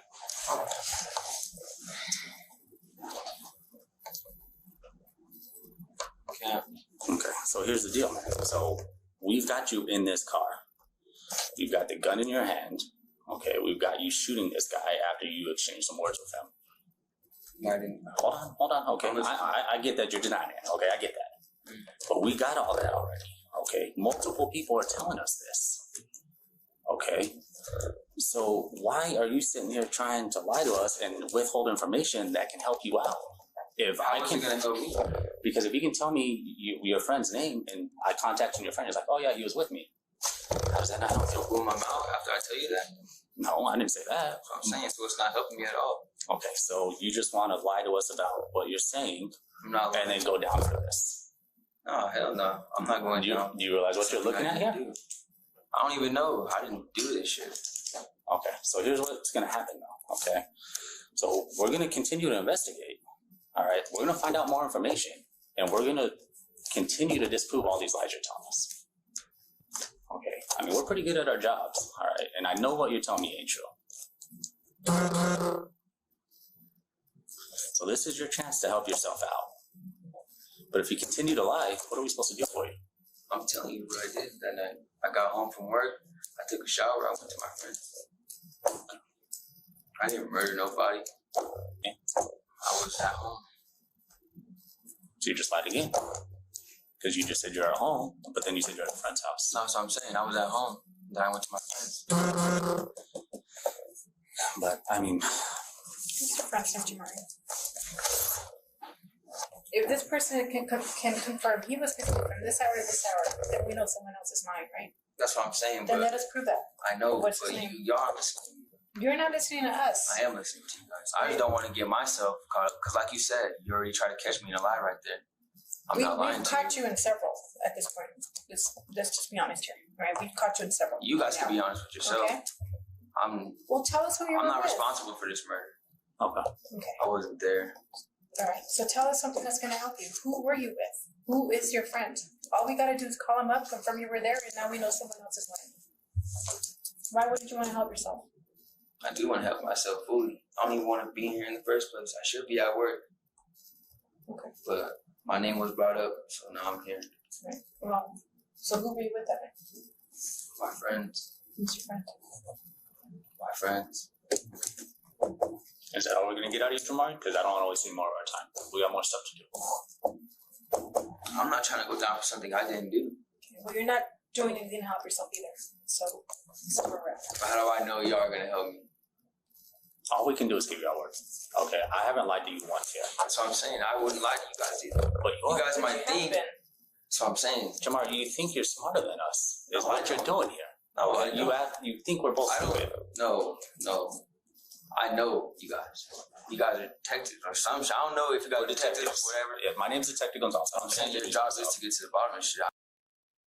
Bro, detectives be acting like they a doctor. You know how like when you a doctor, it'll be like your name MD on your license. It don't say, I don't think it say Detective Gonzalez on your driver's license, bro. Detective is not your fucking name, dog. Shut the fuck up, officer. Y'all got this kid though. He a liar for sure. But shut the fuck up. It don't say detective on your driver's license. It's not the same. I know all this already. Why would I sit here and tell you guys? You guys can think. Because you're either covering for yourself or you're covering for somebody else. Nah, I'm not covering for nobody. And if I was covering for myself, why would I even want to tell you what I'm doing that night? Because you're trying to distance yourself from it. Tell us something that's going to help. I went over to a friend, Anthony's. Anthony. Though Jamari admits he lied about his mother, he is still sticking to his false story about staying at his friend's house, someone called Anthony, The details he shares afterwards are vague and unspecific, as he claims that this supposed friend, along with his family, can attest to his innocence. By this point, it is Anthony finna snitch, bro. Anthony finna snitch on him.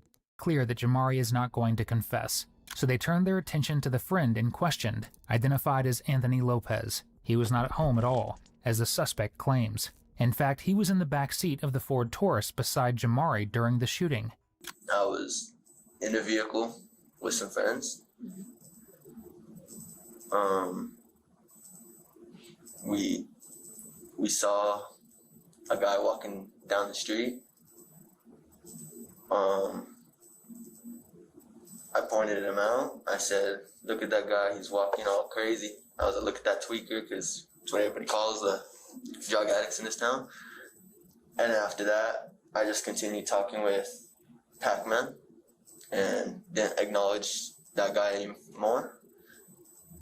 And then as I was talking to Pac-Man, we were looking forward, which is the way we saw him coming. We saw him coming this way, we were looking forward. And then we just heard the gunshot, and they just said, "Go, go, go" to Pac-Man. That's it. Okay. Pac-Man is who? Is that Andre? Yes. Okay. Andre was the driver. I don't know. I thought you guys knew all this. Look. Yeah, bro, for sure got the Edgar haircut. For sure, for sure. You already know where we are with this, okay? We're way past games and this guessing stuff. We know where you were sitting. I want to hear it from you. I know who was driving. I know where everybody was at. I'll answer your questions. You tell me where I'll sit. So in my head, I think it's better to not say anything that you guys know everything. I just think it's better to not incriminate myself. If I try to say anything, I know that it can incriminate myself. Mm-hmm. So I'm just trying not to talk, you know? Did you mention anything after this? Ask for a fucking lawyer then, you idiot. Why are you trying to sound smart, bro? Ask for a fucking lawyer. Shut the fuck up. Or snitch. That's it. Either tell the truth or ask for a lawyer. Fuck all this in-between shit, bro. That shit not gonna work. The shooting, like, do that. What happened? Anything like that? No, not really. We're just kind of in shock. Just didn't really know what to just happened. Didn't really know what to say. Didn't know what to do. Just. Okay. Do you remember what was said right before the shooting? No. No. I can't really say. Anthony's cocky attitude is making this interview a challenge. He is deliberately dodging questions and feigning ignorance right after revealing fragments of useful information. He seems to think he's smart enough to keep control of the conversation, but he's sorely mistaken there. Though the detectives do not think he was the shooter. Nah, in Colors, the movie, Pac-Man is the police. Pac-Man means police. So, I don't know why they call his homie Pac-Man, but it's not the same as in the movie Colors. They do believe that he knows what happened to the gun, so the detectives turn the conversation towards that. Do you have the gun, yes or no? I don't have the gun. Okay. Where is it? I don't know. Who has it?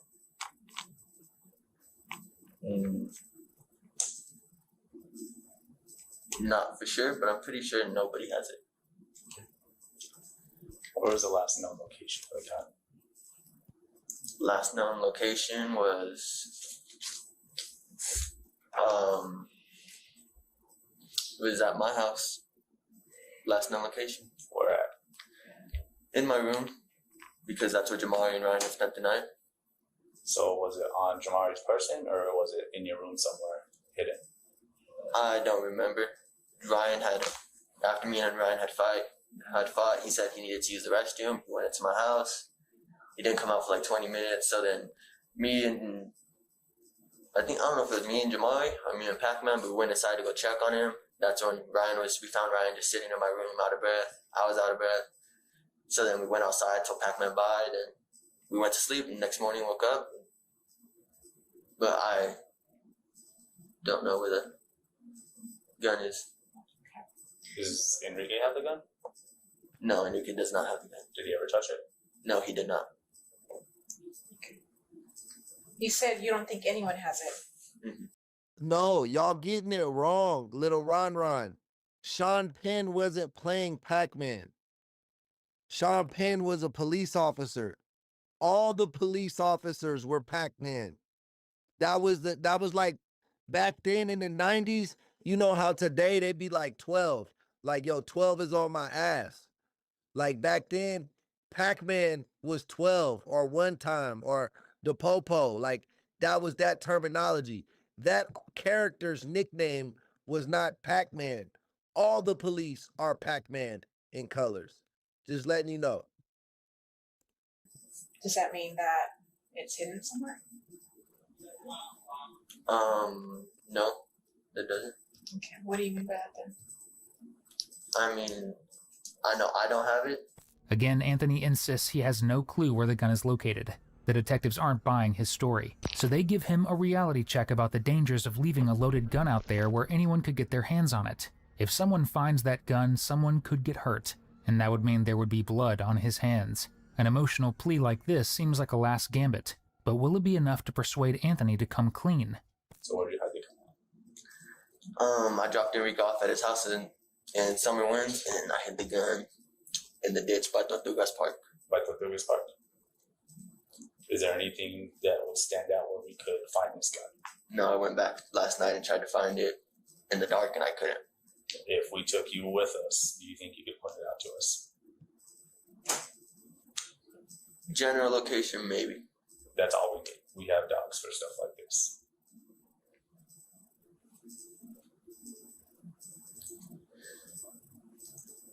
Is that something you want to help us out with? I don't know, that'd make me a witness. I'm already a witness, but I'm not trying to take no stand, you know what I'm saying? Like, that's just, I wouldn't even be talking, but it's just my son. Can I? Yeah, I understand that. So if I pull up... Bro, shut your bitch ass up and snitch. Like, I hate when snitches act like they not snitches, bro. I'm not really a snitch, but my son.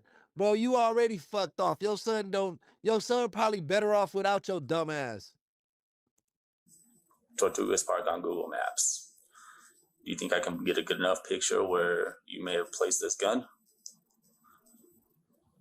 Probably not, because it's like you have to walk in the ditch. Like you have to be standing in the ditch. Did you bury anything over it to cover it? Yes, it's in a Crown Royal bag. A green bag. Crown Royal bag, green bag. Which way did you walk?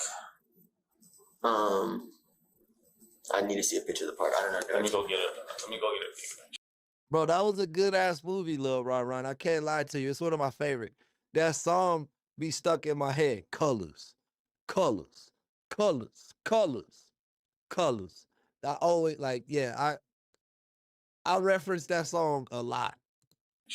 How long ago did you hide it? How long ago did I hide it? I want to say yesterday around, I don't know, maybe like 15 hours ago. 15 hours ago? So it's still daylight when you hit it? Yeah. Yeah, it was. Yeah. Okay. That was my worst. That was my biggest worry about being seen. So yeah, it was still daylight. Okay. And then how long before did you try and go back? Nighttime. How many hours later? Maybe like around 8 or 9. 8 or 9. And you couldn't see it just because it's dark, or because you think it was somebody snatched it up? Like I said, we buried it, so I went. Oh, you guys buried it? Yeah, we buried it. Like we made a hole on the side of the ditch, and I buried it. And whenever I went and I buried it or whatever. Miraculously, guilt-tripping Anthony has seemed to work, and the young man finally reveals the location of the murder weapon. Investigators make their way to the ditch beside Tortugas Park with metal detectors in hand the next day, and manage to locate a green bag tucked away in the dirt. See it? Oh, yeah. Got it? Hey! I was getting ready to dig right in there, dude. Okay. I just went red just right when I found it, though. No, I wasn't red the whole time. I was going to dig right here where there's dirt, and you can just barely see a little bit of the green bag sticking out right there. Oh, nice. It's literally just a portion right there of the bag. Hold the bag back. There you go, like that. Take a picture. Yeah, that was the year I was born. I probably didn't see colors personally till like 1995, 1996. I think I was like 7 or 8 the first time I saw that movie.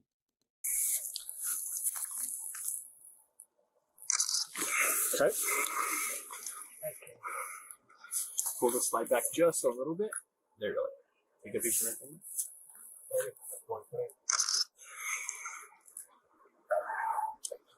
What do you want? You have any other pictures of it? Yeah, take a couple more pictures here. With the murder weapon finally acquired, the police arrest Jamari Sanchez for the murder of Matthew Portillo. On May 9, 2024, Jamari, who was 19 years old by this point, was sentenced to 16 years in prison for second-degree murder and firearm enhancement. Thank you for tuning in. Nearly 85%. Low-key, Jamari got off pretty lucky, bro. 16 years, bro was like 19. He gonna be out in due time. You know what I mean? For sure. Oh, let's click our link, bro. We gotta low-key Jamari. Hey, audio's coming in good tonight, man, for sure. I just had to click that, you know. I had to click it because it was on our featured page, bro. Definitely. Shout out to the chat, man. Hey, but that's gonna be tonight's episode, man. Another 4 hours in the tank for y'all. Definitely shout out the replay gang. If you watch this on replay, man, shout y'all out. Shout out to all the people that helped fund today's stream, help sponsor today's stream. Shout out Rebecca with the $20 super chat. Shout out Who Dat with the $20 super chat. Shout out Who Dat again. She gifted 5 memberships to the community. I matched those 5 memberships with 5 memberships of my own. And shout out Marcus with the $2 super chat. And everybody who sent in gifts today, man. Appreciate the love. Thank you so much. With that being said, man, I want to play some college football 27, so I'm going to hop off stream. But I love each and every one of you guys in the chat. You could be anywhere in the world, but you here with me. And for that, I appreciate you. Thank you so much. And cue the outro. Oh, Cactus Jack, that was my favorite wrestler, man. Shout out Mankind, too. I seen somebody message him. But cue the outro, man. We out. Peace. In